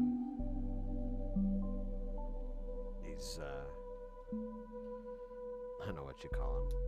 They're like little cakes. They're little Debbie cakes actually, and I was like, oh, I'm gonna go eat one of those, and I'm like, man, didn't I do all this shit? And I had that heart thing. Why don't I tap the brakes a little bit on this lifestyle I got going on and lose some fucking weight, maybe too, while we're at it. All right, we got the MILFs soldered on. Honestly, a highlight in my career. All we have left is the diodes. We've got 2 tchotchkes that we have to put on there. And then we have 2 TLO74s. We don't have a TLO72, and we don't have the oh god, what are the model numbers on this again? It's a 79 and a 78 L05. We don't have that. I have that in the shopping cart. I have that ready to order and all that, but I don't have it physically here.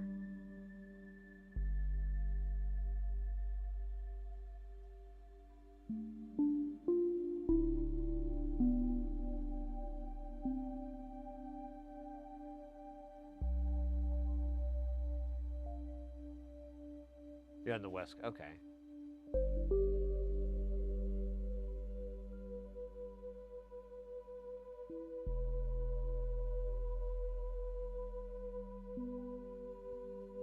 Oh, hey. We're free. Take it easy, man. Poker time. All right, mate. Best of luck to you. May the odds be in your favor. No. I know you'll kill it. You'll have a sick hand just drop right in front of you, and you're just like trying to play it cool.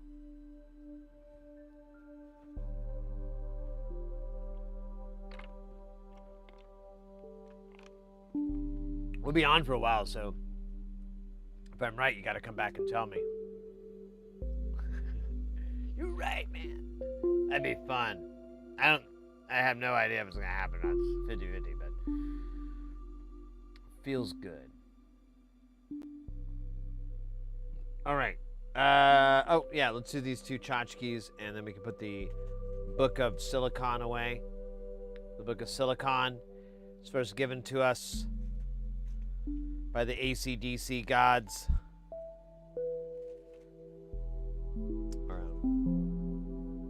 Members of the Electric Messiah. I know. I'm just quoting My Life with the Thrill Kill Cult. It's a good album, though. I was thinking, one of my buddies was like, oh, I played that the other day, and I was like, oh yeah, man. That's such a fun fucking record. Did you bump it up? Did you play it kind of loud? He's like, yeah. I'm like, good, because that's the best way to enjoy it.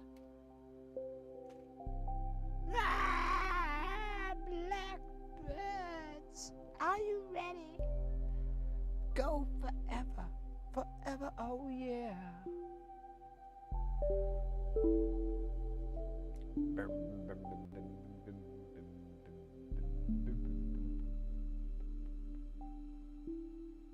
What is that? X, what did you post? MM7. Oh, right. Booze's thing. Additive trucks. It's great. It's great. Freaked out. Very, very badly. Freaked out. On acid.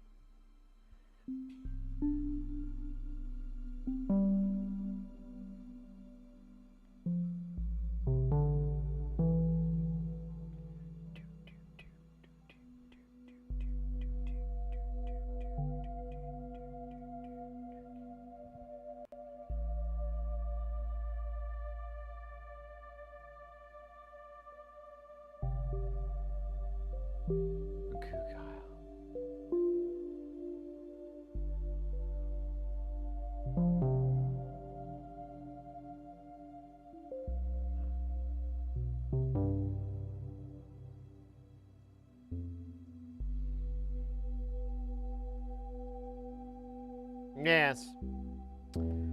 I'm gonna use the thinner wire because I remember last time this was way easier if I did it that way. All right.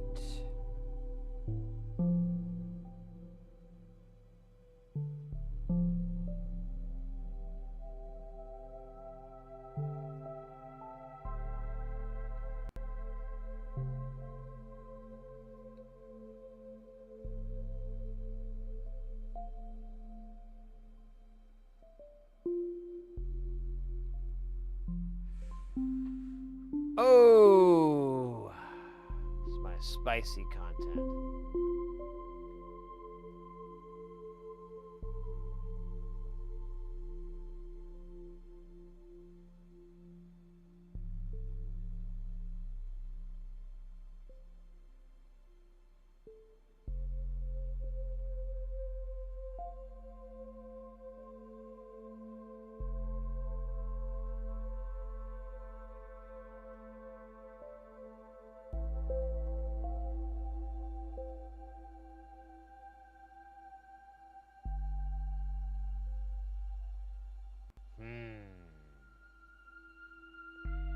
You are not perfect. Your perfection must be required. The ooh.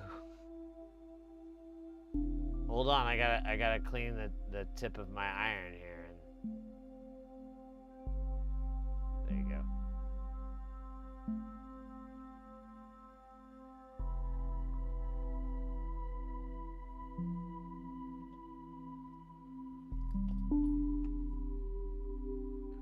Ooh woo.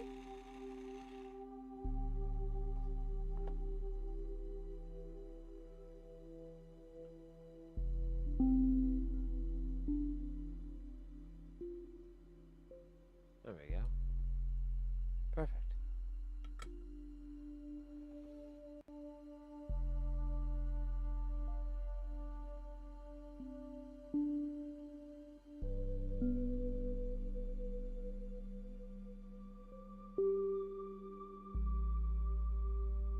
All right, that was a little underwhelming. I really thought it was gonna change my life, but really just broke my heart.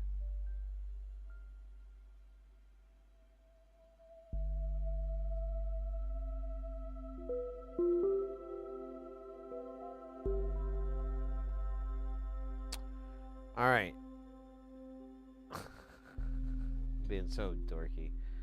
I don't know why tonight. I think it's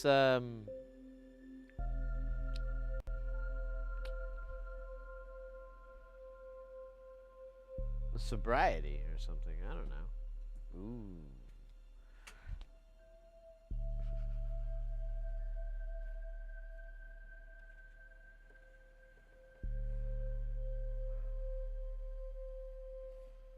So just op amp, that's all we have left. Just those two TLS 74s.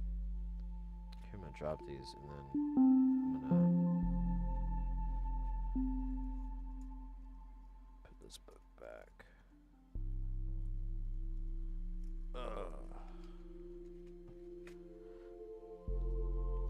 do a little stretch here. Ooh, a little crack in there.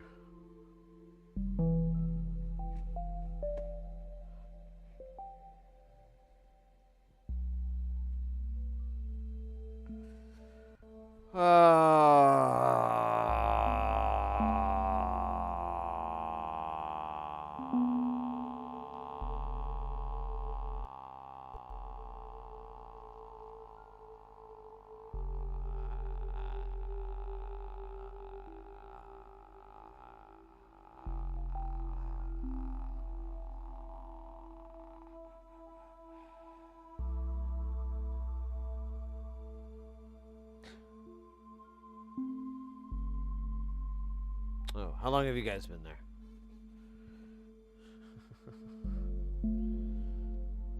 It's not good. It's not good at all.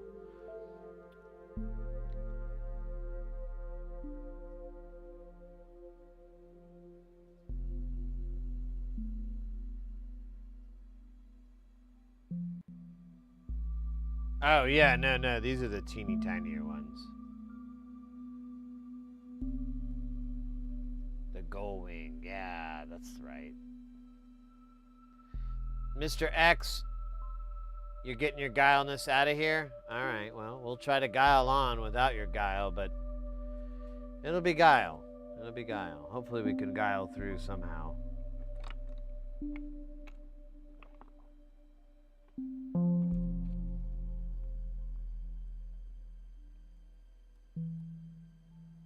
I'll give you an old school there.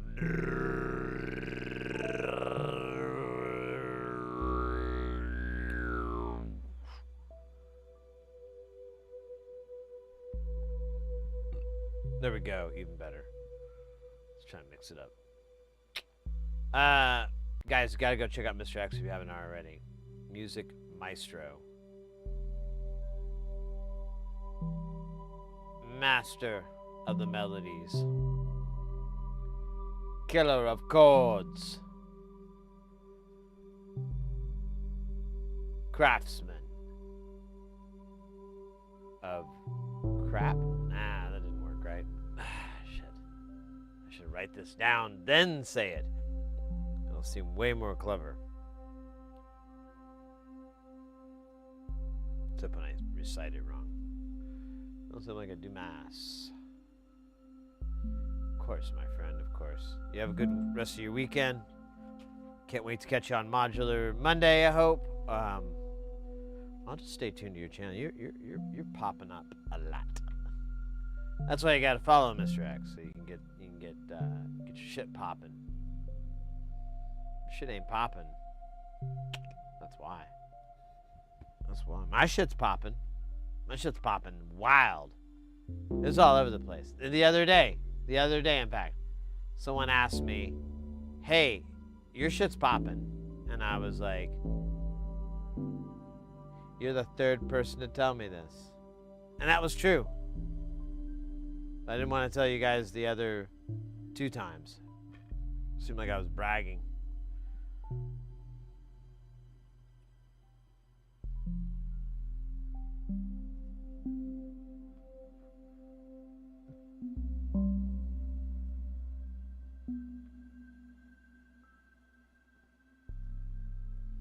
Through.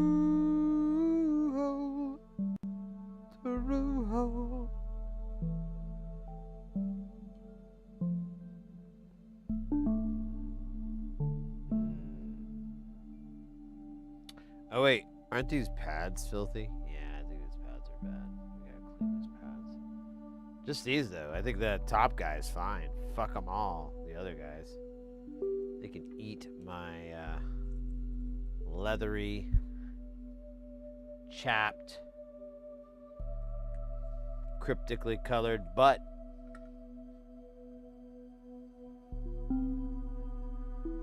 Yeah, I said cryptically colored. The doctors don't understand what or why. All they know is it shouldn't be green, orange, or lavender.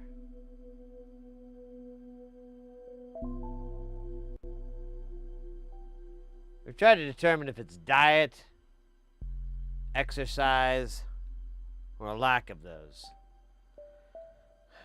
And we've been inconclusive.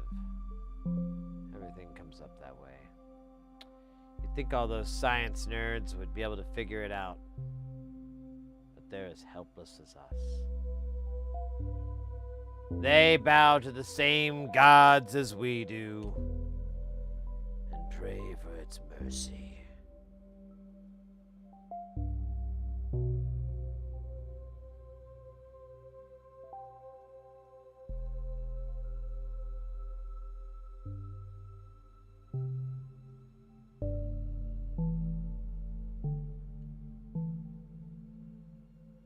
It's clean. It has nothing. It is perfect. It is clean.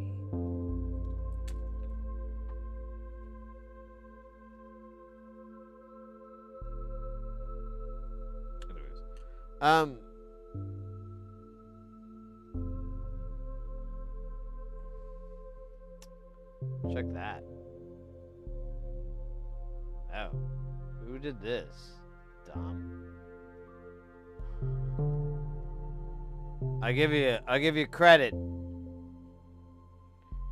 played it well. I barely noticed it. Dirty pool, old man. Dirty pool. You should get a pool boy to clean your pool so it's not so dirty. People keep calling you out on it. They're not even that expensive. They really are just kind of factored into the cost of owning a pool. Unless you want a dirty pool. Is that clean? I think that's clean. I'm gonna hit it again with the cleansing pads here. Oh my god, that was not long enough. Anybody got any plans this summer? Oh wait, too late. I guess for people south of the equator, that is not the right question. Because it is winter. Pretty wild, huh? I know it blows my mind.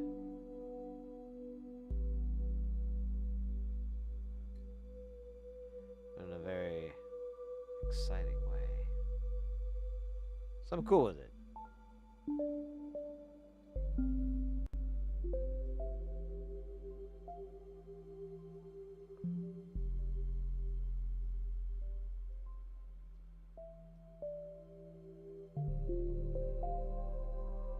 Oh my god. There you go, you bastard.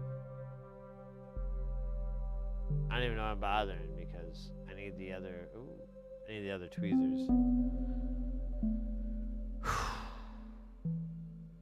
A lot of milk. I don't know what the milk's for. Probably a weird thing.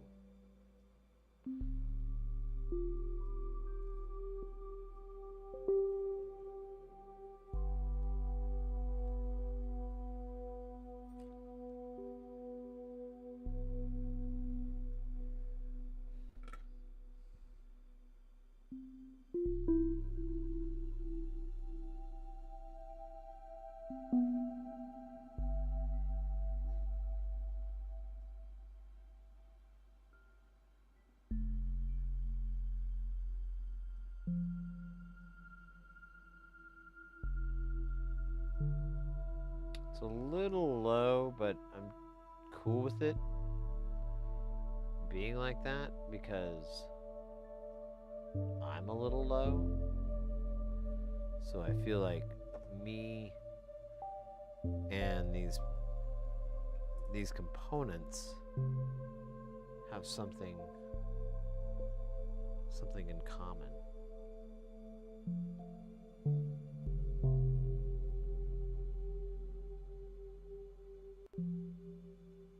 Dude, come on, man. Quit being a prick. Oh my god, solder. I'm not used to you being so thin. Because these are the big stuff. What am I doing? There you go, you stupid bastard. Eat my iron. Eat it all. Keep eating it. Yeah, you like it, don't you? You filthy weirdo. Yeah, you like me calling you a weirdo. That's what weirdos like. So you gotta get inside the component's head. We talked about this earlier. It's critical.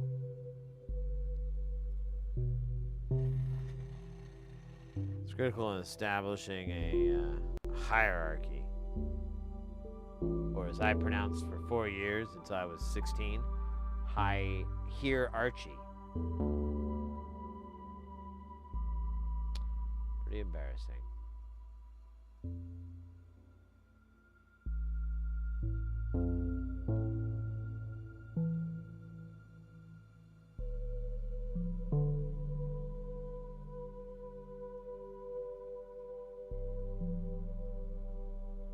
Is it just like my thing to... I kind of want it, well, yeah, I want it a little bit back.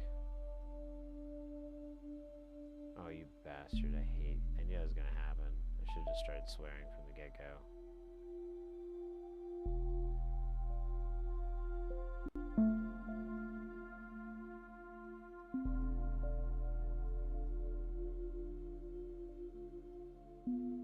Oh, we need solder. This is dumb. Come on. Eat it, eat it. Loves to eat it. It's like that Michael Jackson song. Billie Jean.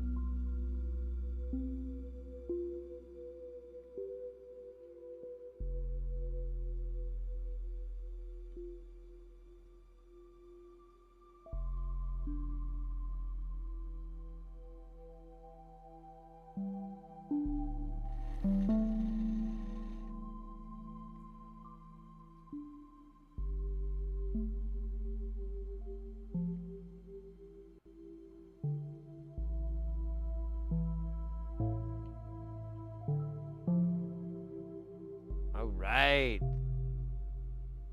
Don't stare directly at it, or it will make you feel the shame of 1,000 generations. And you don't want that on your head. It feels awful. Awful. That's it, folks. We just need the TLO72 that we don't have. And that's it. And the through-hole stuff that we don't have. But that's it. Nothing else. And the ashtrays we don't have. But that's it.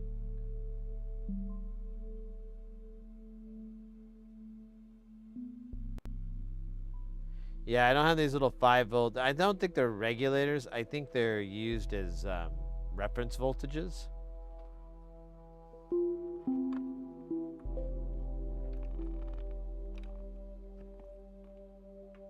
Ooh, I see a little grossness here. I think outside the circuit, we can take a look at the circuit. Let's gaze upon its beauty and its wisdom. Try to extrapolate its form, its function, and its wiseness. Jesus, tiny. This bit once, same circuit 6 times. Can't go wrong with that.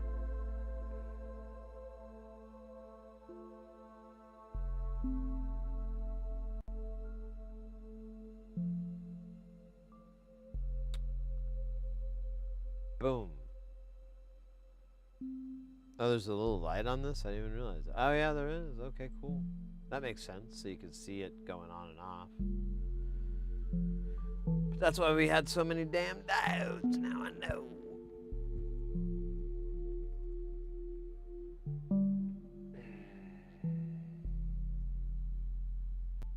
Oh, yeah, so where's the 5? Oh, the 5 is for the trigger out, right? No? Where is 5 volts?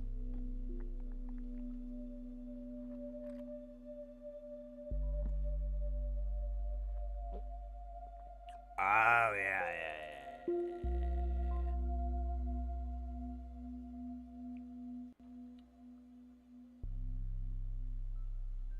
It's kind of a weird way to do it, but it works, I guess.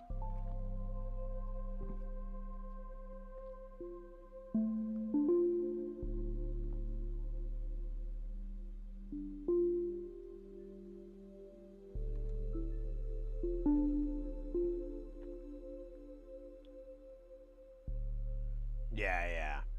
I'll keep it this way. He might even explain in here, because he does have like little write-ups. Oh my god, zoom out, you bastard. He does have little write-ups on how we... Not much here. The pot range is -5A, so you can set to trigger on the negative going section of a waveform. Oh, so it'll actually give you like trigger outputs. If you wanted. For the down, I guess. I think that's what that said.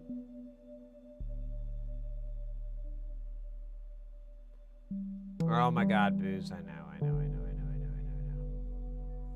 I don't have enough. I've almost used all the 84s. I think I might have one left, which is what's left there, but I still don't have the voltage regulators, so it's better just to order this all in one big chunk, and it'll be like the holidays, be like Christmas. We just put a couple parts in, and boom, got a comparator. Boom, digital filter. Boom, sawed-off shotgun. Nah, I'm kidding.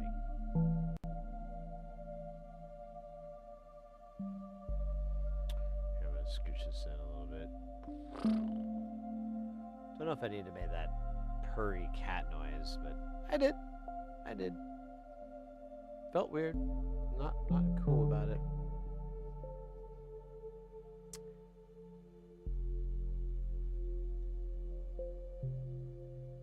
Yeah, he even writes 84 or 74 to work with either circuit.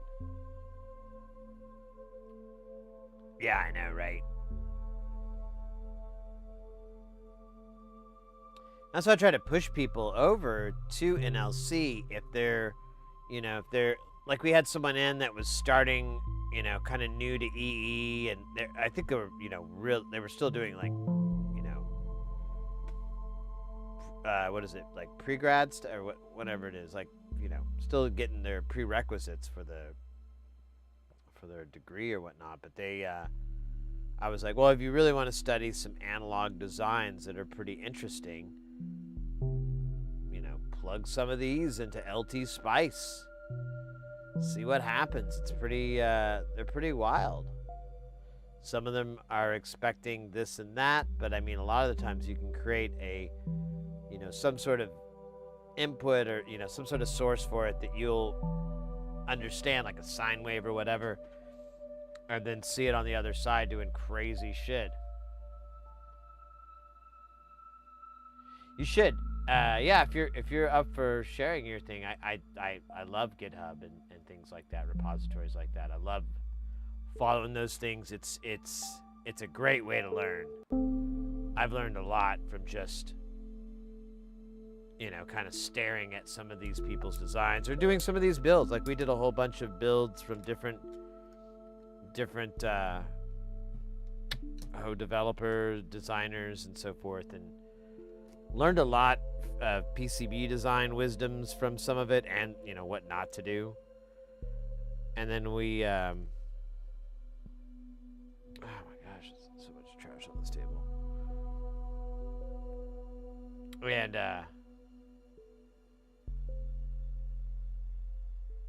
had a lot of fun.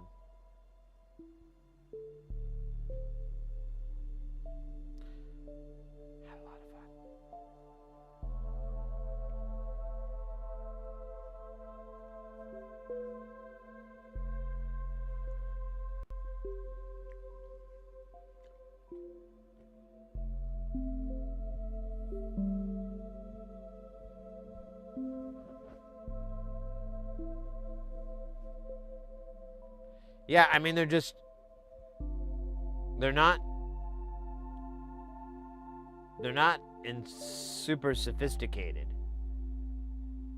but they're novel concepts a lot of the times, or they're not. They're bread and butter concepts in design, like a comparator, but his approach often is like, oh, shit, I like that. I'll take that. That's cool. So.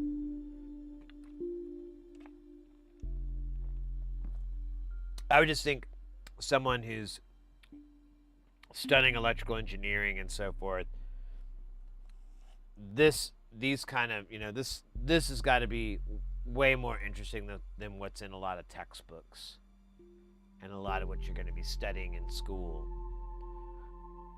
And you may not even get it. Like, I don't understand 98% of that stuff, but, along the way, you get it along the way. You're like, oh, well, that's what that does. Oh, well, you know what? Now that makes sense. That's the key. So I just think it's fun, but there's other cool stuff out there, but they're, a lot of them are older designs. And that's the other thing that makes this fun is like all his designs are buildable right now. And there's not too much of a chance they're going to go out of style. I mean, there is always the CMOS is not going to be made anymore, but I don't know, man.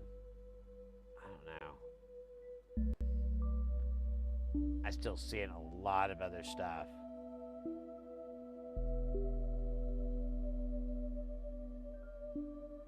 Oh yeah, that's a good point. AD has some really, really great write-ups. TI does too, but I don't know. I would agree with you on that. On some AD stuff, I remember I've looked through some of their data sheets and they're very thorough. They have a lot of really cool example circuits and things like that, so you get your head wrapped around it a lot better, at least in implementation and things like that. So yeah, nice, very good point to bring up. Shit, man, I don't know why I'm so fucking tired. I'm mad that I don't have my super coffee, but I remember that so our refrigerator died the other day, and so we don't have a refrigerator, a working one. But we didn't. We got one yesterday, but we haven't gone to get any groceries to put in it. And honestly, I've been a little bit apprehensive because I had to throw out so much food, so I'm kind of scared, a little gun shy about loading this rude boy up. But I think I'll make it.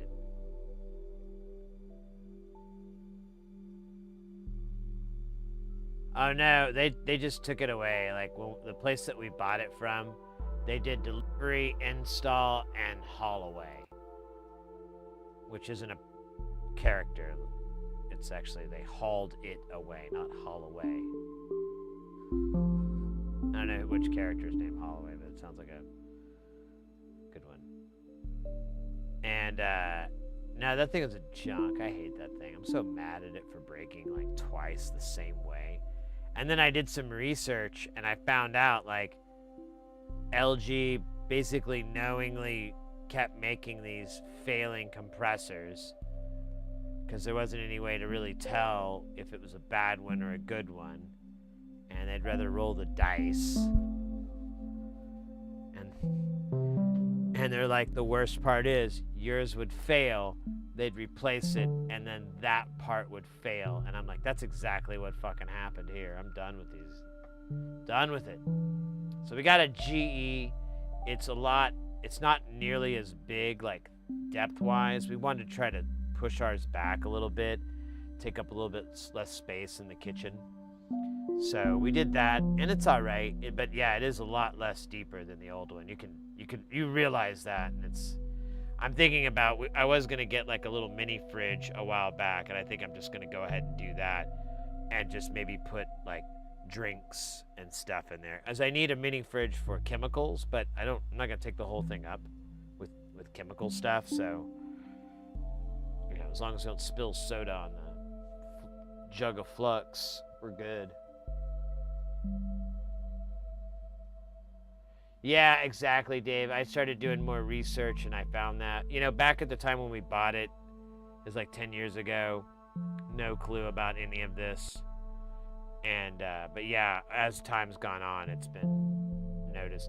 Apparently, they fixed that issue, and like newer LG, you know, if you get the linear compressor or whatever, it won't have that problem. But I'm just not even going to bother. The benefits to that tech are, I mean, who cares, man? It's like, it's such a nominal power difference. It's not that much. And yeah, I just didn't, and the failure rate is, and the expense too. Like, it's not easy to repair, at least on mine, on the model I had. Ours broke during COVID, right in the middle of lockdown. We couldn't even get anybody on the fucking phone, and then we finally got like one dude, and we were like baby in him.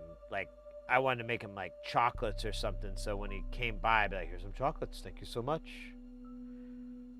We wore a mask when we made him. You know, I wanted to do that, but Mrs. Heresy told me not to.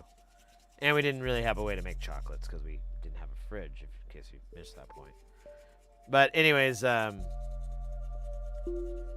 part was free. We were able to get the part replaced, but that was hard to get because to find anybody to send the part out. And then once we got it, he's like, I'm really sorry, but the labor is going to be this much. And it was pretty high. It was like $300 or something. And I was like, dude, your price is your price, man. I'm a tradesman, I guess, or whatever, you know. I don't want to haggle with anybody. My number is my number. If you don't want me, that's fine. We can part company. But yeah, I was like, don't worry about trying to sell it to me. I get it. He's like, okay, as you know, it's a really big task. It takes several hours. And I'm like, dude, I'm going to be here chilling. Take as long as you need to. We really want our refrigerator back. It's the middle of COVID. We don't know what the hell this shit's... You don't know what's fucking happening. We don't know how long we're going to go without a refrigerator.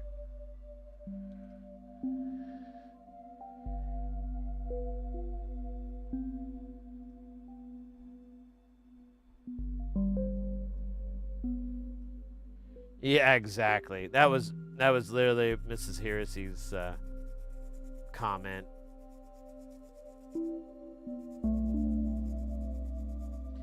Yeah, I mean they brought up like, here's some service places you can call and you can use the last place if you want. There's still a service, but I was just like, why?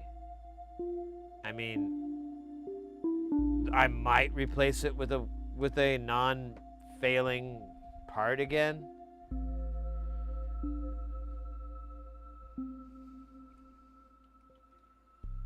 I don't know.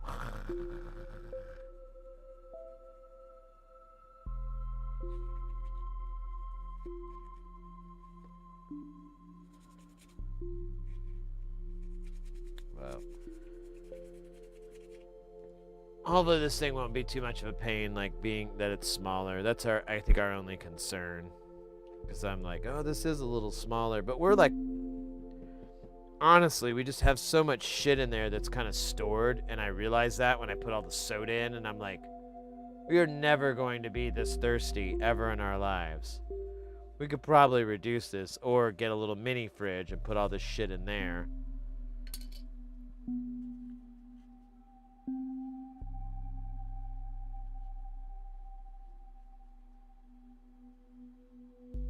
Yeah, I don't like getting extended warranties. I don't really like any of those things. I mean, some people play that game and they do really well with it.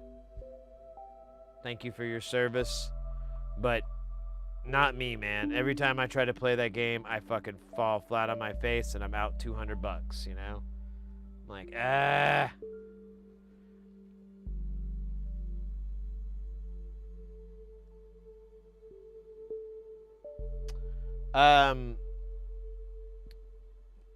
Boys and girls, ladies and gentlemen, hep cats, that is the comparator. Oh, comparator. There was no cap on the other side. I don't know why I either miscounted or it was wrong or they miscounted. Cause yeah, I don't have that eighth cap. Looks pretty good though. I'm happy with this. I'm gonna send a picture of it to my mom. Hey mom, instead of kids, I got you this. Instead of grandkids, I got you this. She'll love it.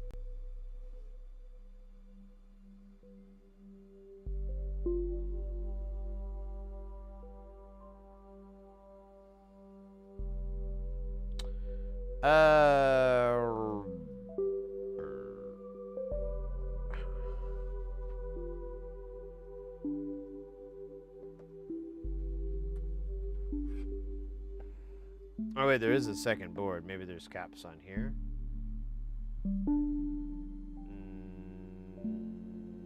Nope.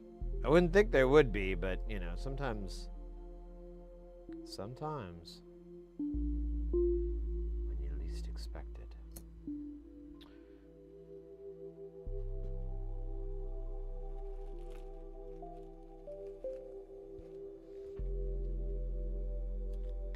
Let's tag him and bag him.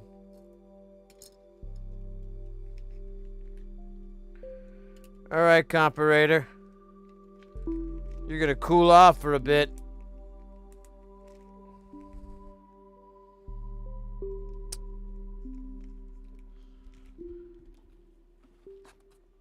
Oh. Oh. Ho.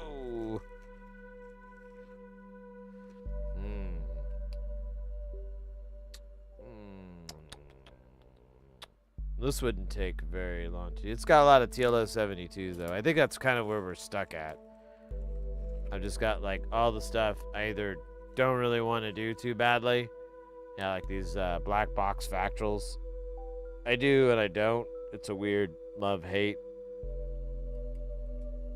fantasy. It's unhealthy that I have. You know, this It's 555 actually has a lot of these match paired dually transistor rude boys. That's kind of fun. I wouldn't mind getting my iron wet on those goodies. So I've already got a favorite. Let's see if we can find something even more favorited than that. So that all I have left are things I don't really want to do. It's just perfect enough to work. Here is the Moldy Rapture VCO. What is this? Is this some gunk? It is some gunk. It's like some weed gunk, though. That's what's weird. Like, how did weed get on here? How did I do that? Shit, dog. This is just a bunch of... There's one TLO 74, and we don't have that thing. 2131, we don't have that. So I wouldn't really be able to put too much except resistors and caps on there. We've got the PPL, or the Vactrol pill. We've got the 4 sequencer. Oh yeah, this thing is all through hole. Almost. This is a nightmare. Fuel. I don't know if I have, why is it a fucking TLO 74 in this pack? Ugh. These are like when he kind of did both. Let me actually make sure. I don't think we have these 4052s or 40. Well, you know what? I can just look on my shopping list. Like an adult that fucking wrote this shit down.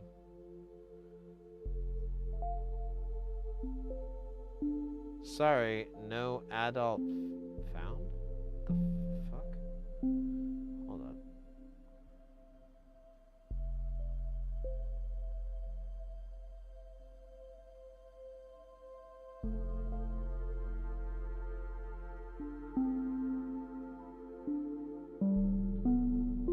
Oh, I did. Okay, so we don't have these.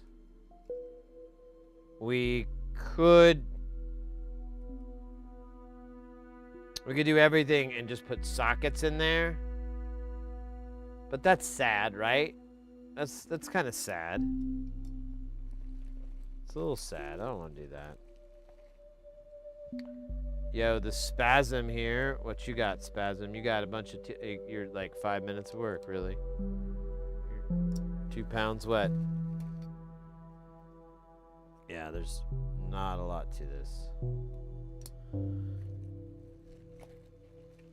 Oh, let's get fenestrated. I think I'm saying that right. It feels weird.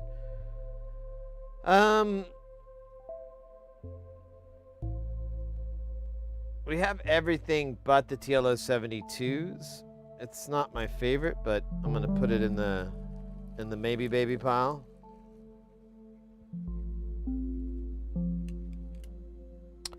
phase flanger. Ooh, this is one I'd like to do.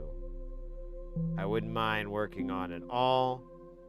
This does have a single, or it has two TLO72s, but it has a lot of resistors and caps and these dual transistors. I kind of would be interested in looking at these because I don't know if I have enough. And I mean, I can look and see, but it's kind of funner to like do that while you're soldering. So,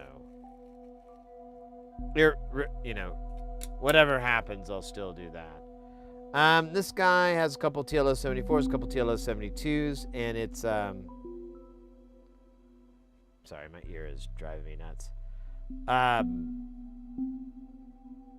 It's got a couple of these TSOT packages that we got to put on later that I need to order. That place is down the street.